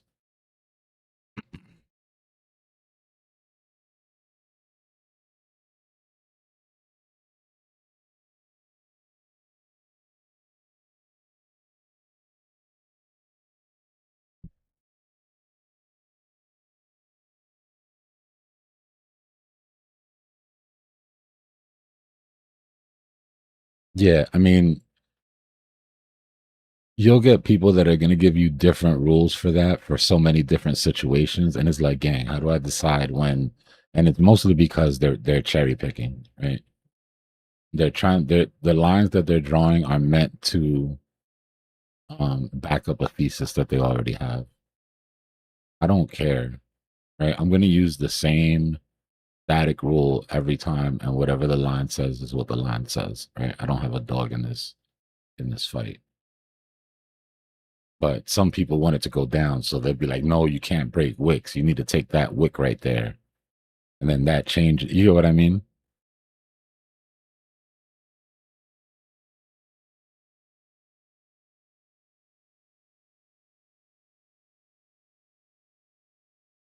But it also helps to draw your macro patterns on the macro.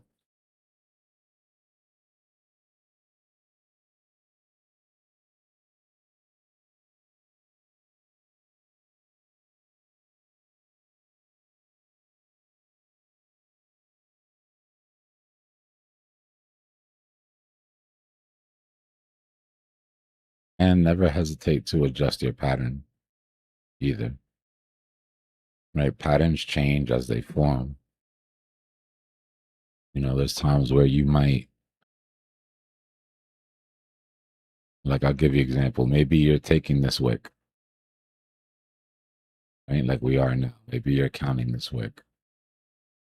Let me move this body up because now I'm breaking my own rules.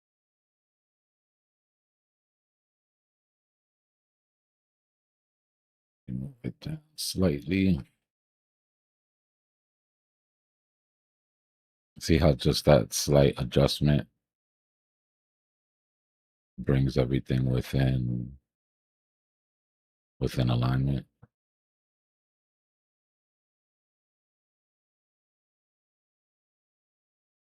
Now, another thing is when the pattern's playing out, let's say the pattern comes down, does this, pops up, comes down, and then goes like this. And then starts to look like it's following an invisible line that isn't there. You'll see this happen a lot. Right? It's just like on an uptrend. And then you'll realize, well, if I don't count this body and I bring it down, then what's happening right now makes sense within the pattern. You get what I mean? It just takes a little bit of experience to know when to do that and when not to do that. And you got to be real with yourself and be like, am I doing this because I'm trying to keep hope alive? Or am I doing this because it looks like it really is, you know, like my original pattern might have just slightly been off or something. Yeah, but you have to know that. You have to be real with yourself, bro. And nobody, you know, like, you know, when you're trying to make something happen, you know what I mean? You just got to be real with yourself and not do it then. But if you genuinely look at it and say, no, this is changing into something else, then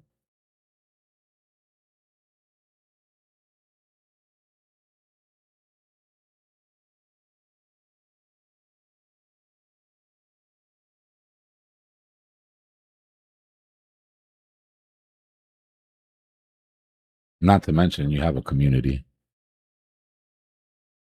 right? So it's nothing to be like, hey, let me see what your flag looks like on the 5 minute.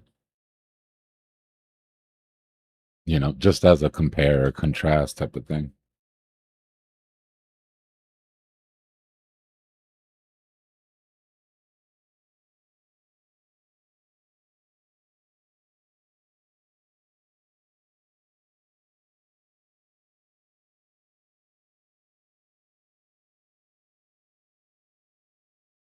Those are just either macro levels, right, that I know are going to shift sentiment if they break, or something that might mess up a macro chart, right? Something that breaks structure. They're different.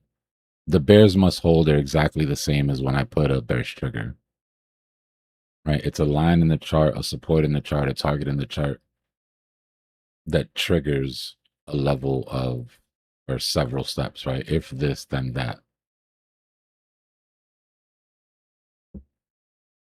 Like, we could have hung out above 635 for the next week, right? And then ended up putting a high, you know, maybe the first week of August or something like that, right? There's a big difference between going up $1,000 up here and going up and down $1,000 down here.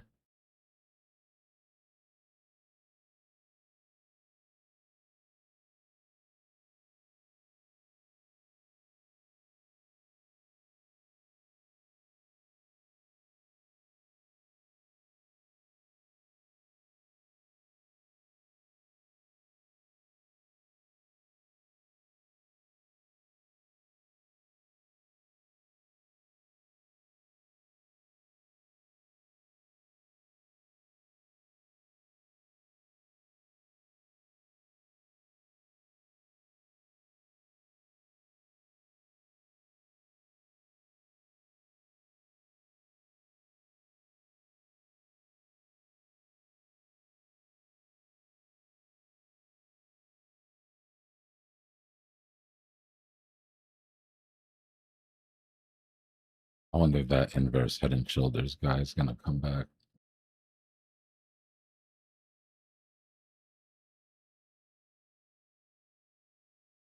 But I wasn't here. That was in Discord. TM. Somebody hit my DMs like, why are you ignoring the inverse head and shoulder?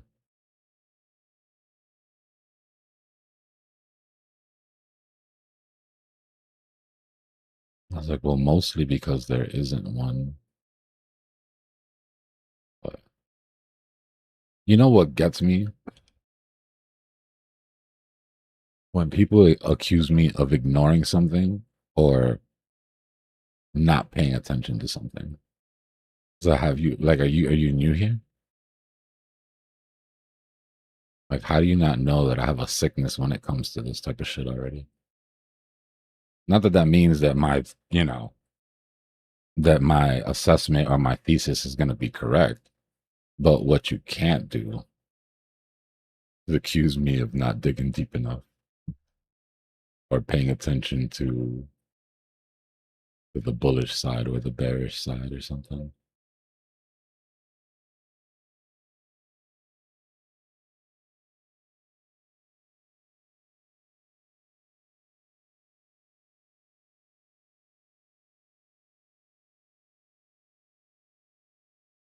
Oh wow, bro. A while. And time flies really quick in crypto. So the time is stacking up. I mean, think of it. Some of y'all have already been doing this for 6 years. Some of y'all that have been with me from the beginning in Discord when we all met. I mean, you're 6 years deep into something. That's well over 1,000. That's well over 10,000 hours.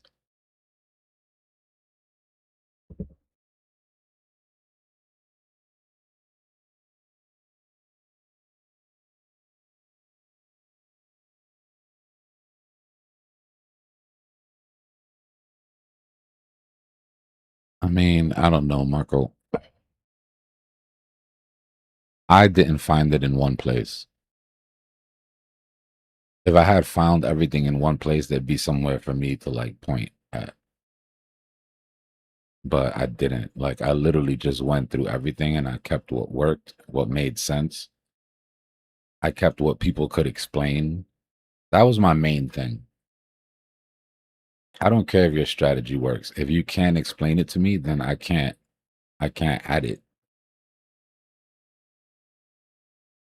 Because we're working on like, trust me, bro, at that point. You know what I mean? Like if you can't break down why this should work or what the logic is behind this making price go up or price go down, then I just ignored it completely. Right? I put things into two buckets. Affects price, doesn't affect price. And then everything that doesn't affect price, I just washed it out. I had to unlearn a lot of shit, bro. A lot. That's why when we started Cypher School, I was like, if you're new, cool. You have no bad habits to break. But if you're old, just give me to the end of the course. Just forget everything you've learned till now and give me to the end of the course.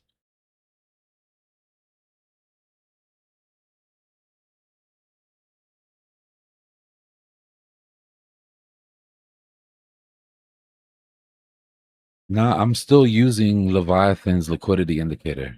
I mean, I always said if I can't make something better myself, more accurate, then I won't.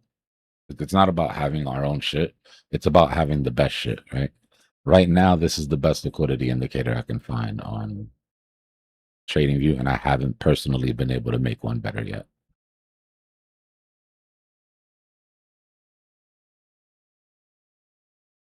Yeah, I have settings. Here, I got you. Just screenshot and then let me know when to scroll. Hold on, let me there.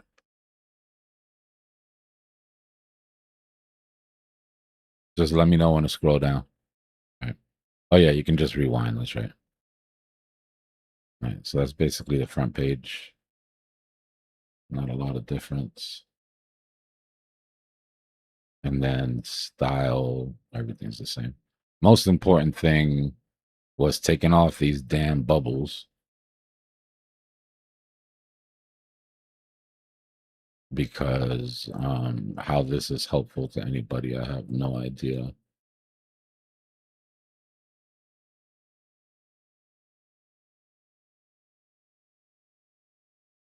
And then down here, the large market order size is just getting that sort of right.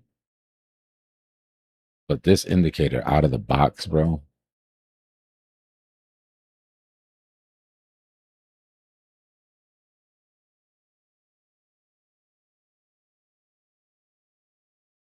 Like, what am I supposed to do with this?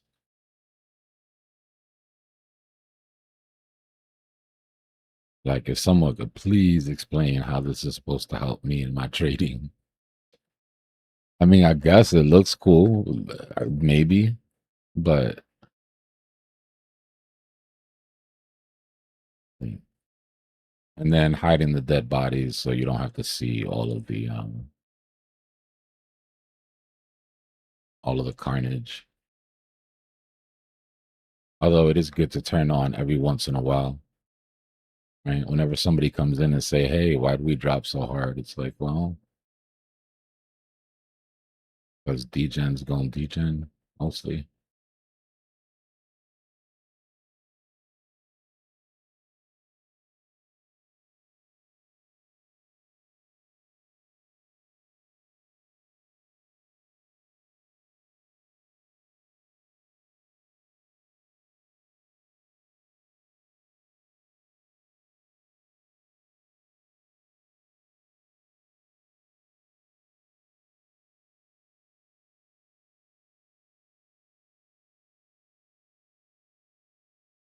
I'll be honest with you. I really have no idea what this leverage ratio crosses thing does.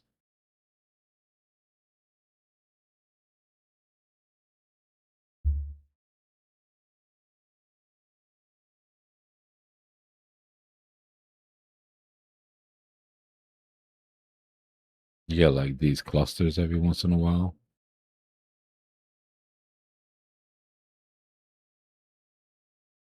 I'm guessing it's supposed to tell you when it crosses from short to long, like when the ratio flips. But seeing where they fire, it's like, yeah, I'm good.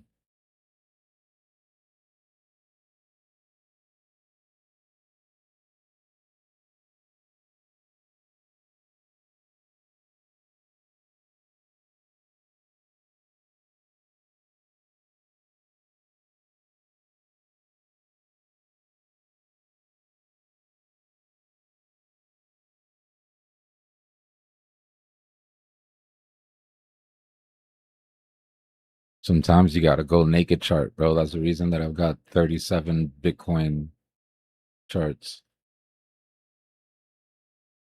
Every once in a while, you just got to start fresh, but you never want to lose your old work. So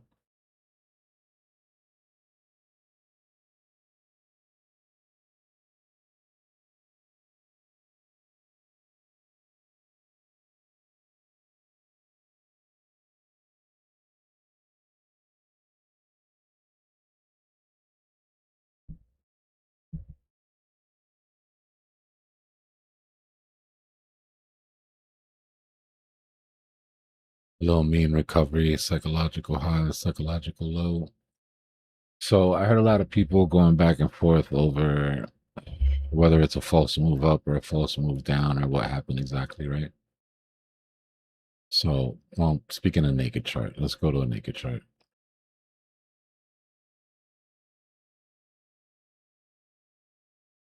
If I can find one.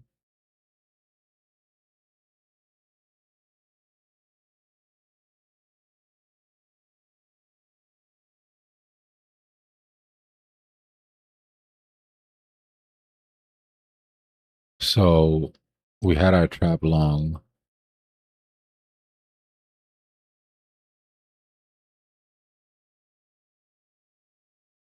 And we had our trap short.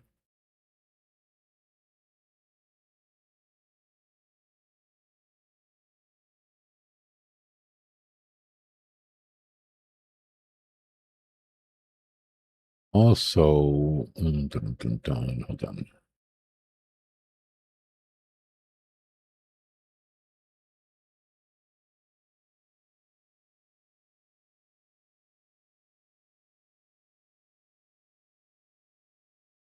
Doesn't matter.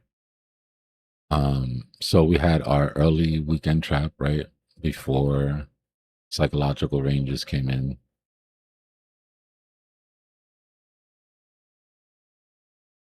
And then we made a strong concerted move to the top side, right? This wasn't just like volatility, right? Every time market maker stepped in here was either to catch a bottom when we were dipping or to feed the move up, right? So we see the intentionality from market maker. Right? At this point, we're all waiting to free the trap longs. Our trap longs came in right here. Right? This is where we hit. That's the difference between our trap longs and where we jump to. Now here, while we were trying to get this move up,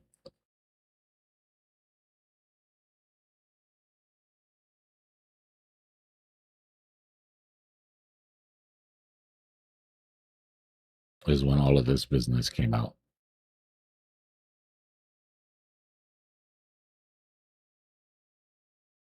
Right? Justin, Citadel Securities expects for the Fed to blah, blah, blah.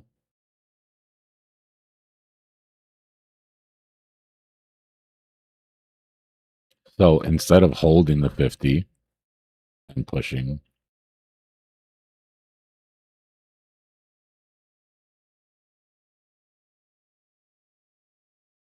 what the fuck? Oh, sorry.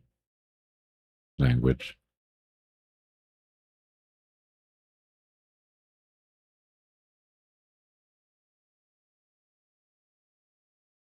All right, whatever.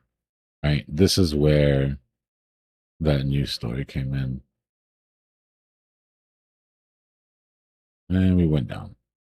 Right? So, A, was this drop market maker pushing price to free trap shorts? Right? Or was this market maker removing his orders out of the book because of the sell-off that was coming? In my opinion, it's the latter. In my opinion, market maker removed his books to get out of the way. Right? The intention was for a false move up. We already grabbed all the liquidity to the top side, which is the whole purpose of a false move up. If we look at the dead bodies, right? We did obviously build more, but we did sweep plenty of liquidity to the top side. Do I think that the intention was to take the rest of this? Yes. Do I think that we were unable to take the rest of this because market maker removed his orders from the book and we had that sell pressure? Yeah. So if I had to gun to my head, call it, I would say we had a false move up and we're in the middle of a 3-day down. I also want to say that with the volatility that we have and market maker removing their orders, we don't know their plans. Right? We don't know if market maker is going to want to, Luckily, it's a 3-day down, so they can keep the books clean and let price drop for 3 days and still get what they want. But we don't necessarily know that they're going to put their foot in it and try to get a midweek reversal, and it's too soon for all of that. We have to see how this plays out. Right now, we know two things. We know that market makers remove their books, that move their orders from the books earlier, and we know that the will to buy is at the very least less than it was yesterday or the day before. Like being conservative, right? Which means that yesterday's price is not today's price, right? Yesterday's targets are not today's targets.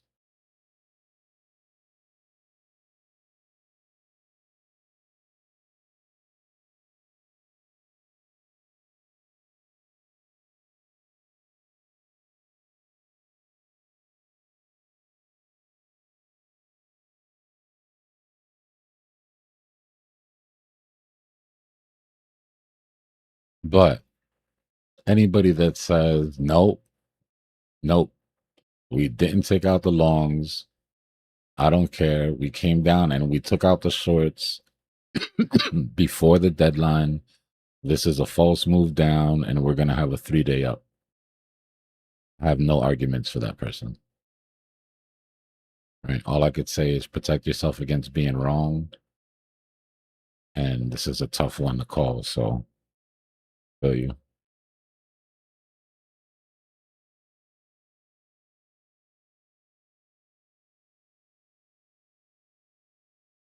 But remember, when in doubt, trade momentum. If market makers in control, momentum is going to lead you in the right direction regardless.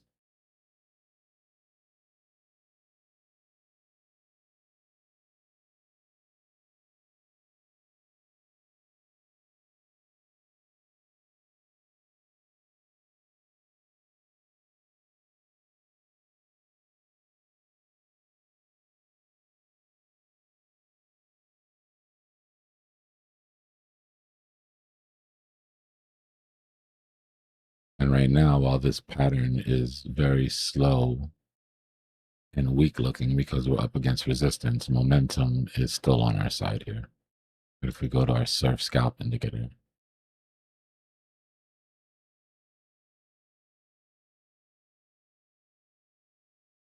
you just came off the beach.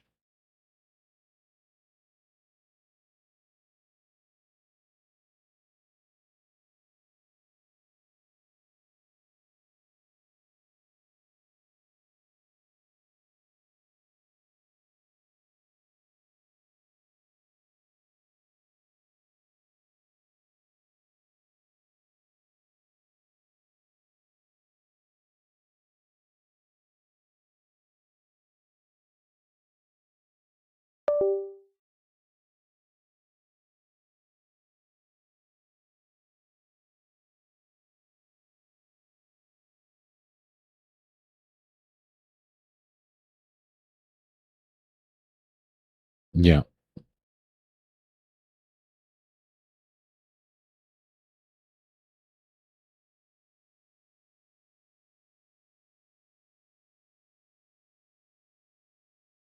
Trend is your friend.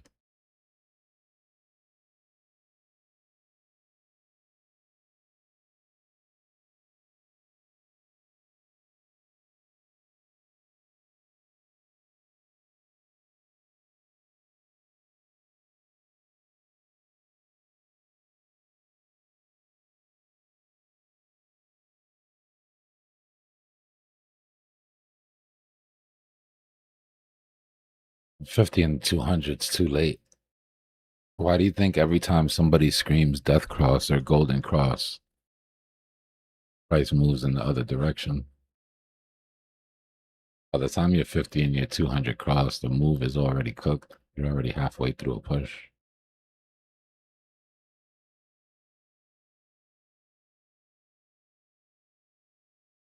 People use a lot of different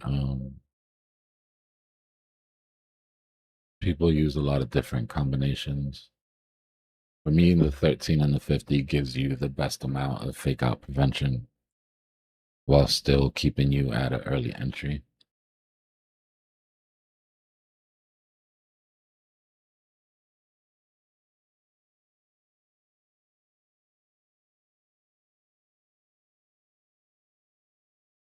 Yeah,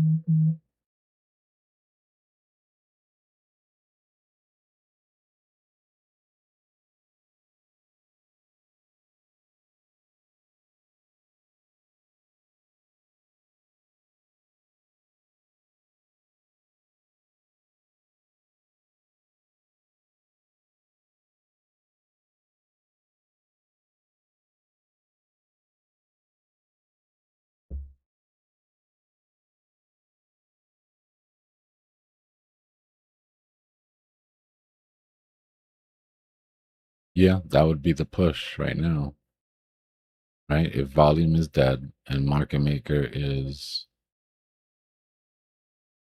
controlling the board, then these are always his targets, right? That's the market maker target list.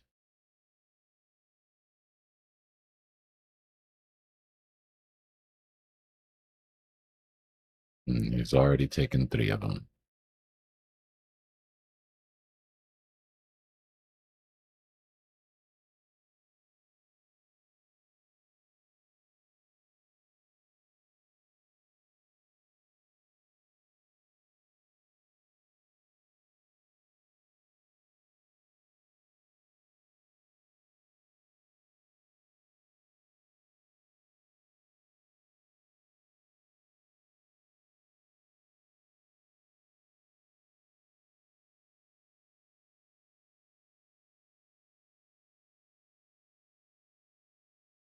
I believe that's chapter 4, the market maker magnets.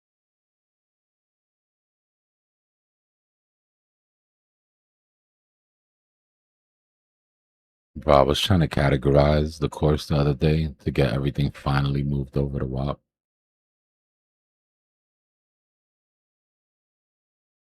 How is there's 14 courses, or there's 14 chapters, right?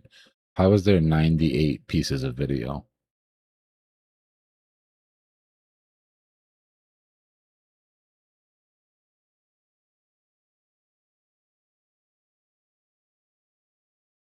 I think maybe I went too in depth in some chapters.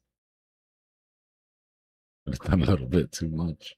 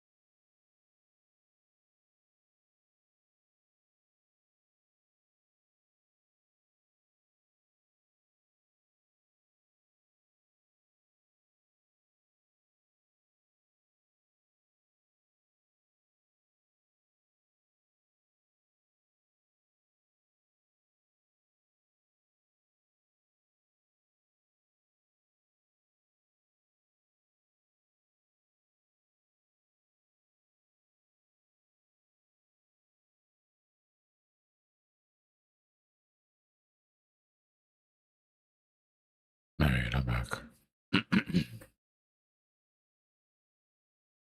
Let's see. Still a slow breaking W. It did fractal into a larger one, right? But we don't have any velocity. Got a nice low candle there, but that needs to keep up. And that measured move takes us to psychological low. We said market makers targets.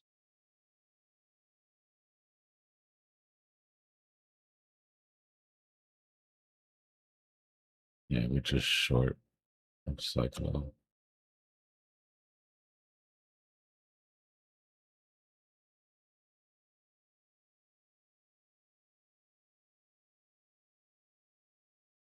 And then it's a short invalidation. Right, we know that fractal because it came down right to 382. Right, but since it's a 382W, it's got a really quick invalidation, which is convenient.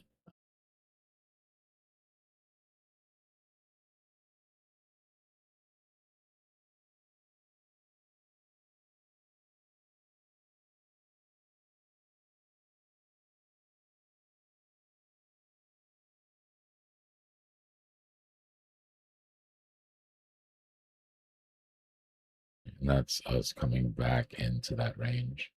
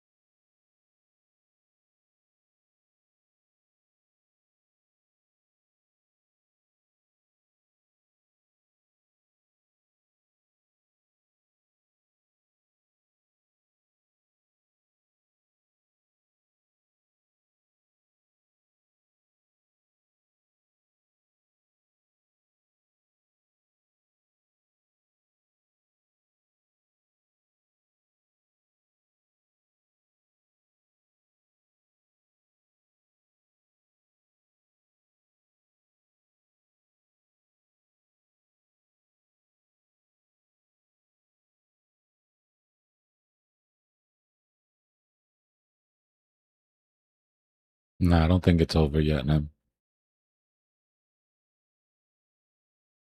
But I don't like letting mean recovery go without taking advantage. I'm just looking at 800 EMA on the 5-minute psychological high and low, unrecovered vector.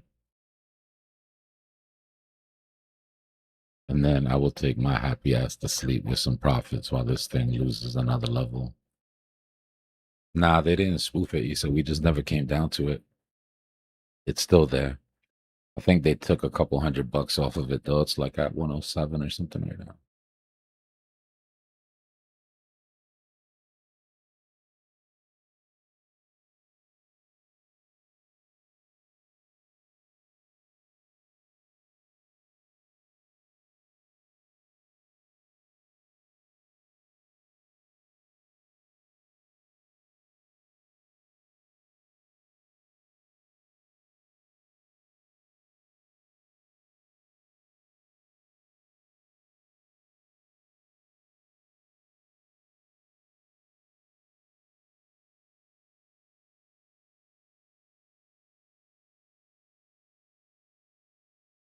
It's so dark.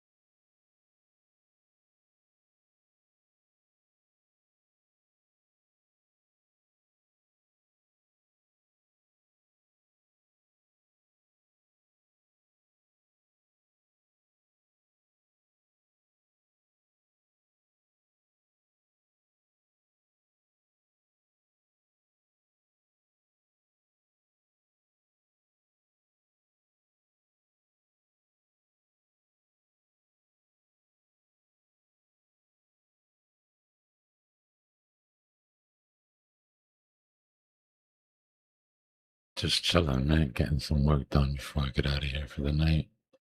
What time is it?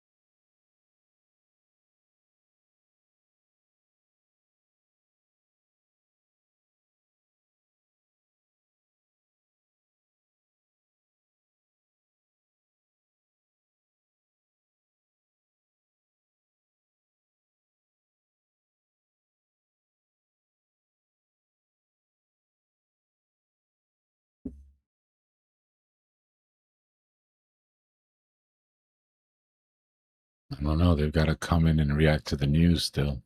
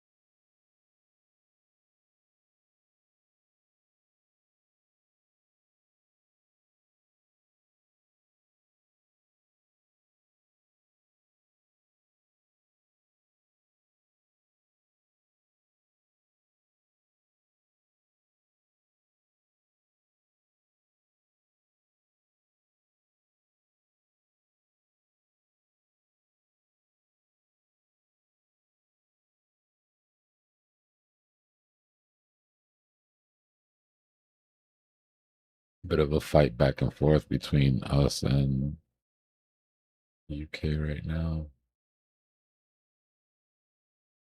I still can't get Asian nodes to pop up. I gotta fix that.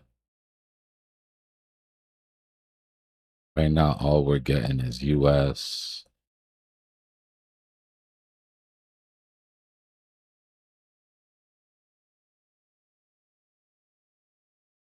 US, UK. What's the other one?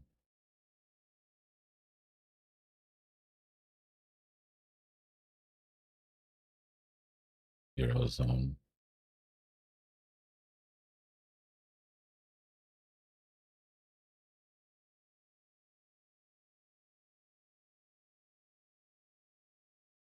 Look how dope though.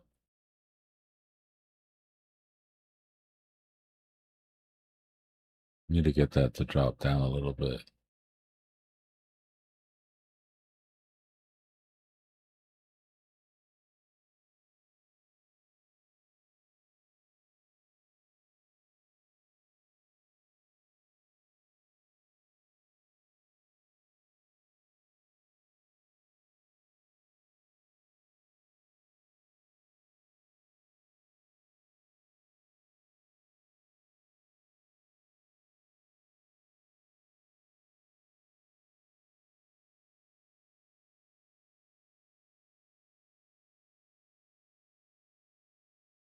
Even at 3 in the morning, the US is the busiest right now.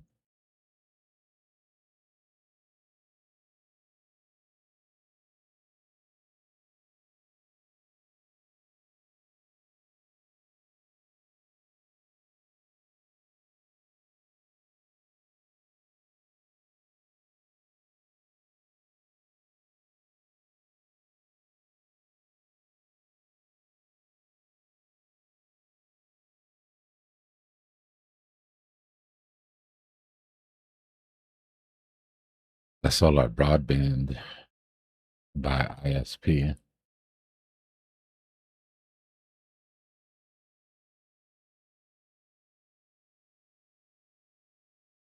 That's crazy, huh? What we've done to this planet.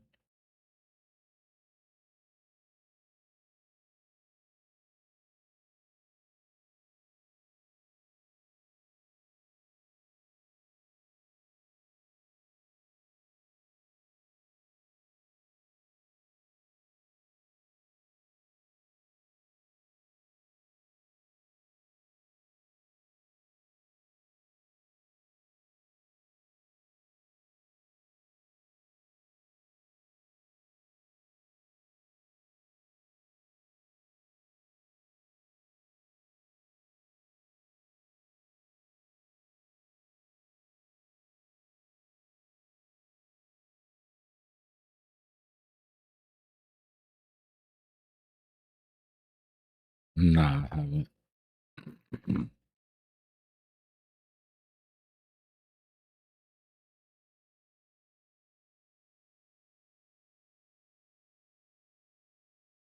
Can you imagine if it really looked like that? Like if when aliens popped up, it was just all neon lights and Party Planet.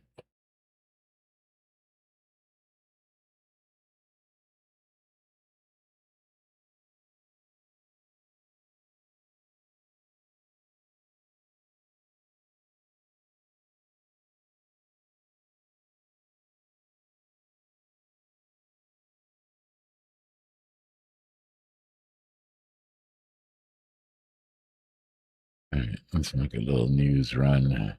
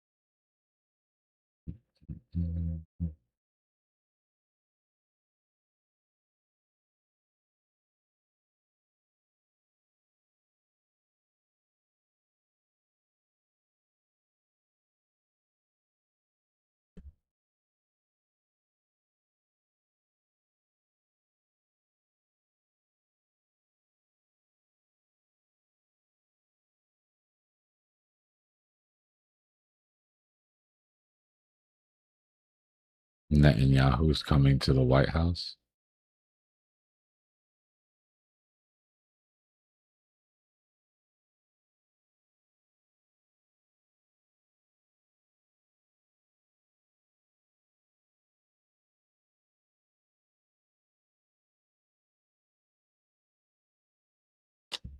Dang.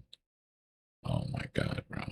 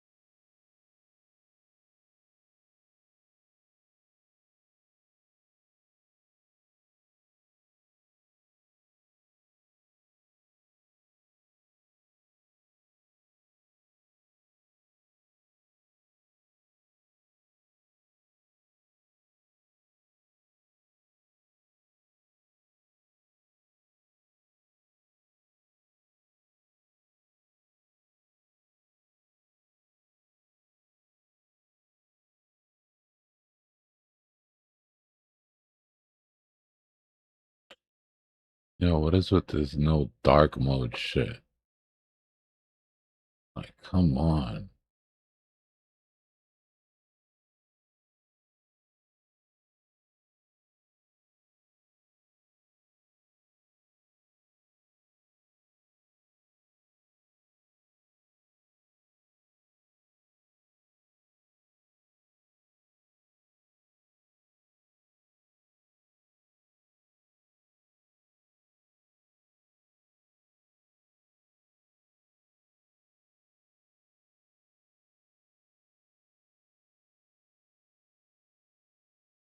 Hmm.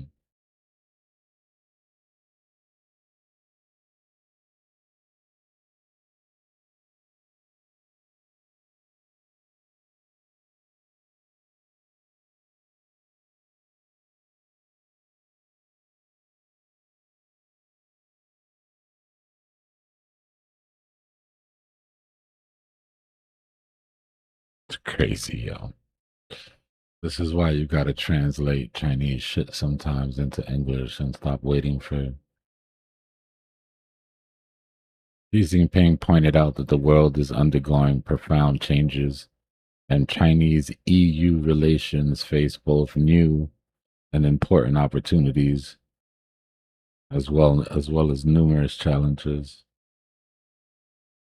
Chinese has always regarded the EU as a partner and developed its relations with the EU with sincerity and goodwill.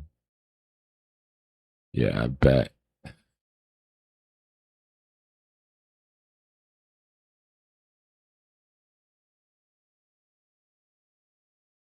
I bet.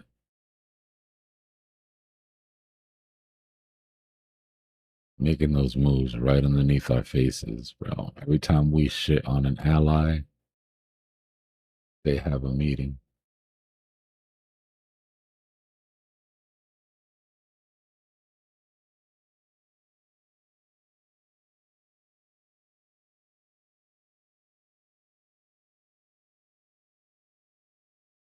But yeah, when you guys get the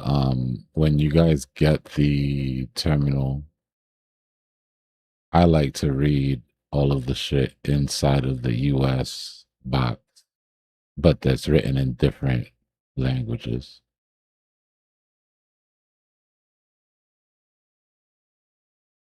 Right. So all the shit in the US box that's either Korean or Spanish or Chinese or Indian.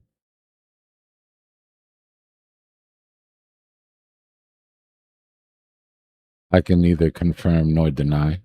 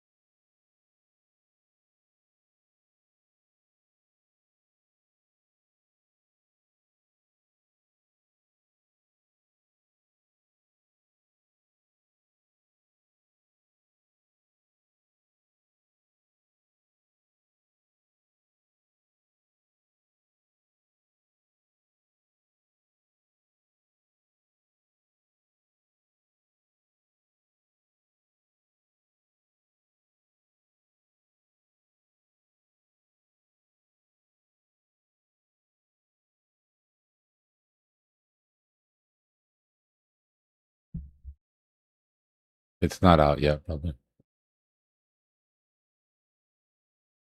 There's other ones that are out, but this one isn't out yet. I still have to get the animations done. I got Claude working on a couple things right now, so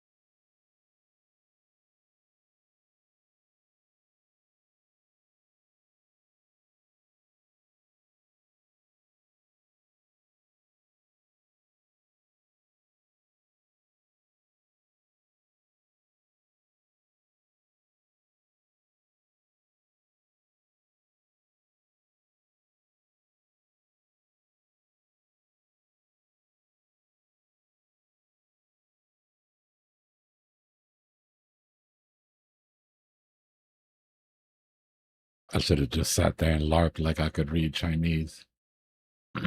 Missed opportunity for me.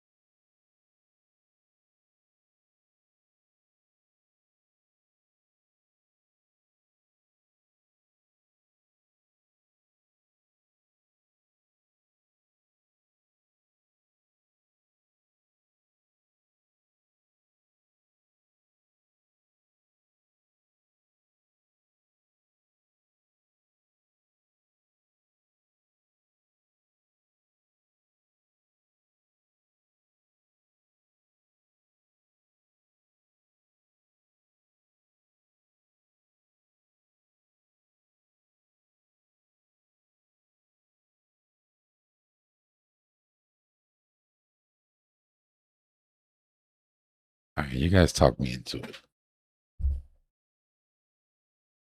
I'll roll something up. Fine. Peer pressure in this room is ridiculous.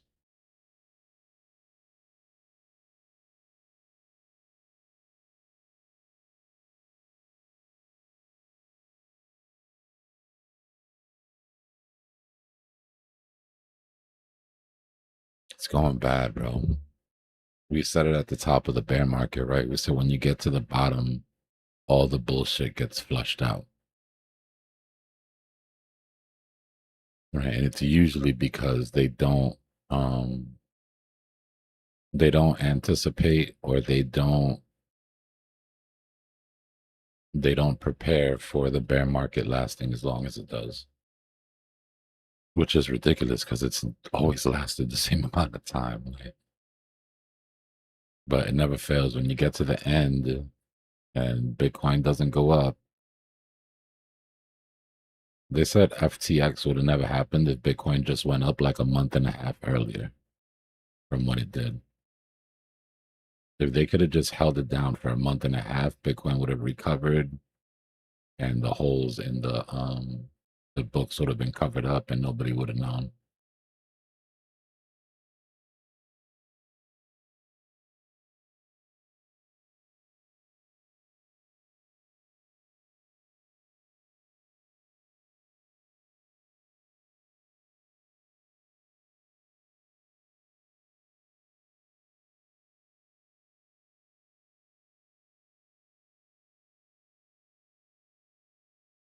Mm-mm.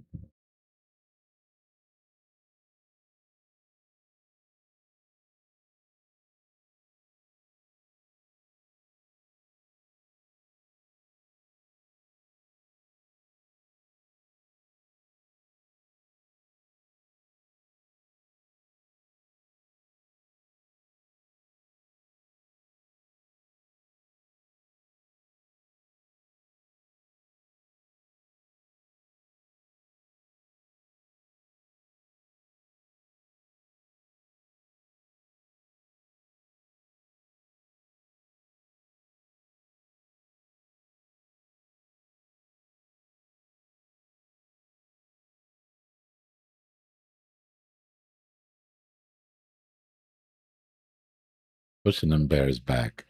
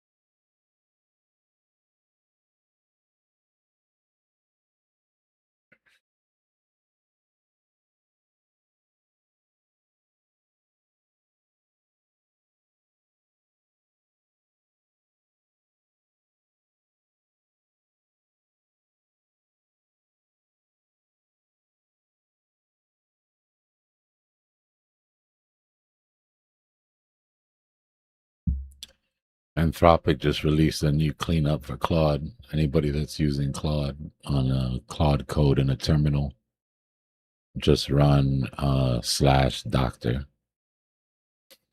It'll go through all your MD files, your skills, figure out if you have any redundancies. It'll give you a whole sort of list on things you can fix. And then it'll ask you if you want them to fix it or not. That should just save me a dumb amount of time. My shit was everywhere.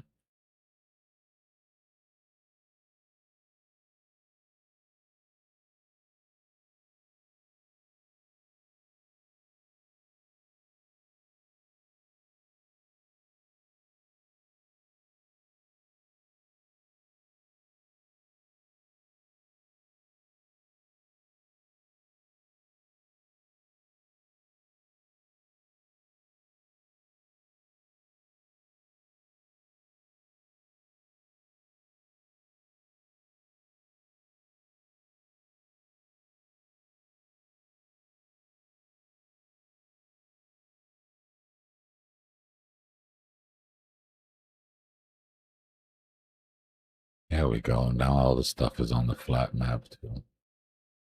That's what I needed.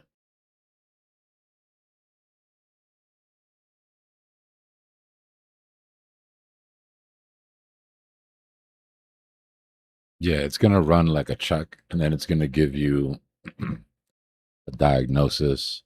You can just tell it not to fix anything after if you don't want it to touch anything. But F, what's going on, bro?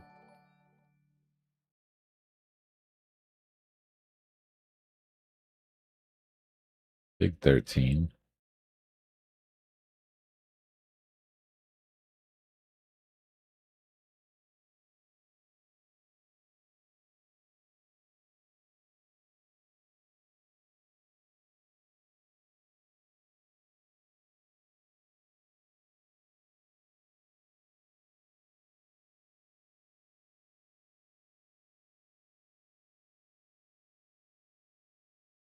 The Fed. Gonna be all eyes on this building tomorrow.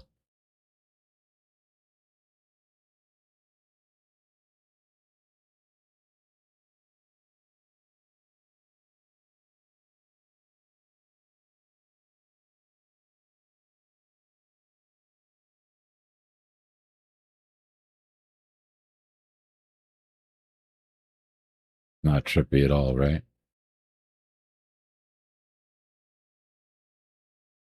The way they do shit right in our face. Anyways. And at the center of it all.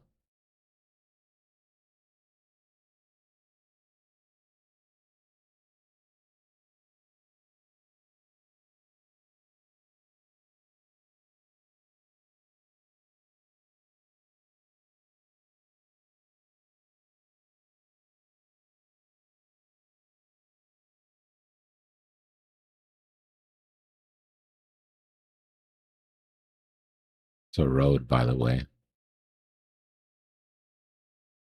That road.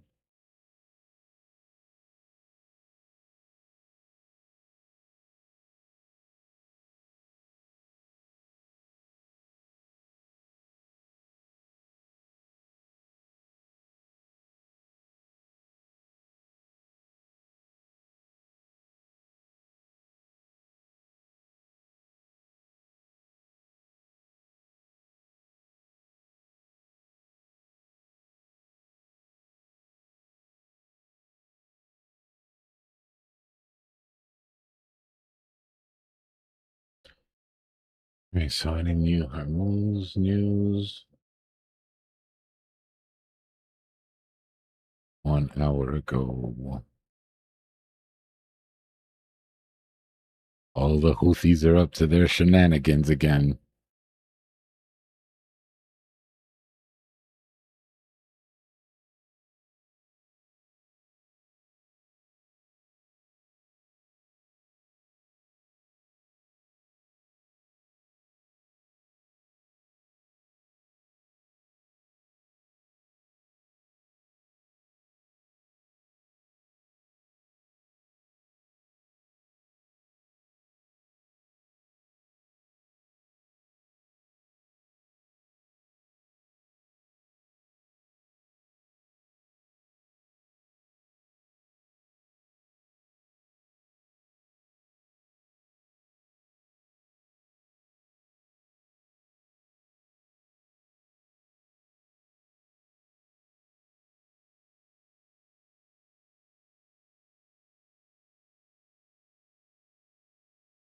You know what it says on my side every time you say that?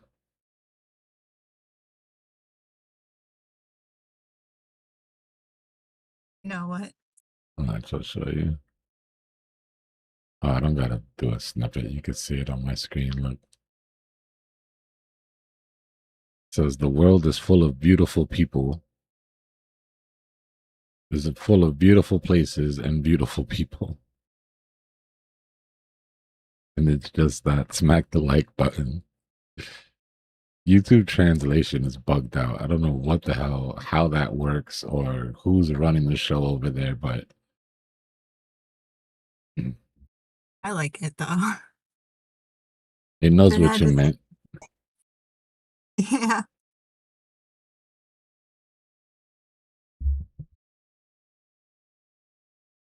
Okay, I'm going home. Try safe.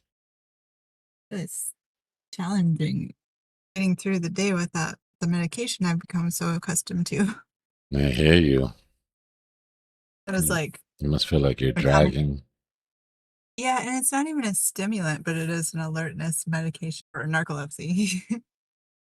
But it was like a combination of sleepy, and then there was a little while where I was like kind of falling asleep or losing consciousness for microseconds. I finally went and got some coffee, and that helped. But I made it. All right, I'm going. All right. I'll see you later. Mm-hmm. Talk to you.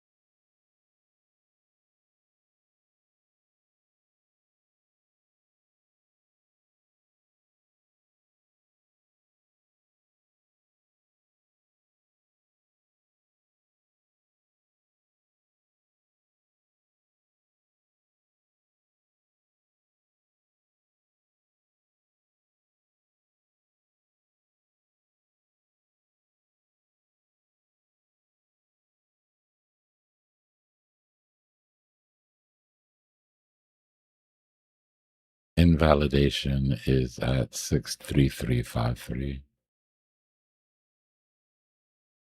Right about there, so.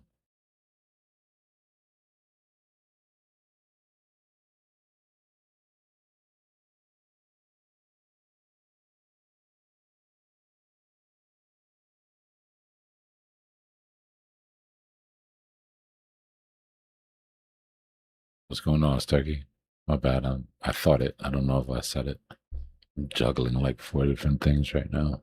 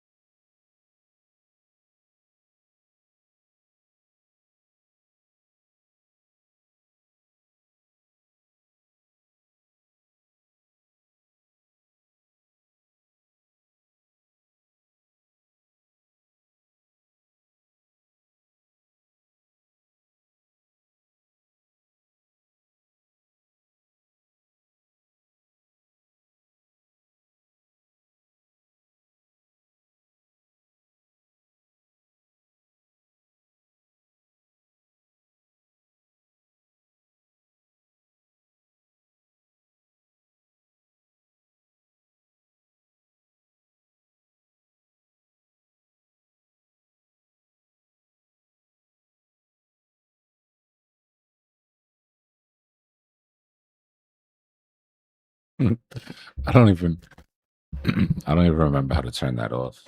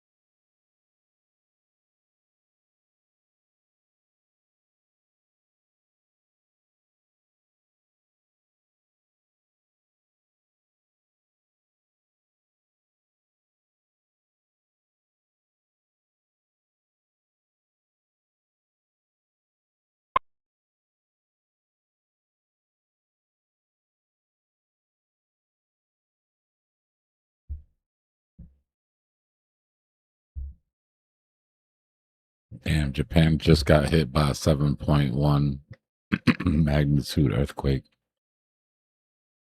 They can't catch a break.